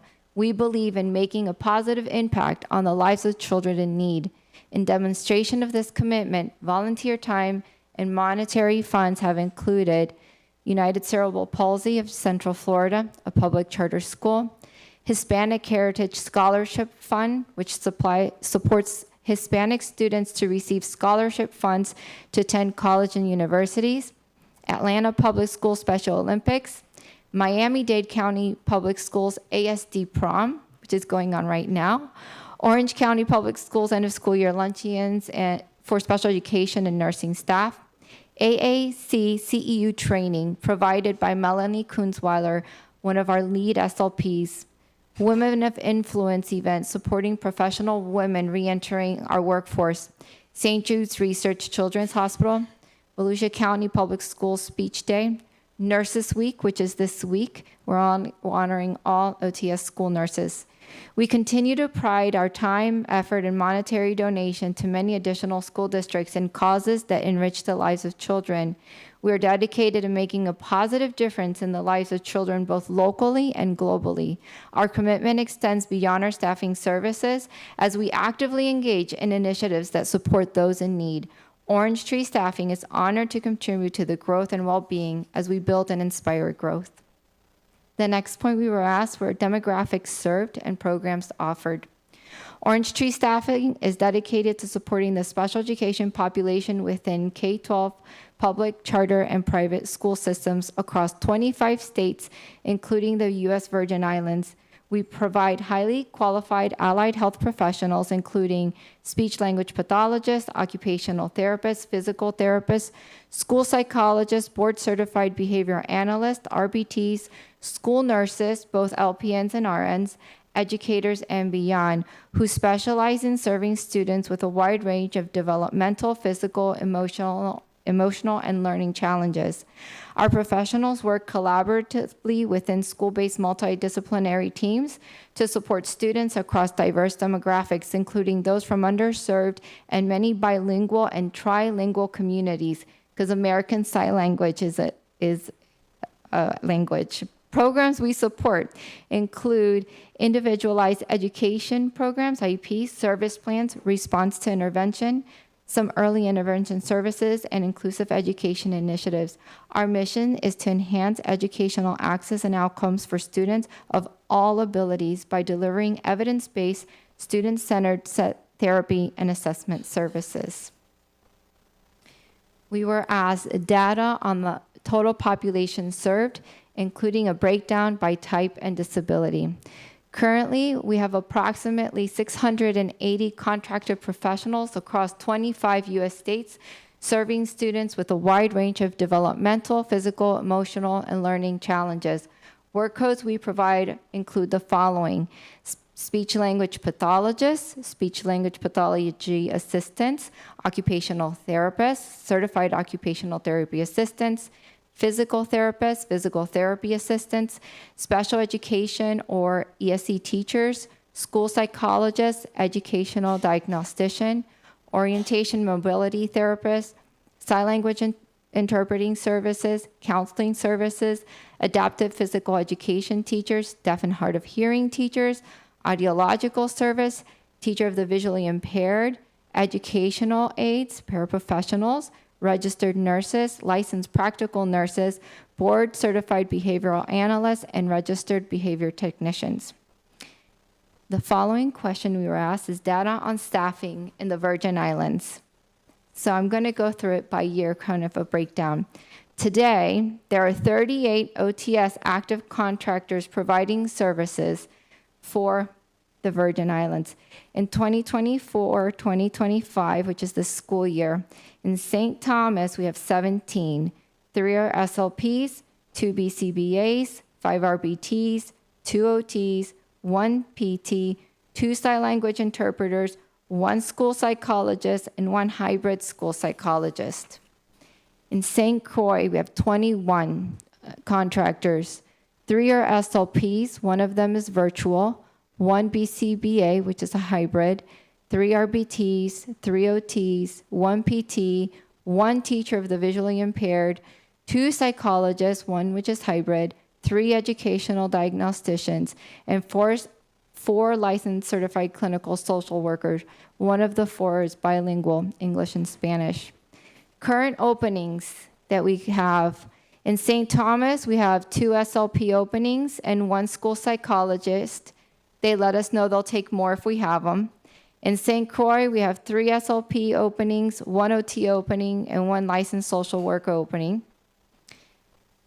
For the 2023-24 school year, we filled 11 contracted staff in St. Thomas and 16 in St. Croix. And for the 2022-23 school year, we actually started providing services in January of 2023 with Kim Wilcott, a licensed social worker who is working today. For the 2025 ESY filled positions, 11 out of the 11 openings that we were given by St. Thomas were filled, and 13 out of the 16 openings in St. Croix were filled.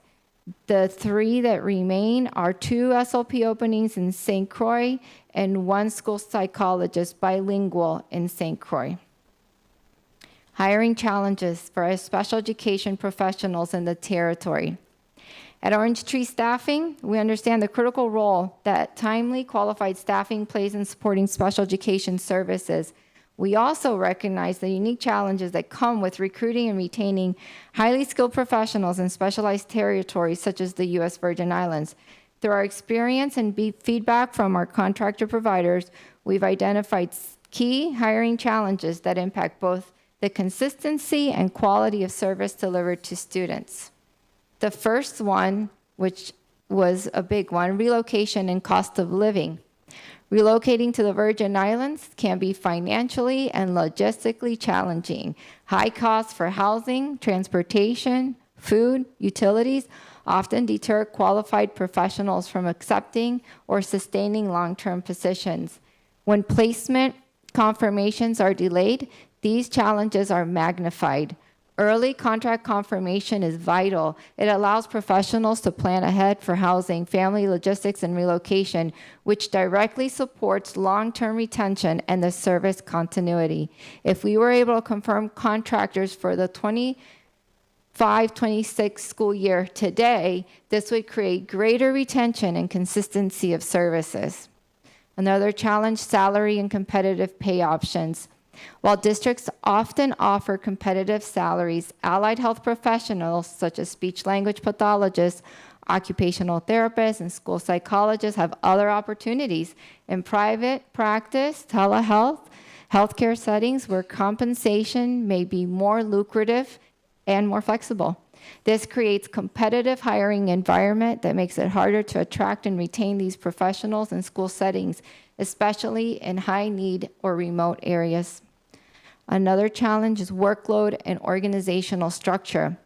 Many districts face a significant backlog of evaluations and services, which can lead to overwhelming caseloads for new hires. This can be discouraging for providers who want to make a difference but feel they are unable to do so in a sustainable way. Streamlined processes, reasonable caseloads, and consistent administrative support are essential to reducing burnout and ensuring long-term commitment from staff. Another challenge is scheduling and contract utilization. While our contract with the Virgin Islands includes 180 days of service, in practice, contractors are often only scheduled for approximately 170 days. Professional development, pre-planning, and post-planning days are sometimes excluded from their schedules. Despite being part of the approved contract. This not only reduces income predictability for our providers, but also disrupts their ability to fully engage in school culture planning efforts that benefit student outcomes. Another challenge is nationwide shortage of special education professionals. There is a well-documented national shortage of special education professionals, particularly speech-language pathologists. Fewer professionals are entering the field each year, and those who do are in high demand across multiple industries. In addition, universities graduate a limited number of professionals within these professions. This shortage is especially felt in rural, remote, or island communities where the talent pool is limited and the barriers to entry are higher. The importance of early confirmation and financial certainty. One of the most impactful solutions to these challenges is early confirmation of contractor placements and timely financial support. A best practice we've seen adopted in many successful districts across the country. When the Department of Education and Department of Finance can align to provide early purchase orders and financial guarantees before the school year begins, it enables us to recruit and confirm placements with confidence, secure housing and relocation plans for staff, and ensure a smoother transition into the school year. Early and proactive hiring supports everyone. The district gains stability, contractors gain clarity and security, students gain consistency and access to the services they need from day one. Orange Tree Staffing is committed in partnering with the U.S. Virgin Islands to overcome these challenges and delivered qualified professionals who are prepared and passionate about making a lasting impact. With clear and early planning and policy alignment, early funded purchase orders with timely payment schedule, we can create an environment where both professionals and students thrive. Our next area that we were asked was compensation and working conditions for special education professionals in the Virgin Islands compared to other jurisdictions. Orange Tree Staffing, we're proud to provide competitive compensation to all of our contracted professionals serving the Virgin Islands Department of Education and school districts nationwide. Our goal is to ensure that providers feel both valued and supported in their roles, no matter where they serve. Feedback from our contracted OTS VID staff when comparing the working conditions and compensation landscape in the Virgin Islands to other school districts, they shared several key challenges that impact both recruitment and retention of special education professionals. One was cost of living. While compensation remains competitive, the higher cost of living in the Virgin Islands, especially for housing, groceries, transportation, utilities, presents a significant barrier. In many cases, these increased expenses offset the competitive pay offered, making it difficult for professionals to relocate or sustain long-term assignments without additional support. Additionally, some professionals face difficulties accessing affordable health care insurance. This issue at times can become a deciding factor when professionals are considering competitive offers. Caseload and staffing ratios. Like many school districts across the country, VID is experiencing a shortage of qualified special education professionals, particularly speech-language pathologists.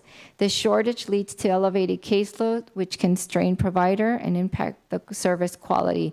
Although the high caseloads are not unique to the Virgin Islands, addressing them with clear staffing plans, proactive hiring will improve working condition and service delivery. Process, structure, and support. Through ongoing feedback from our contracted staff, we've learned that many professionals feel that there's an opportunity for greater organization around policies, procedures, and service protocols. A standardized onboarding guide and clearly communicated process would help new and returning contractors navigate their roles more effectively. Clear expectations and systemized support directly improve job satisfaction and retention. Facility conditions. Environmental conditions in some school buildings have also been a recurring concern.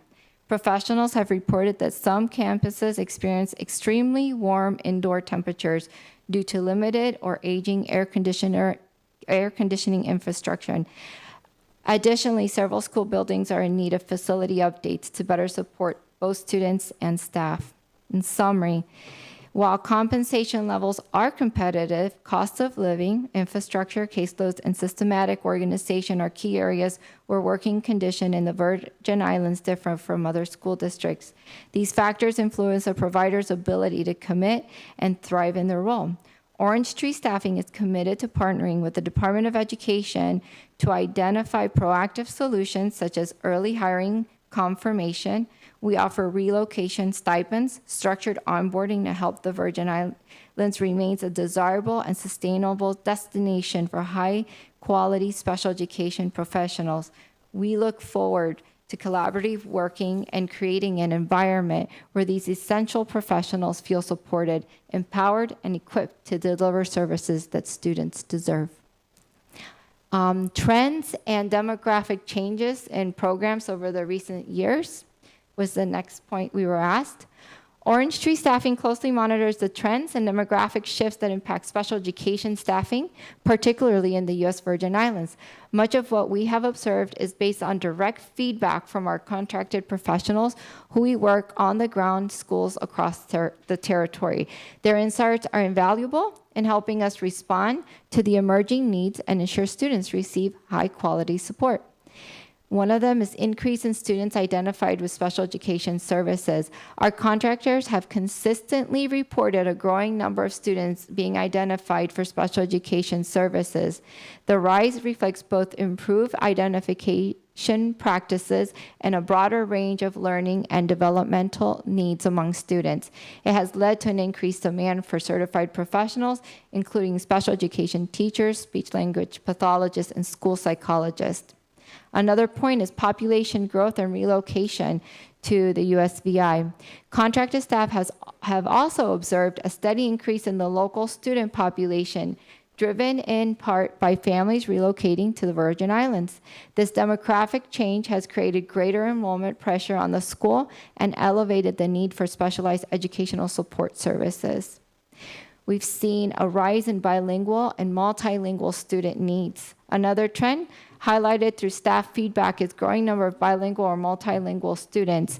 These students often require tailored approaches to communication and learning, as well as culturally responsive practices. As such, the need for bilingual specialists and professionals trained in the language acquisition and support has grown. Another trend, staffing response and strategic adjustments.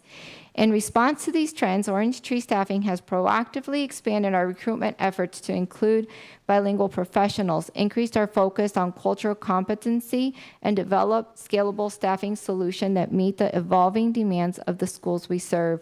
Our team remains flexible, responsive, and committed to addressing these changes in real time.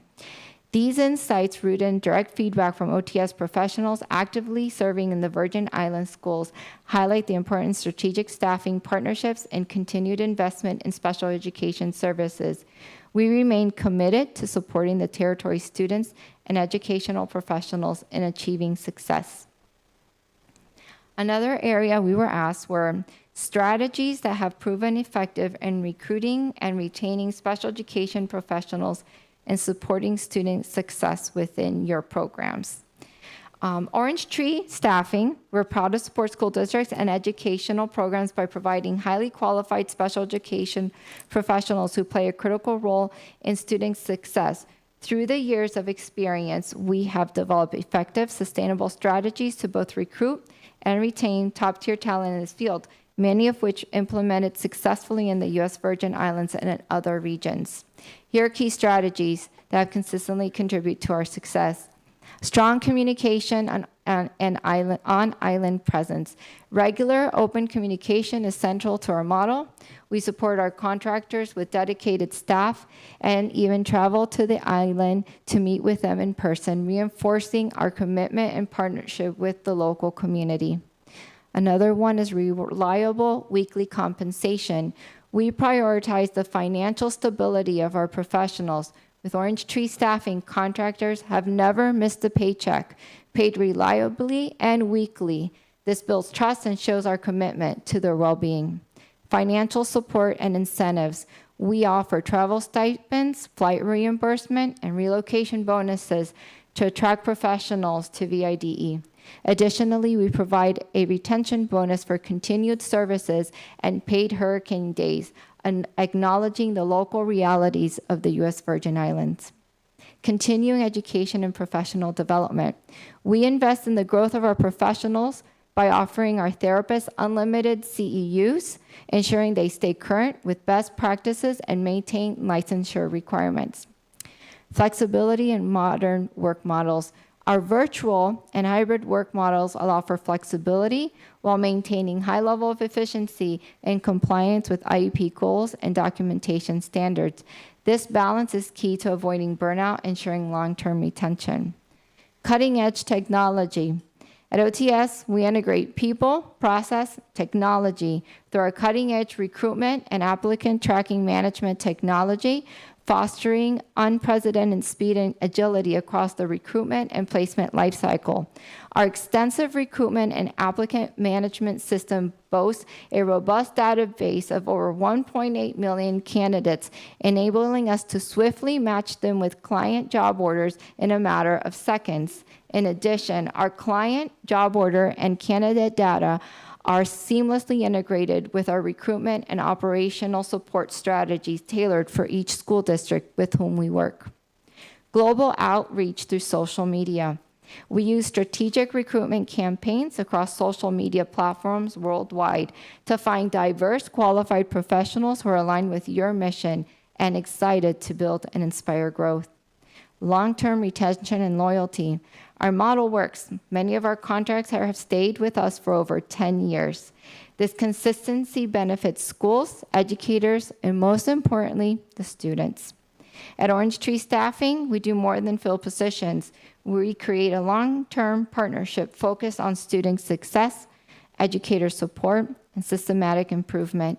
We're proud of the impact we've made and look forward to continuing our work in the U.S. Virgin Islands. The next point we were asked was policy recommendation or reforms to improve special education services in the territory. Thank you for the opportunity to offer input in strengthening special education services in the U.S. Virgin Islands. Based on our experience staffing special education professionals in the territory and with direct feedback from our contractor professionals, we respectfully offer the following policy recommendations that could significantly improve efficiency, compliance, and workforce stability. The first one we have is improve interagency coordination and ensure timely procurement.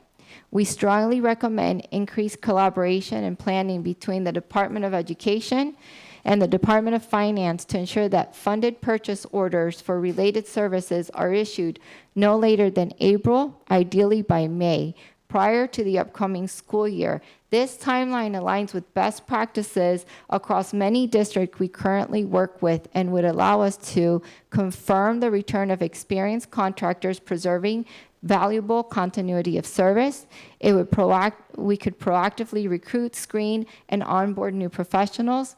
It would allow contractors the necessary time to relocate, securing housing, manage family logistics, and be fully prepared to begin services on day one of the school year. Another part is early workforce planning and financial reliability. Early confirmation of funded purchase orders is critical to building workforce stability and ensuring students receive consistent, uninterrupted services from the first day of the academic year. The more lead time we are given, the more strategic, effective, and reliable our staffing outcomes become. Given the national shortage of special education professionals and the housing constraints with the territory, we strongly recommend the contractor confirmations and purchase orders be finalized well in advance, ideally beginning now for the 2025-2026 school year. This early commitment enabled us to secure top-tier returning and future special education professionals, assist with relocation logistics, such as housing, travel, and foster long-term retention. A proactive approach reflects the level of planning and professionalism that students, families, and educators deserve from a strong public educational system. Furthermore, having clear evidence of current and predictable payment schedules, supported by timely funded purchase orders and standardized payment term of net 45 days or less, sends a powerful signal of financial stability. This builds trust with our existing contractors and also empowers us to confidently recruit and retain high-quality professionals who are essential to the success of special education and the service in the territory. Another one is streamline and organize the student evaluation process. Feedback we receive from OTS contractors' experience is that the student evaluation process to determine eligibility for service could benefit from stronger organization, structure, and accountability. This includes clear timelines, defined roles, and consistent procedures. By making the evaluation process more efficient and transparent, students can receive timely support and schools can remain compliant. Develop a standardized policy and procedures handbook. It's another idea we had.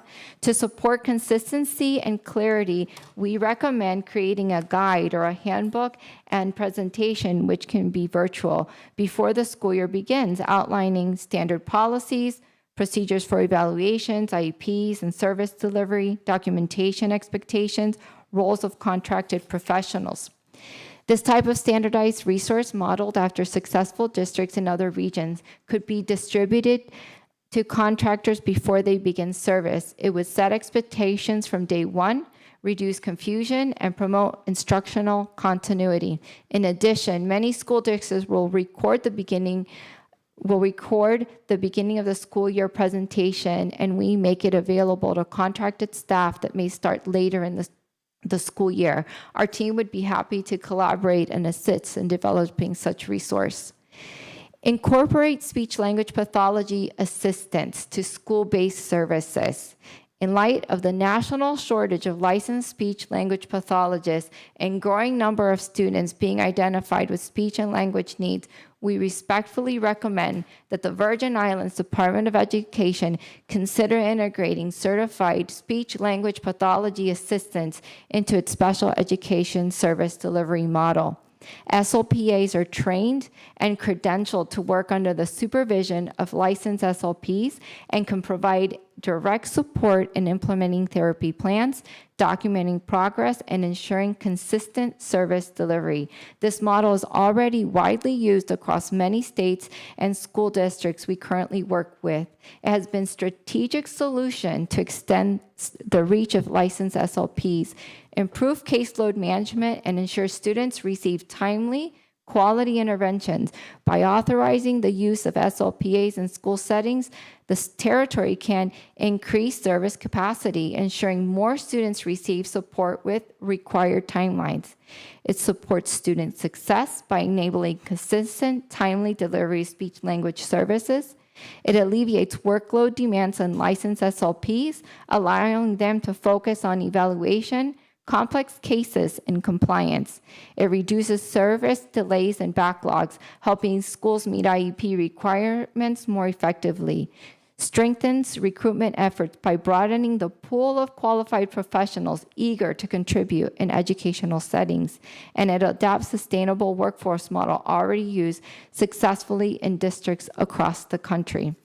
Allowing SLPAs to serve in schools will directly benefit students, support compliance, and create more resilient speech program meeting the evolving needs of the students of the Virgin Islands. Our next suggestion was educational diagnosticians and school psychologists, NASP and CSP requirement. The USVI Board of Psychology Examiners put into place a new regulation in 2021 that all contracted psychologists, school psychologists, must be nationally certified through the National Association of School Psychologists, NASP, as National Certified School Psychologists, NCSPS, to register with the board. Prior to this, professionals could register through the state reciprocity using valid licensure from another U.S. jurisdiction. In 2021, the U.S. Labor Statistics reported that there were 57,900 school psychologists employed in the United States. Approximately 18,200 school psychologists are NCSP, only 2 residing in the USVI. Additionally, the NASP website provides the following statement on their certification, and I quote, "The NSPCS was developed to create a nationally recognized standard for credentialing school psychology. A wide range of credentialing requirements exists across states, creating a need to recognize school psychologists who meet national standards. By granting national certification, it is not the intent of the NSPCB to certify school psychologists for employment, nor to impose personal requirements on agencies and organizations. Rather, the intent is to provide national standards that can be used as a measure of professionalism by interested agencies, groups, and individuals." It's important to note that the NASP itself clarifies that the NCSP is not intended to be a condition of employment, but rather a voluntary national credential that recognizes professional excellence. Most school psychologists across the country practice successfully without NCSP certification and are credentialed by their respective state boards. The current regulations possesses several challenges. Most school psychologists are not NCSP certified and have little incentive to obtain this optional credential, particularly when it involves extra time, cost, and paperwork with no added benefit in their day-to-day practice. The NCSP requirement places the USVI at a competitive disadvantage in a national job market where school psychologists can secure employment in other districts without this added criteria. Also, delays in hiring due to limited candidate availability directly impact students, especially those waiting for critical assessments, evaluation, and support services. OTS is grateful that the Board of Psychology has shown flexibility when we presented our challenge. This has opened the pool of candidates and enabled us to identify and place qualified providers in the territory. We respectfully recommend that this flexibility be formalized, either through a revision of the current regulation or through expanded reciprocity policies. Doing so would greatly increase the access to credentialed professionals, reduce staffing delays, and most importantly, ensure students receive timely, essential psychological service. We believe that with the improved communication, early planning, standardized tools, the U.S. Virgin Islands can become a model for effective special education delivery. Orange Tree Staffing is committed to being a strategic partner in that process, ensuring that students receive the services they deserve from the first day of school through the last. Another point that was asked was success stories or community impact resulting from advocacy, the delivery of services. Orange Tree Staffing is very proud of the positive impact our professionals have had across the U.S. Virgin Islands through both the delivery of service and their active involvement in the community. Our commitment goes beyond staffing. It's about building relationships and creating lasting change for students and families. Just 2.5 years ago, we began our journey in the U.S. Virgin Islands with our very first contractor, Ms. Kim Wilcott, a dedicated social worker serving the students of St. Croix. Last year, Ms. Wilcott coordinated an art day with CMC Arts, which hosted the students from Janita Gardine School. Kathy Booth, part of the Artists Guild of St. Croix, shared her mosaic process and helped guide students through exhibition. Students created their own paper mosaics in the courtyard. "I want to stay here forever," said one of the students at this event. It was a great success, which promoted the Caribbean's rich cultural and artistic heritage. Most recently, as highlighted in the St. John's Source on April 2025, Ms. Wilcott supported Jadani Roldan, a senior at St. Croix Educational Complex, in pursuing his dream of becoming a professional jockey. Thanks to her leadership raising the necessary funds, Jadani was able to travel to Kentucky for a college tour of Bluegrass Community and Technical College, taking a critical step toward turning his dream into reality. From the start, Ms. Wilcott has gone above and beyond her professional responsibilities, generously dedicating her time and countless volunteer hours for enriching the lives of students she serves. Additionally, we have many contractor staff who have selflessly donated volunteer hours and materials to the schools. These stories reflect the heart of our mission, building and inspiring growth. We're not only delivering service, we're helping shape the future, uplift communities, and leave a meaningful impact mark on the lives of students. We're honored to be part of the Virgin Islands educational landscape and look forward to many more success stories in partnership with the Department of Education and the broader community.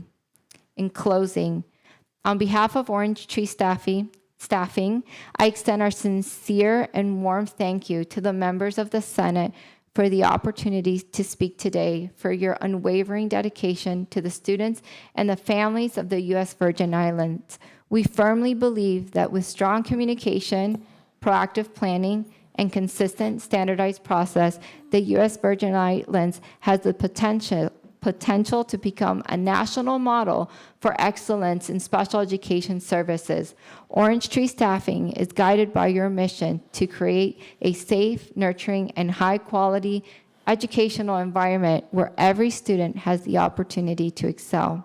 We're proud to serve as a trusted partner in delivering specialized services that support the academic, emotional, and developmental needs of the students of all abilities across the territory.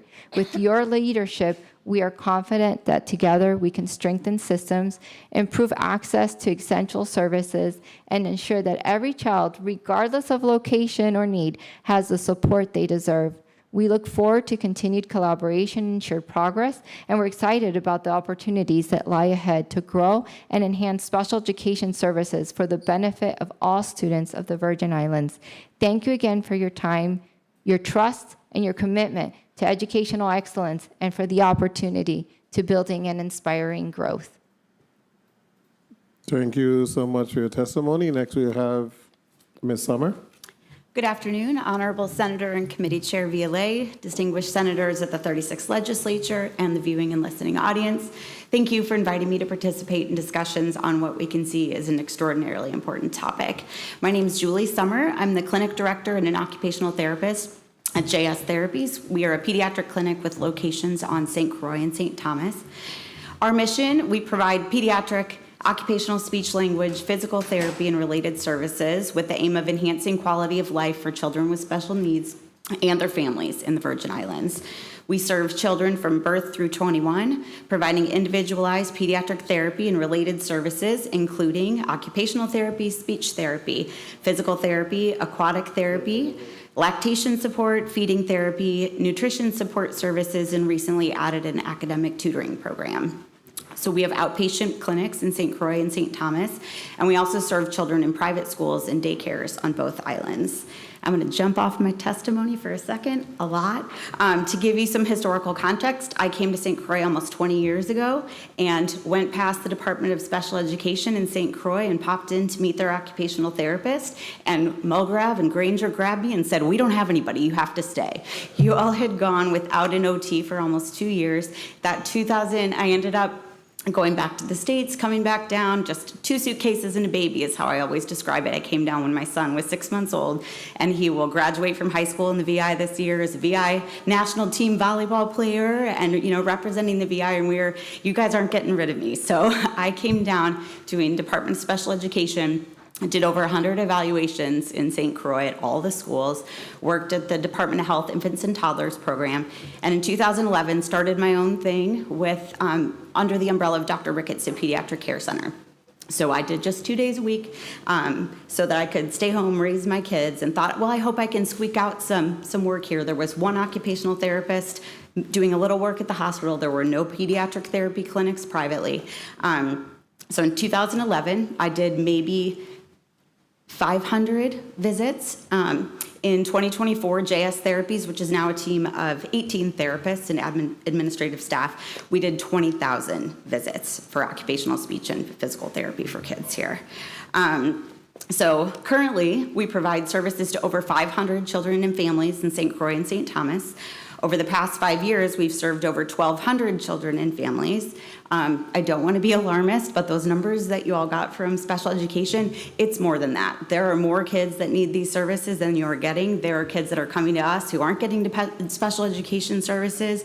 It's the autism, it's there, and it's going to be more. So the top 5 diagnoses that we see are autism, expressive and receptive language disorders, global developmental delays, learning disabilities, and phonological disorders, which would be basically speech delays. Our population also includes infants and mothers with breast or bottle feeding difficulties, children with feeding difficulties, neurological disorders, Down syndrome, and a variety of physical disabilities.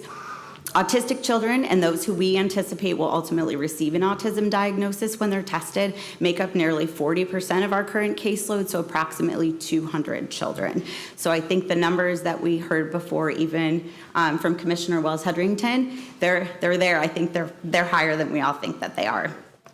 So at JS Therapies, we've become a well-known provider for autistic children, and so our primary referral sources are consistently sending those families to us. However, we do have the capacity to serve children with many other diagnoses, especially in early intervention, which Dr. Brown and Dr. Francis both emphasize that, and I'm going to highlight that as well. For diagnoses such as torticollis, plagiocephaly, physical disabilities, and other orthopedic conditions, we receive fewer referrals for those services, even though we know that those diagnoses are affecting Virgin Islands children on a significant scale as well. As far as trends and demographic changes in our program over the past 5 years, we've experienced a 20% year-over-year increase in services requested for us and families served. And as I said, in 2024, we provided approximately 20,000 pediatric therapy sessions. We've seen a steady increase in the percentage of clients with MAP each year since we started accepting MAP in 2021. We were recently forced to stop accepting new MAP clients because of excessive administrative barriers and payment delays. We've seen an increase in the diversity of our referral sources, so we are getting referrals from a wider variety of pediatricians and educators, which I think is a great indicator of increased community awareness of the availability of services. But direct parent inquiry is continuing to be one of the top ways that families initiate services from us. They find out through word of mouth that we're around. So with every new program we've offered, lactation support, feeding therapy, nutrition, we've seen an increase in clients with related diagnoses who otherwise had limited or no access to these services on island. We are currently receiving 30 to 40 new referrals each month. So these are kids from 0 up through high school. Sometimes kids we've gotten referrals from 7, 8, 9, 10-year-olds who are nonverbal who have not ever had any services. And when we get them then, it's much more difficult for us to make an impact than it would have been if we got them at 0, 1, 2, 3. Strategies that have proven effective in supporting student success with our programs. I could talk about this all day, but briefly I will just say family-centered care, so involving parents in the evaluation and treatment planning progress and parent education as part of the therapy process, and a play-based therapeutic approach. I know it's hard to picture me playing with kids, but a child-led and neurodiversity-affirming approach to optimize engagement and motivation. Our existing collaboration with public agencies we provide contracted OT and speech services at Coral Reef Academy with Dr. Miller. We do contracted OT, PT, and speech services with the Department of Health Infants and Toddlers program. We do direct private therapy services on campus for private schools and daycares currently. So we are at, this isn't the whole list, Antilles, Coral Reef, Free Will, Good Hope Country Day, Happy Faces, Little People, New Testament Academy, Paradise Learning Academy, Rattan Montessori, Star Apple Montessori, St. Croix Montessori, Sunbeam Preschool, Tenacious Toddlers, Tropical Behavioral Services, and UVI Daycare. And we also, you've heard a little bit about the Night to Shine special needs prom night. We're involved with that. We also do Department of Labor Lift interns to expose students to careers in occupational and speech therapy, and also the Central High School, the NAF Academy of Business program. So we've been so fortunate that these organizations welcome us to provide services on site because this helps us serve more kids, both for transportation reasons and our limited availability of after-school appointments. So we have so many kids that want those after-school spots, and the only way we can possibly serve all those kids is when we're able to do that during the school day. As far as policy recommendations or reforms to improve special education services in the territory, this is a huge issue that I would, of course, love to expand on, but I think you heard a lot of great testimony this morning and great ideas. I'm going to limit my testimony to a few suggestions that I think would be low cost, no cost, maximum immediate possible impact. And that's not necessarily something that needs to be legislated. But number one is expanding school-based therapy access. So requiring or just encouraging the public schools to allow licensed therapists to provide private services on campus with parent permission. So this is kids we are already serving. They come to us after school. We can only see this many kids between 3:30 and 6:30. If you say, hey, come on in, you can serve kids here, we can serve those kids all day, which doesn't release you all as special educators from the responsibility to provide special education. But if we can do that now, while they're waiting for that backlog of services, of people getting evaluated, those kids are going to benefit. It's going to lessen the demands on the teaching staff. Everyone's going to win there. And I know, Senator Joseph, you had commented too on testimony earlier about the lack of space or not having the rooms. My original testimony here says, allocate designated space within schools for therapy sessions. As pediatric therapists, we don't need our own space. We actually are really good at pushing in, and that, speaking to the inclusive special education model, pushing in. We also have Sunny, the fun bus, is a shuttle bus that we converted into a mobile therapy clinic that we've had the kids say, this is the best place ever, I want to live here. But we did so that we don't need to ask anyone for space. So we can roll Sunny up, kids come out, we've got all of our supplies there, they can get their services there, mostly for the younger kids. And we got a grant last year to do one in St. Thomas as well. So keep an eye out for it. It's Sunny Junior, the minibus in St. Thomas, but we roll up in that and it has swings and therapy equipment and all those kind of sensory things that they were talking about before. So when special education resources are limited for any reason, allowing us to come in and support the kids in public schools could have an immediate positive impact. Doesn't cost you all any money at all. And the ability for us to collaborate with public school staff also maximizes the impact of our private therapy and ideally provides kids support to be more successful in school. The second part is again, that focus on early intervention. So promoting developmental screenings at pediatric appointments, and I think most pediatricians are doing this, but really reinforcing that. Streamlining the referral and intake process at the Department of Health the infants and toddlers programs to make sure that kids are referred as soon as possible or promptly, if they're not getting services through infants and toddlers, referred to outside providers who can see them. So right now, the paper referral and record system are a huge barrier to effective service provision. JS Therapies would happily volunteer some of our time to help with streamline that process.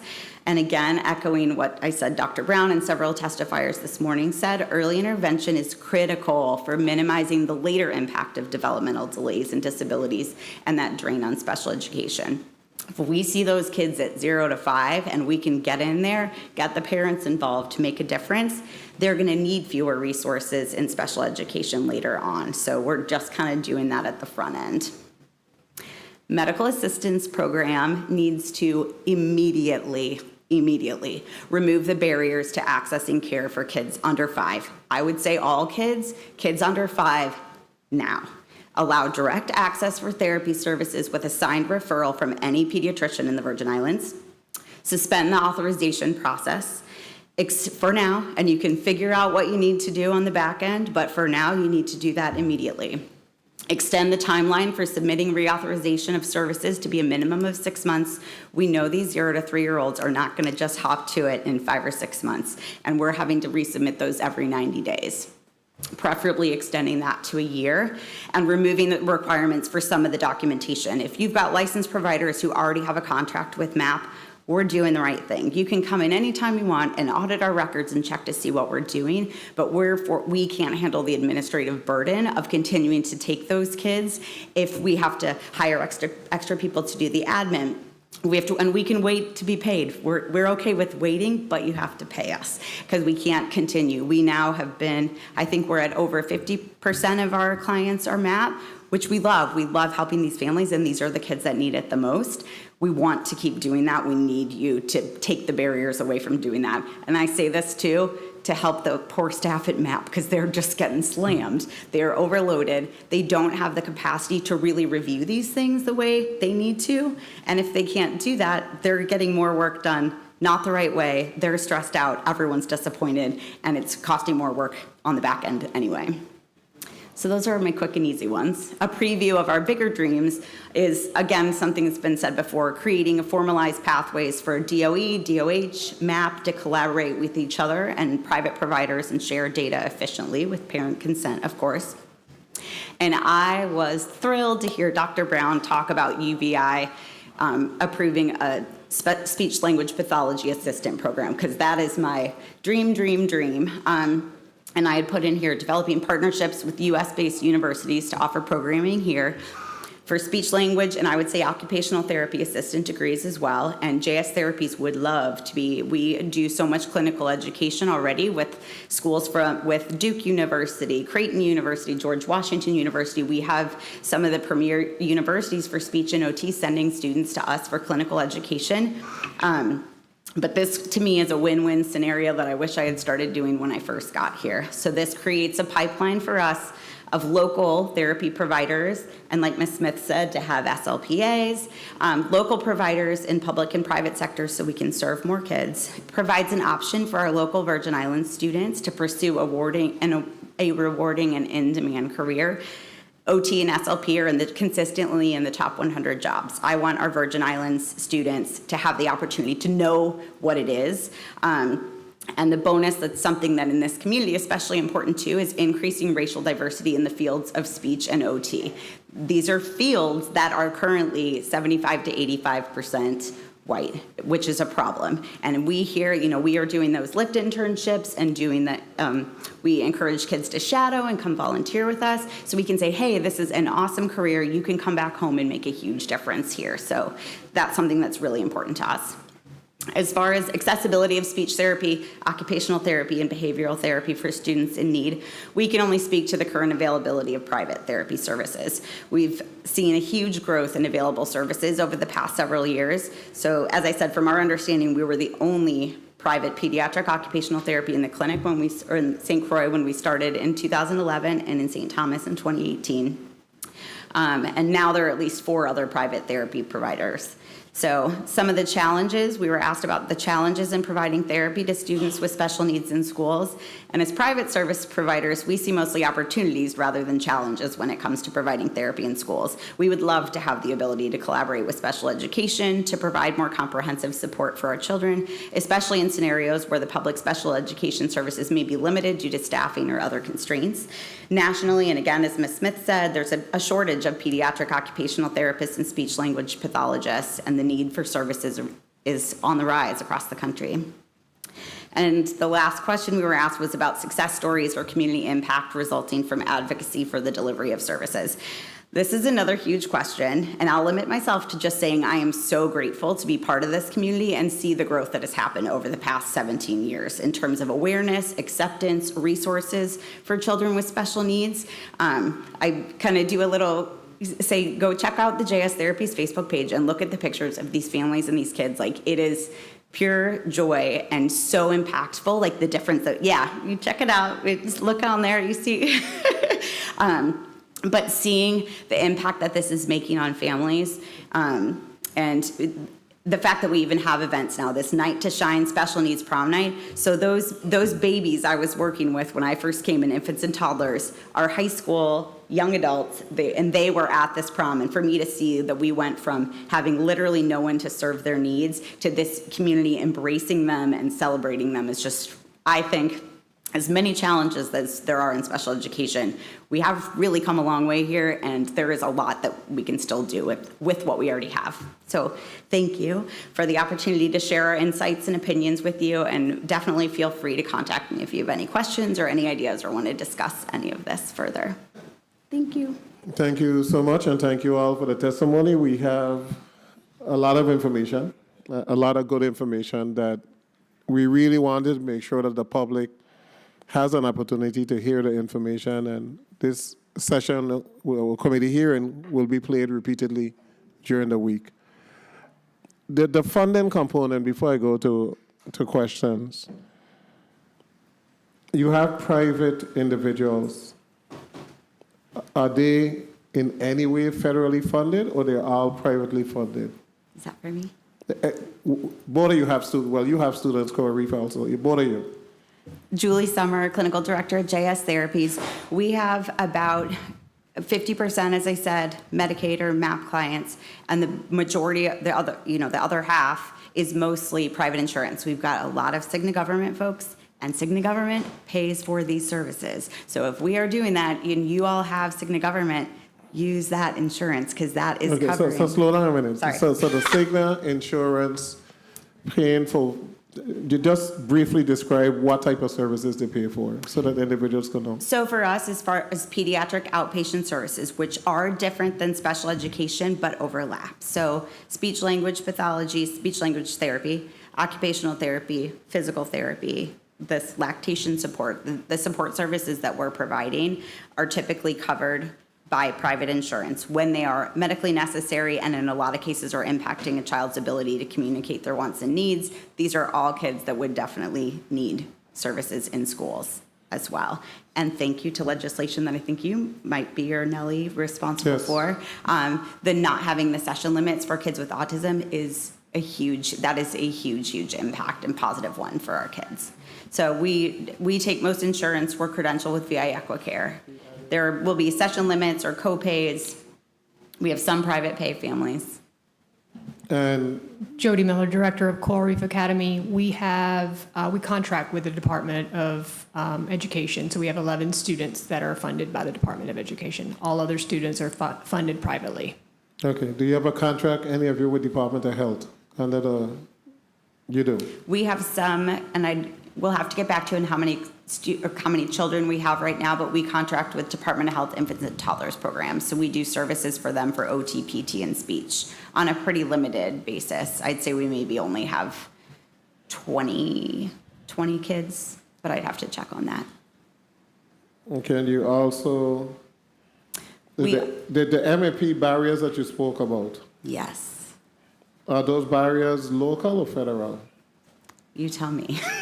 I thought you knew. I think they're local. The trouble is with, from what we understand, when we're trying to use the portal that the Virgin Islands is using, we are not able to use, it's not compatible or not effectively compatible with electronic claim submission. So we are having to key in each one of those claims manually, attach different things. Okay, so let me just get a little clearer, and then we're going to go to a wrong question. Right now, for a child under 5 to receive services, after they get the referral from the pediatrician, then they got to get the authorization from who? So we get a different answer every time we ask, but as far as I understand now, if they get a referral, say Dr. Penn at Partners for Kids here identifies the need for services, she cannot refer the child to us. They then have to go make an appointment with a MAP-approved provider at FHC or East End Medical Center, get a request for special services from them, carry it in hand to the MAP office. Someone there has to do something in process. Someone from our team has to keep calling to see if they've gotten that. Then we have to go in, enter in a request for authorization, which I think is getting immediately approved now, but it's automatic, and I don't think there's anyone that's reviewing that. And then we go in, and then we can start doing claims. We were finding that process from when, number one, when the families with these special needs kids can make it to an extra appointment that they have to make. So after the pediatrician, they must get an appointment with East End or Frederickson Health Center, and then they send the referral to MAP. Yes, and then we submit that for MAP, and then the claims. Okay, and then the issue really is that you can't get an appointment at Frederickson for a period of time because they're so booked up. And yes, So it might and the take months. providers that, and the providers there are as concerned about this because they're overwhelmed and can't see all those kids either. So if any pediatrician could do a referral Directly to MAP. they can walk either directly to MAP or to the private service provider, so that all we have to do is submit the claims to MAP. And for right now, at least, if you say MAP, it's kind of, we started taking it after 2021.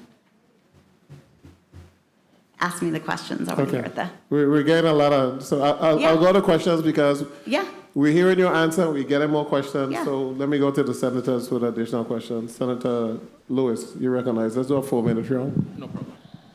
Good afternoon, Mr. Chairman. Good afternoon, colleagues. Good afternoon, testifiers.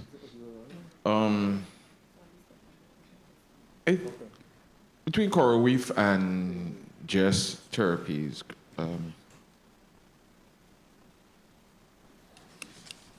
Summer and Dr. Miller. Dr. Miller. Miller. I'm really concerned about, I see that there's some services being offered that's very critical. And thank you for what you continuously do, all three of you. I've been to Coral Reef in Yathaven Grand, exceptional place, really loved it. But I'm concerned about those parents that really don't have the wherewithal to provide the services for their children. I mean, on the record, could you tell me if you are aware of any grants or anything outside of government, maybe federal, that parents could look into that could help? Jody Miller, director at Coral Reef Academy. I'm not aware of anything because we're a school.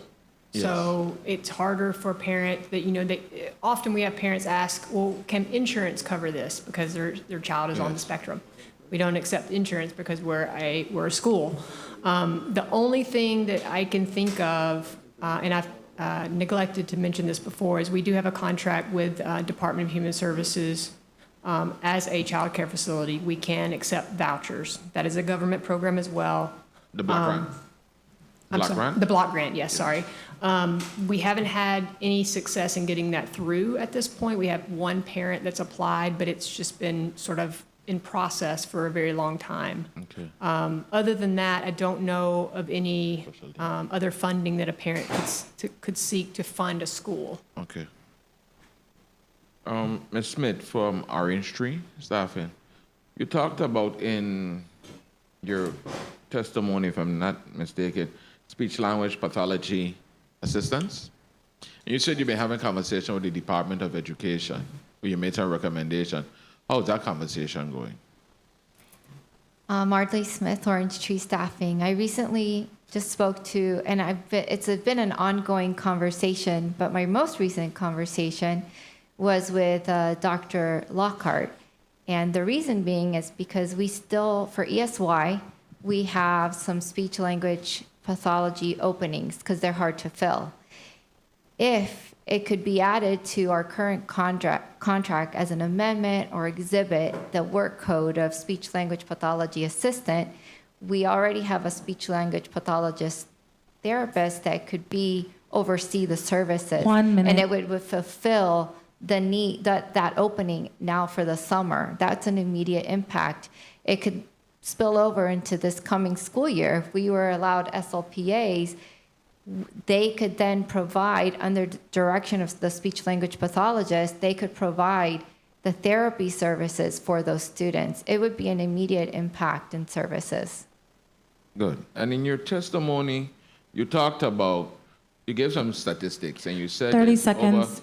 Over, close to 58,000 school psychologists, and narrowing it down, there's only 2 in the territory. Yes, with the specific requirement that you currently have. So how could we make this occupation a bit more exciting for people to want to join it? I mean, I'm willing to hear to see how we could make this appealing, make it more excited. I'm ready to get on Sunny Boss and Sunny Junior Boss and everything. So you make it sound so real great. Time. So tell me. That's a magic question. I think Senator Violet touched on it. I want you to get invited again, Senator Bailey. Oh, okay. Sorry about that. It starts early. You have to start early in life with these children in these positions, encouraging them to become either medical professionals. We're in need of nursing. We're in need of more teachers. We're in need of all these occupations, but it starts early in life, and it starts in the family home, encouraging these children to be in these professions. I think in today's world, what I do see is a rise in mental health and anxiety and all these things, and it would be great if more people got involved in being the solution to that, and that speaks to school psychologists, encouraging them early. I know she said, Dr. Brown said that they have 5 school psychologists going through the program, but those 5 school psychologists are going to have job opportunities everywhere, not just here. And they all recruiters are going to be after them and offer them very lucrative futures, and not just here. They're going to want to stay here because they have family members or something else is calling them here.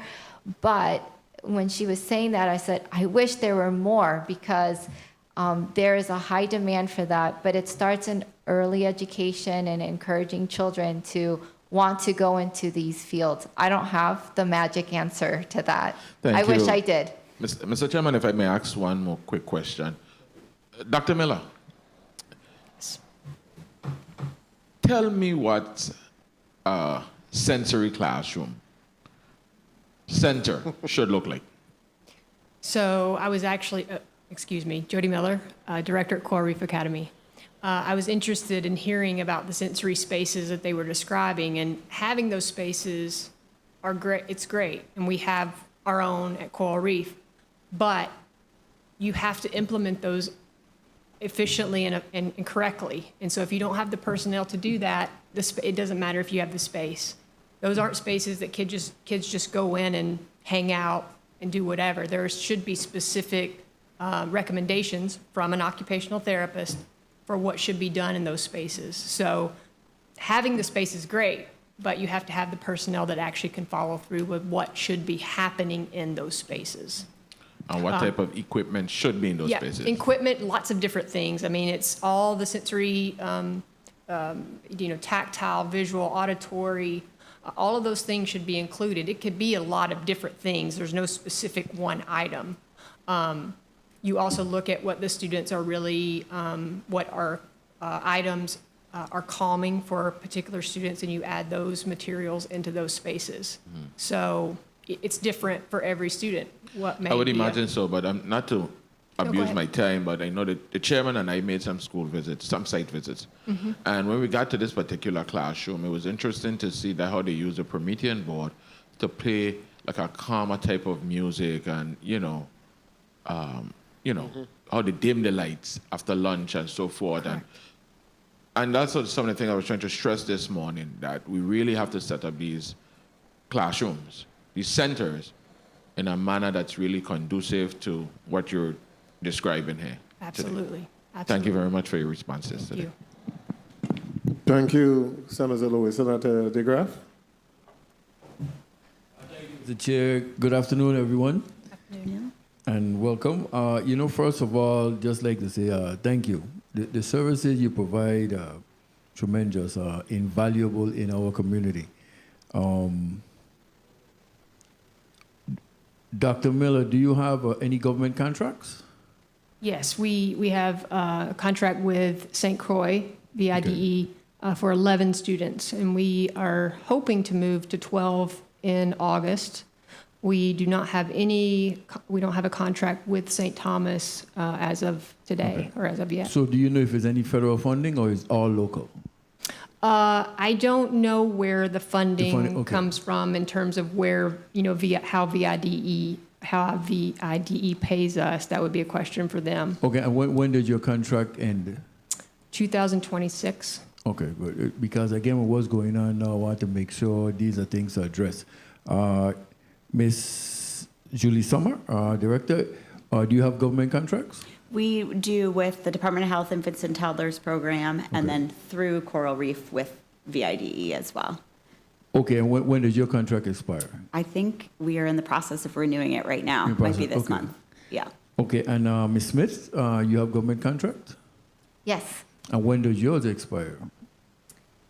We were awarded the contract in 2022-23, and it's a 5-year contract, so that makes it 2028. But how it's written, I believe, I don't have it in front of me, it's a 3-year contract with a 2-year renewals, which most federal contracts are for 5 years. Okay, because again, with what's going on with federal monies, disbanding of the Department of Education, on the federal end, this body provides funding for the government, period. And we don't want to exclude the services that you provide. And knowing that you have basically a 2-year to a 5-year window still in existence, yours being done, that's something we have to look at right now. So if it has to be where we have to continue the funding at the local end, if they are federally funded and vice versa, so we could keep that going. Now, how many employees do you have, Dr. Miller? 16. Okay, and 1 minute, 30 seconds. 25. 25, and We have 680 contracted staff and 38 in St. Thomas and St. Croix combined. okay, so in terms of the amount of staff that the contract provides for, is what I'm trying to get at. So the 38 is what you're saying? Yes. Okay, so those are the numbers. How many do you have any local persons hired as a part of your staff based on this funding that we have with your contract? Julie Summer, Clinic Director at JS Therapies. Our contract with Department of Health Infants and Toddlers program is just a fee for service for the providers that we have here. So, and not all 25 of our employees are involved in that either. So ours is just based on the services that we provide. Okay, because like I said, I'm just trying to cover all the bases to make sure that the contracts continue because, again, the services that you provide, I'm a lay person, so basically the one thing that I could think of is continue these programs. That's the least I could do and the least we could do going forward with what we are seeing, so that's what scares me the most. I don't want to be put in a crisis situation where we have to now find it. I want it to be where it's a part of what we do. It's a part of our budget cycle. It's a part of our government going forward because of the services that you provide. So thank you very much. Thank you for the time, Mr. Chair. Thank you, Senator DeGraff.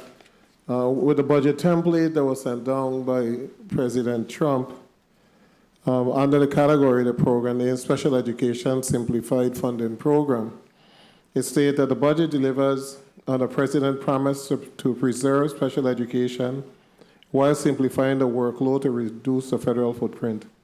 The Special Education Simplified Funding Program consolidates 7 Individuals with Disability Act programs to provide state and school districts greater flexibility to support students with special need. So thus far, they're not cutting any monies from IDEA. However, it seemed like they're changing the way that the program is administered a bit, and I think the administration component. So the Education Department need to pay close attention as to what is taking place so that we can make sure that we are able to provide the services. The issue that I have right now is that we now have companies contracted, but we have not been able, or the government of the Virgin Islands, Department of Education, and we don't say we, cannot the Senate, Department of Education have not been able to keep up with the payments. So that limits our ability to expand or to accept additional students because we're not paying you for the students that you already were able to provide service for. And I think right now we owe one of these companies a couple $100,000. Over $1 million. Over $1 million. So that worries me a bit because the services need to continue. So the Department of Education don't have the staff to complete the services. So a company was hired to provide the services, and then the company isn't being paid to provide the services. So we're like in a catch. The government is in a catch-22, Department of Education. So we're going to have to carefully analyze exactly how we're going to be able to proceed forward. Because, and I'll end with this, when you don't identify students at an early age, and they remain in the system for 4 or 5 years without being identified, a lot of those students have serious learning impacts that continue on through junior high school and high school, to the point that frustration at times set in and it could increase the amount of individuals that drop out from school. And then dropping out from school, having all the behavioral issues, then you begin to move towards now a kind of criminal element in order to survive, because you don't have the necessary skills to survive on it. So it's so important that the government get this right, because if we get this right, we're going to decrease the number of issues we have 10, 12 years from now. And that's why we had this meeting, because we're really concerned about how are we going to get this right. And how at the end of the day are we going to be able to make sure that along with being able to compensate the companies, that we're able to entice and motivate local individuals to go into these fields and return home. Senator Joseph, point of information quickly, Senator Graves and Senator Joseph. Thank you, Mr. Chair. Ms. Smith, you mentioned over $1 million, you said, owed to you. So then going forward, if we have to take over the contract and cover that $1 million, what is the extent of the contract? What is your annual contract or the amount of your term for? I believe right now it's $3.4 million. I don't have it in front of me. Okay, I can pull so the contract. 3.4 plus the 1 million, or 1 million plus owed. Yeah, you owe. Okay, so we don't have 4 point something million. Okay, thank you for the time, Mr. Chair. And I can get you those details. Sure, if you could get correct, Mr. Chair, through the chair, if we could get that information regarding to the contract for all of them, and any monies owed by the government, because again, if we have to find these monies, let's start digging from now. Thank you for the time. Ms. Smith has been sending some correspondence. I'll tell her to copy you and the correspondence. Marjorie Smith, Orange Tree Staffing. When I proposed the SLPA expansion of job code in the U.S. Virgin Islands, I know that our current bill rates for our work codes is $90 an hour, as they mentioned before. With the SLPA hourly rate, it could save you money because it wouldn't be $90 an hour because the education for that is less than these other professionals. So the going bill rate across other school districts we work with for an SLPA is anywhere from 55 to 60. That's per hour. So by expanding that job code and us being able to provide it at a lesser rate, it'll provide services and more kids will get services, and it won't cost you as much. It still costs money, but it won't cost you as much. But that would really impact quickly. What is the concern? I know that, for example, you make an appointment to go to see a doctor. Yes. And you go to the office and say, the doctor is not available, the PA is available. A lot of people, like myself, I'm like, the PA? I came to see a doctor, I didn't come to see a PA. Why are you sending me to the PA? So is that the same hesitation? You're speaking of a medical setting, so this is an educational setting, so it's different. An SLPA is a speech-language pathology assistant. They don't have the education, and they're not able to evaluate a student. They're able to provide treatment. They're able to do that part, but they're not able to evaluate. The evaluation comes from the speech-language pathologist overseeing, and they give the evaluation, they set the goals and what have you, and then the SLPA goes in and implements whatever has been recommended by the SLP, and that's overseen. That's why it's a lesser education, and it promotes something which is good because a lot of SLPAs want to become speech-language pathologists. So, what type of degree do they have?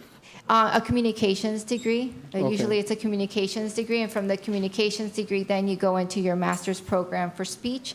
Then you have to do your CFY years, and then you become a speech-language pathologist. But many speech-language pathologists go and work as SLPA. So it's a great avenue to even get more of speech-language community. Individuals are going to the field? Yes, okay. yeah. Okay. One last point. I just had my staff pull up the infant and toddlers program under Department of Health, how much federal monies were earmarked for that program, because I want to see how much they have spent, and as to whether or not more could have been utilized for individuals who have special needs who are below 4 years old. I know last year, well, there are two amounts here, one for $823,000, the next for $895,000, and both of those grants expire 9/30/24. So those monies have to be, now I don't know how much is left, I'm going to find out, but I'm almost sure that monies are left back. And if we could make sure that the monies are utilized for students that need this type of assistance, it would serve the Virgin Islands as well. Senator Joseph Carla. Thank you so much, Mr. Chairman. Pleasant good afternoon to everyone. This is a very critical conversation and discussion that we're having today.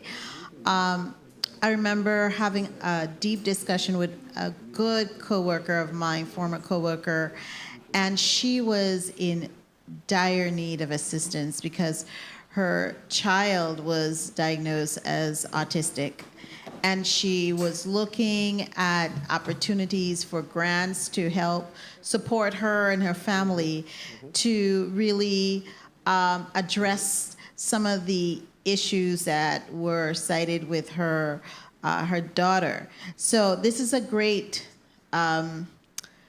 hearing so that we could let our listening and viewing public know. Now, I have some questions because the chairman really talked about something that is really vital, and Dr. Harris Brown, in her discussion, mentioned early intervention, the early assessment, and really stating that the reduction in future educational cost, and that's what I'm looking at, that if you have this type of services at the onset and you're able to identify the young people and provide the support services and all the needs, we could see really save about $7 in future special education, social service, and justice system costs. And that means justice system costs is, individuals becoming incarcerated, which is a high cost. I always say we pay a lot on that tail end because we haven't provided the services on the front end. Now, Ms. Smith, I really want to thank you for your report because you highlighted on, let me see, here we go. Regarding facility conditions that you're experiencing as a contractor with the government.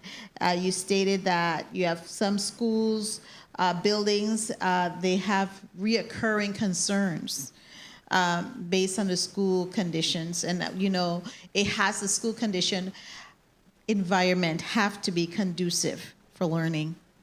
And if it's not conducive for learning, it's a 1 minute and distraction 30 to seconds. the young people.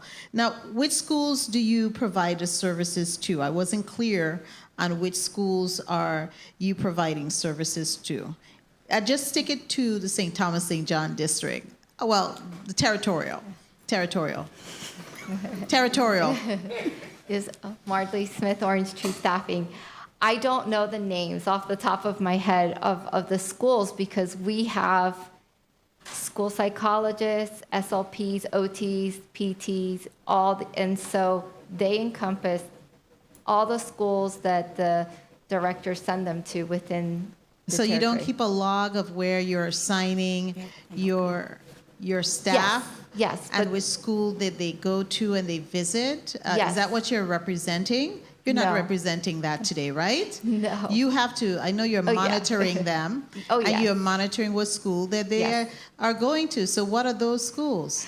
I don't know the names of the Okay, actual so, schools. well, provide that to the chairman, the schools that you provide services Okay. to, your staffing provides services to. Now, thank you. Miss Summer, thank you. Who do you provide services to? You have a contract with the Department of Health? Julie Summer, Clinic Director, JS Therapies. We do mostly private therapy services. So families are coming directly to us. And they're being, Mr. Chairman, I know, they're being referred to you by the physicians. They are being referred by physicians, educators, psychologists. Families are coming directly to us. So they'll come directly to us, then get a referral from their doctor. Self-referral is the main way that we get people. Self-referrals. Yeah. Do you also go to their schools if you need to do the assessments? We can only we do private schools and daycare. So we've got about So only private dozen. schools and daycare that Yes. you have entrance? Why is that? Well, and that's because we're not able to go into public schools. That was my number one recommendation, is if you all say you can go into public schools right now. What is the barrier that you have identified? I don't know if legally there are sometimes, and Dr. Miller can speak to this, on potentially duplication of services, that there's rules in special education. She could speak to that, I think. Okay, Dr. Jody Miller, Croix Reef Academy Director. So, this is already actually happening. So I'm not sure why there wouldn't be space for, OT, SLP, PT services, because private ABA services are already being allowed in schools. Now, those services are often push-in, and Julie and I talked about that, and I think you've said that you would push in so that they're there to support the learning environment, not removing them from the learning environment and then providing the service. But that's already happening because ABA is already in the schools on St. Croix, and I believe some on St. Thomas as well, but definitely on St. Croix. Okay, so you already have some type of presence in the public schools. I don't. Coral Reef doesn't, but and so neither does JS. Right, but Island Therapy Solutions does. They are in the schools providing ABA. So that's a different group of specialized care. And and the only impact to us, when I came down here in the States, that was not an allowed thing, where the special ed is special ed. We don't want to step on toes for special educators. We want to be able to collaborate with them. So, and we have done a little public school stuff here and there when we've got relationships and somebody's like, yes, come in and help us. But we don't want to be doing the wrong thing either. So if we are encouraged or allowed, and I don't think that requires legislation or policy. It's just, I got Dr. Lockhart's number today to say, let us in. She says Right. yes, and we you go. could probably have a memorandum. Mr. Chairman, I'm going to wrap up by just one final question. And each one of you, I would like you to answer. How long have you been operating in the Virgin Islands? Ms. Smith. Marley Smith, Orange Tree Staffing. We started providing services in January of 2023. And you, Ms. Summer? Julie Summer, Clinical Director, JS Therapies. I started with Department of Education in the 2007-2008 school year and infants and toddlers in 2008 and started my own in 2011. So 17, 18 years. Okay. And you won't get rid of me. And finally, you, Dr. Miller. Dr. Miller, Coral Reef Academy Director. Coral Reef has been in operation since 2017. They started the contract with the VIDE in 2019. Personally, I've been here since 2023. So if you had a contract with them, I'm kind of wondering why you're not now still having some type of relationship in the school and being able to go into school with them. No, I don't. Coral Reef doesn't go into schools. You have your own facility. Yeah, we are a school, and the VIDE refers students to us, and then they become our students. Okay, thank you. Thank you so much, Mr. Chairman, for the leeway. Thank you for the questions. So you actually have Department of Education students who attend your facility because of the disability? Correct. Okay. Senator Francis, you recognize? Thank you very much, Mr. Chairman. Good afternoon to my colleagues, and of course, good afternoon to Julie Summers, Dr. Miller, as well as Ms. Smith. And thank you very much for this opportunity. I think this is a very, very important discussion that we're having here today. And I'm so sad that I missed the morning session, and I had an opportunity to listen in to some of it as I was over at the University of the Virgin Islands, where I was engaging with the Arizona State University in their new strategic planning in that respect. And, you know, a lot of this discussion, I believe, is important as we see some of these therapy training that's required, that I think that there's some opportunities for the University of the Virgin Islands to undertake. So I will further have some discussion with them in respect to that. I wanted to thank all three of you for your work in this territory, your commitment to those individuals, special need, as well as the vulnerable population, statistics and otherwise. I wanted to ask you, Ms. Summers, with your 18 years of experience, can you describe whether or not there have been progress? Have there been setbacks? What's happening in that space in regards to the occupational therapy, clinical therapy, as well as speech therapy that you have seen over the years? Can you talk about what improvement you have seen, or what are some of the challenges we're experiencing? Yep. Good afternoon. Thank you, Senator Francis. Great question. And I, for one, I see all the challenges that we're having here. There has been a lot of progress made. So there are always going to be challenges here. When I was in the Department of Education, 2007, 2008, went to every single school in the St. Croix district, met amazing teachers, educators, paraprofessionals, directors who are all very committed to what they're doing. One challenge that I saw, at least even in the time that I was there, is the transience of the therapists that come down. I was the equivalent of an Orange Tree staffing person when I first started, and I was only there for that school year, and I left a big manual of, here is every kid you need to know, and every teacher, and every plan for everything. And then I was out, and I met the next therapist in November, and she's like, you left me what? Because I had to learn this all by myself all over again. The transition between therapists coming just wasn't happening. And when somebody comes in and has to learn something all over again. 1 minute, 30 seconds. I have a lot more to say, but I would say that we've made progress. We need to continue to look at the funding, at how we're spending money.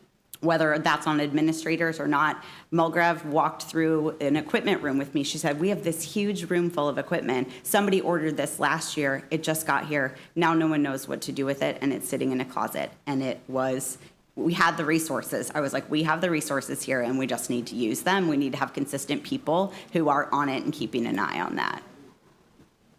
But so overall, real quickly, if each of you could quickly weigh in on what are we seeing in terms of void of services here locally? We see a lot of our population that have been shifted as a result of seeking medical care elsewhere, stateside. What is it that we're not doing here, services that we're not providing here that forces individuals to relocate to stateside models? Can you speak, each of you just quickly just touch on those areas of void? Dr. Jody Miller, Coral Reef Academy Director. I think the whole panel this morning spoke to this. There aren't those services available to students. That's why there's the backlog of kids needing referrals and reevaluations. I know Orange Tree is supporting some of those services, but in my personal experience in meeting with families on island, they are looking to move stateside because there's not services that they feel comfortable with. They don't feel comfortable sending their profoundly disabled student to a public school. And so they are looking at a private school, and we are the only private school on island that supports students with disabilities, or moving stateside. Those services just aren't there consistently. I would agree. I don't speak to families. We speak to mostly our contracted staff, which, by the way, do have families here on the island. And they're here. The cost of living is high. The transition here is expensive. So they love it here. We saw the dream of living in an island and being able to provide services to children. Thankfully, in 2023, when we started in January, we've had a very good retention rate. Since the time that we started, we've had very few people relocate. The ones that have relocated have been for outside factors, not anything that the school district did. It was personal. So we're trying to recruit and retain as many as possible, but there is a growing population of need with children. Julie Summer, Clinic Director, JS Therapies. I think from a pediatric therapy standpoint, we are stronger than we have ever been. Medically, the medically fragile kids, that's where we're lacking. And as you all are very well aware of the issues at the hospital, if we're struggling to provide consistent basic medical care, we're not going to be able to do the specialized things that these intensely medically fragile kids need. As far as the autistic kids and the private therapy services, we have actually had a couple of families move off island saying they wanted to have more, got to the States, had a wait list 3, 4, 5 months long and said, JS Therapies, can we come back and we'll get services here. So they were getting more things here, and with Coral Reef as well. Could I make one more? Thank you for your response. Real quickly, Mr. Chairman, I have 2 follow-up questions. I know you might be under a time constraint, but can you allow for 2 additional? Yes, go ahead. All right. So my first question is in respect to, we moved legislation sometime back, Act 8139.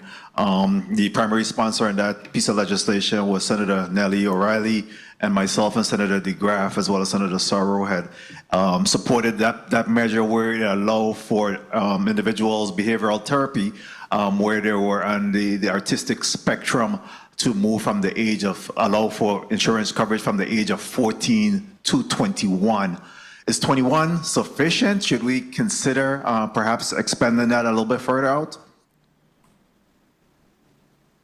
Jody Miller, Director of Coral Reef Academy, absolutely. I think if a person has a lifelong disability, then they need lifelong services. Anyone else care to take a stab at that? Julie Summer, Clinic Director, JS Therapies, absolutely, absolutely. And there's tremendous potential when I'm recruiting therapists to come down here. Some of the programs that we've developed have come directly from the passion projects of those therapists. So I wasn't identifying a need for lactation support. I had a therapist who loved lactation support, shares it out, and we have all these families that are coming to us for that. So the potential, if we found therapists who are interested in doing that, like transition to adulthood, or, I mean, there's just unlimited potential for us to do that. So if we had the funding to do it, absolutely. Okay, and my final, go ahead, Ms. Smith. I was going to say Marley Smith, Orange Tree Staffing. I'm not a medical professional. I am a staffing and recruitment professional. So I would agree with them. What we see is it doesn't end after 12th grade. If they still need services, they will forever need services, and we're here to support it.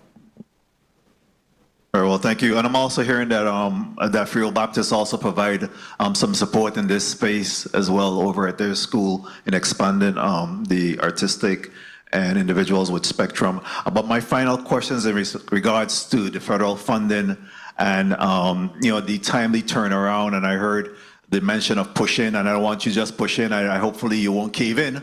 But some areas I'm hearing that individuals are owed at $1 million. I know I had worked with JS some time back to try to recoup some of their costs. But what could be done again to alleviate that untimely payment to ensure that services continue? If you could just talk about how as a government and how as a legislative body we could work towards kind of short-circuiting that untimely payment so that we could continue to ensure that our students are receiving services in a timely fashion. I'll appreciate that. If you could allow that in the chair's time, I'll appreciate it. Thank you very much, Mr. Chair, for the time. Thank you, Senator Francis. Clinic. Go ahead. Julie Summer, Clinic Director, JS Therapies. I think, as I said, immediately removing some of the barriers to access to care for kids, which is that whole referral process and the claims portal. The long-term solution, I think, would be to make sure that you have a portal for submitting claims and for doing payouts that works with electronic payers, which is a big job. But right now, there seems to be a disconnect between the MAP office and the Department of Finance, and there's no way for them to be communicating effectively in order to make that happen. Because what we're seeing is not necessarily a problem with MAP. We see their portal, it's paid, wait, pay, and then there's some hiccup or delay that we don't know about that's in between them and Department of Finance. Department of Finance might issue a check. We know it's sitting there. So we'll keep providing services because we know we're going to get it eventually, and there's some block there where we can't ever tell who we need to talk to. So I think even just having a list of here's who you call when you don't know what is happening here, and have that person have the answer. Thank you. Jody Miller, Director of Coral Reef Academy. So I took a deep dive into our finances and looked back from the beginning of the creation of the school. And we were getting on-time payments for the tuition of the students up until 2022. And then in 2022, I'm not sure what happened. But consistently after 2022, we are 3 or 4 months behind in payments. Unlike these guys, we are a very small school with an under $1 million total budget. So when we are left with not a month of payment or 2 months of payment, we are struggling significantly to make payroll. But we can't close, and we would never do that. And so I'm sort of left to just continue to ask, where are we with the payment? Are we going to get it? Are we going to get it? So I'm continually sending emails and asking where in the process are we going to receive those payments.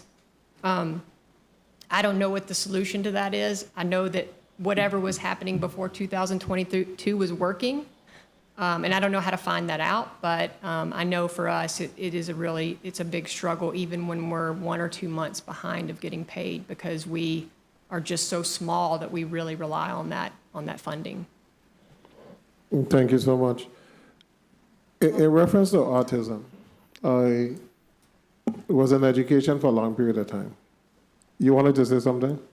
Yes, Marley Smith, Orange Tree Staffing. In terms of payment, communication between the Department of Finance and the Department of Education, and communication back to us as a staffing service would be great. We reach out continuously. We send invoices with no response.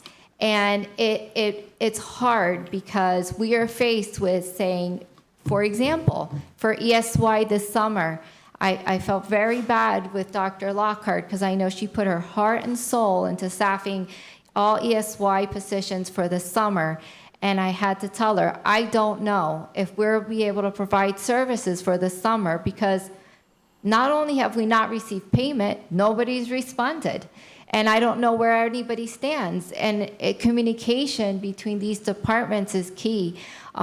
We want to do this. I'm committed to doing this. Obviously, I'm the owner, founder of Orange Tree Staffing. We carry the weight of that on our shoulders. I don't want people not to have jobs. I don't want students not to receive critical services over the summer. But in the same focus, we need some assurance that payment is going to be made. Having purchase orders that are federally funded would be ideal. Having purchase orders that are federally funded now for the upcoming school year in the fall would be even better. It is a common practice across school districts that we work with across the United States. We're already confirming contractors in these very highly needed work codes that they have zero unemployment. So if we start confirming our speech, our school psychs, our OT-PTs all now, for the fall, they can logistically plan and you guys can retain the talent for the students and they could be providing services. But without knowing if we're gonna get paid or not, with having this huge accounts receivable note, and it was 1.4, and I thank you because once we yelled at the mountaintops that we need services. We did receive some movement, but yet our oldest invoice wasn't paid. And we're not sure, it's kind of piecemealed. I'm not part of the government, so I don't know all the intricacies of how you guys do this, but having these assurances will make an impact. It will make you more competitive. It will be able to retain this top talent. And it will provide assurance to the contractors that they want to stay here, they want to stay through the fall and for many years to come. So you're asking what assurance, any assurance that you guys can give by action and communication in terms of payment is going to go a long way in terms of being able to not only fill the positions, retain the contractors, and deliver great services. I heard all the backlog of school psychologists that we have for school psychology evaluations. We can recruit more of them, but we need to feel confident that we're going to be paid in order to place more school psychologists here. And we can help you with that, but we need your collaboration in order to meet that goal. In the other districts you spoke about, other states, you're paid with local or federal funds? What's the mix? Typically, it's the IDEA funded. Okay, and none of your services now are being paid by IDEA? From the Virgin Islands? Yes. At the beginning, I believe they were, but they've been exhausted, so now it's transitioned. We were doing really good up until December, and then January, our oldest invoice, I believe, is from December, from services in December. Okay, thank you so much. Autistic students. In the Virgin Islands, both of us were in the education system at one point. I started back in 1987. We didn't have a lot of autistic students. Recently, I've just seen like an explosion, and I'm like trying to figure out what happened. So I've been really trying to come up or look at various reasons as to why we have so many individuals, a lot of autistic, nonverbal individuals that we now have. Have you, since you're in the field, what is the research saying as to such an exponential increase in the numbers? Is it just better evaluation, or what is it? Jody Miller, Director of Core Relief Academy. Yes, those people with autism have always existed, but we have better diagnoses now. We know the characteristics. We know so much more than we did 10 years ago, 20 years ago. So there's just better diagnosis happening at this point. Right now, it's 1 in 33, so it's a significant number. 1 in 33 versus what it was, 1 in 1,000? Was it one? Well, for a long time it was 1 in 36. I remember when it was 1 in 50. I remember when it was 1 in 100. I don't remember beyond that though. Okay. Are you trying to specialize in taking care of the needs of autistic students educationally? Yes. So that's your goal, like to have a school for autistic children? I have it. I know you have it, but I mean, That's the goal. to expand. My goal is to expand. Yeah, I mean, we have, like I said, we only have 5 students on St. Thomas right now, and those are all privately funded students. But I've interviewed, I can't even tell you the number of families. But when it comes to the tuition piece, it's painful because. But I know in St. Croix, because I've spoken to some parents that have made requests to go to Coral Reef, and they have come to Coral Reef through the government. Mm-hmm. So what is the difference in St. Thomas? We have the contract with St. Croix, and we do not have a contract with St. Thomas. Oh, so you don't have a contract with St. Thomas Correct. Correct. And I was in discussions with Dr. Hastings and did not know that he had left. And now there is a new special ed director who we're going to connect. So I'm hopeful that we will be able to support students here as well. Okay, so you're trying to get the relationship going? Yes. Colleagues, any other questions? Any burning? You have one, Senator Lewis?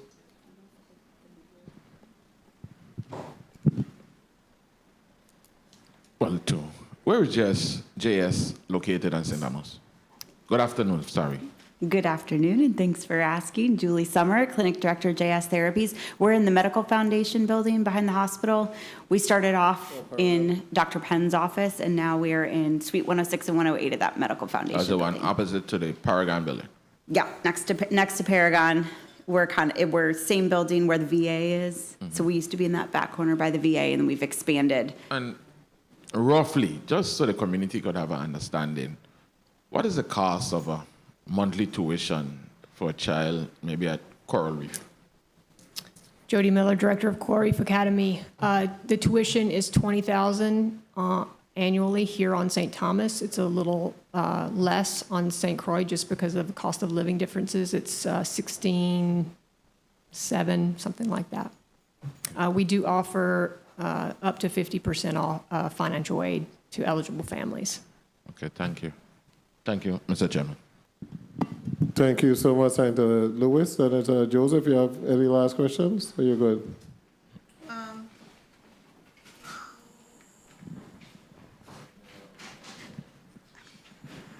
Yes, I'm sorry, the cord was getting a bit tied up underneath there. I wanted to ask you, Ms. Smith, what would be your ask for us as, and this is the same question I'm going to ask all three of you, what would be your ask, one of your top priority asks that we can partner with and leave this session with from the government side to support what we need to do with our constituents who have autism, ADHD, and those type of specialized services? Marley Smith, Orange Tree Staffing. I wrote of them here. The ask would be, one of the major ones would be incorporate SLPAs into an amendment or exhibit of our current contract to expand into that work code.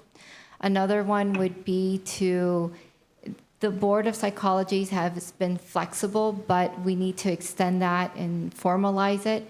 Being able to do educational diagnosticians, that would open more school psychologists and be able to provide services. And then the main ask, so we can confidently recruit and continue to staff great special education professionals, is the Department of Education and the Department of Finance speak and be able to give us funded purchase orders and pay timely so we can confidently staff for ESY and staff into the school year without not knowing if we're going to, well, not just hoping that we're going to get paid, but we need to be paid within 45 days would be great. And if we had a funded purchase order, when we start the school year, the school year we started with no purchase order, I knew that would be a problem. So having funded purchase orders ahead of time, and you guys know exactly, what your budget is, would be great. Okay, thank you. Ms. Summers? Julie Summer, Clinic Director, JS Therapies. Number one would be with MAP, so eliminating the barriers right now to access for care for kids. And I've included this in my testimony, allow direct access with referral from any pediatrician, suspend the authorization process, extend the timeline for submitting, just clear all the paperwork barriers that are getting in the way of kids getting services, and use us, trust us. We're a resource here. Tell everyone you know, and talk to your families and friends that have kids with special needs. And we love collaborating here. We love being involved with families in education, and just trust that we will help in any way that we can. So we don't have really an ask for you all. I had explained to Senator Francis when I talked to him, as a business owner, if I don't take MAP, I'm a more profitable business. It's less headache for my staff. It is a stress-free job, but it hurts the Virgin Islands. It is incredibly impactful to our community if we do not serve those families. It is heartbreaking for my staff to have to turn people away. So I say that about MAP, not as a business owner. My business is just fine with government insurance, or with private insurance, and with other funding sources. I don't need any money from you all. It's for the families. Unless, it's for those families. And like you said, the cost that's going to be for the justice system, the special education system, everything down the line, if you start right there. So MAP, please, and just use us. Okay. And finally, Dr. Miller. Dr. Jody Miller, Core Reef Academy Director. Ours would be expanding our contract on St. Croix. We are tasked with supporting students in a way that helps their behavior get under control, and that they return to the district. Since I've been here, I've not returned any students, because in previous years when they returned students, it failed. So the second ask would be for us to be allowed to go into the schools and help develop those classrooms so that we can transition students back to the district. I know right now St. Croix specifically has a waiting list for for Coral Reef, but if we can't send students back when they've made enough progress to return, then that waiting list continues just to be a waiting list. Expanding the contract will help, but also helping develop the classrooms in an appropriate way so that we can transition kids back. That would be, a great thing. And then last thing would be to help us establish the contract on St. Thomas. Okay. Thank you so much, Mr. Chairman. Thank you. Thank you as well. Senator Joseph. So previously, before, you sent students back and then they regress. I think there is the classroom. There needs to be help and development in the classroom with the teachers, and just the implementation of appropriate strategies for kids that are profoundly disabled. I mean, the students that we have are nonverbal, sometimes not toilet trained, are aggressive on occasion. They do well in a very small environment like ours, and we reduce and eliminate those behaviors. But when they return, if those staff are not trained and those environments are not healthy, then the students, those behaviors reemerge. Senator Francis, last question. Thank you very much, Mr. Chair. I wanted to ask those individuals that may be watching this broadcast, and I'm sure that Ledge TV is one of the most popular watched TV station, but I wanted to ask those individuals that may be in denial somewhat, what are some of the triggers that they should be paying attention to, one, and two, how do they access some of the services that you provide? I think there's a wealth of information that came out of today's session, but some of it is the best kept secret. the public is very much unaware of some of the services that's provided in this community. And, I wanted you to weigh in on how do you market this and how do you allow for individuals, you talk about early intervention, how do you encourage those individuals that may be on the fence as whether or not they should seek some assistance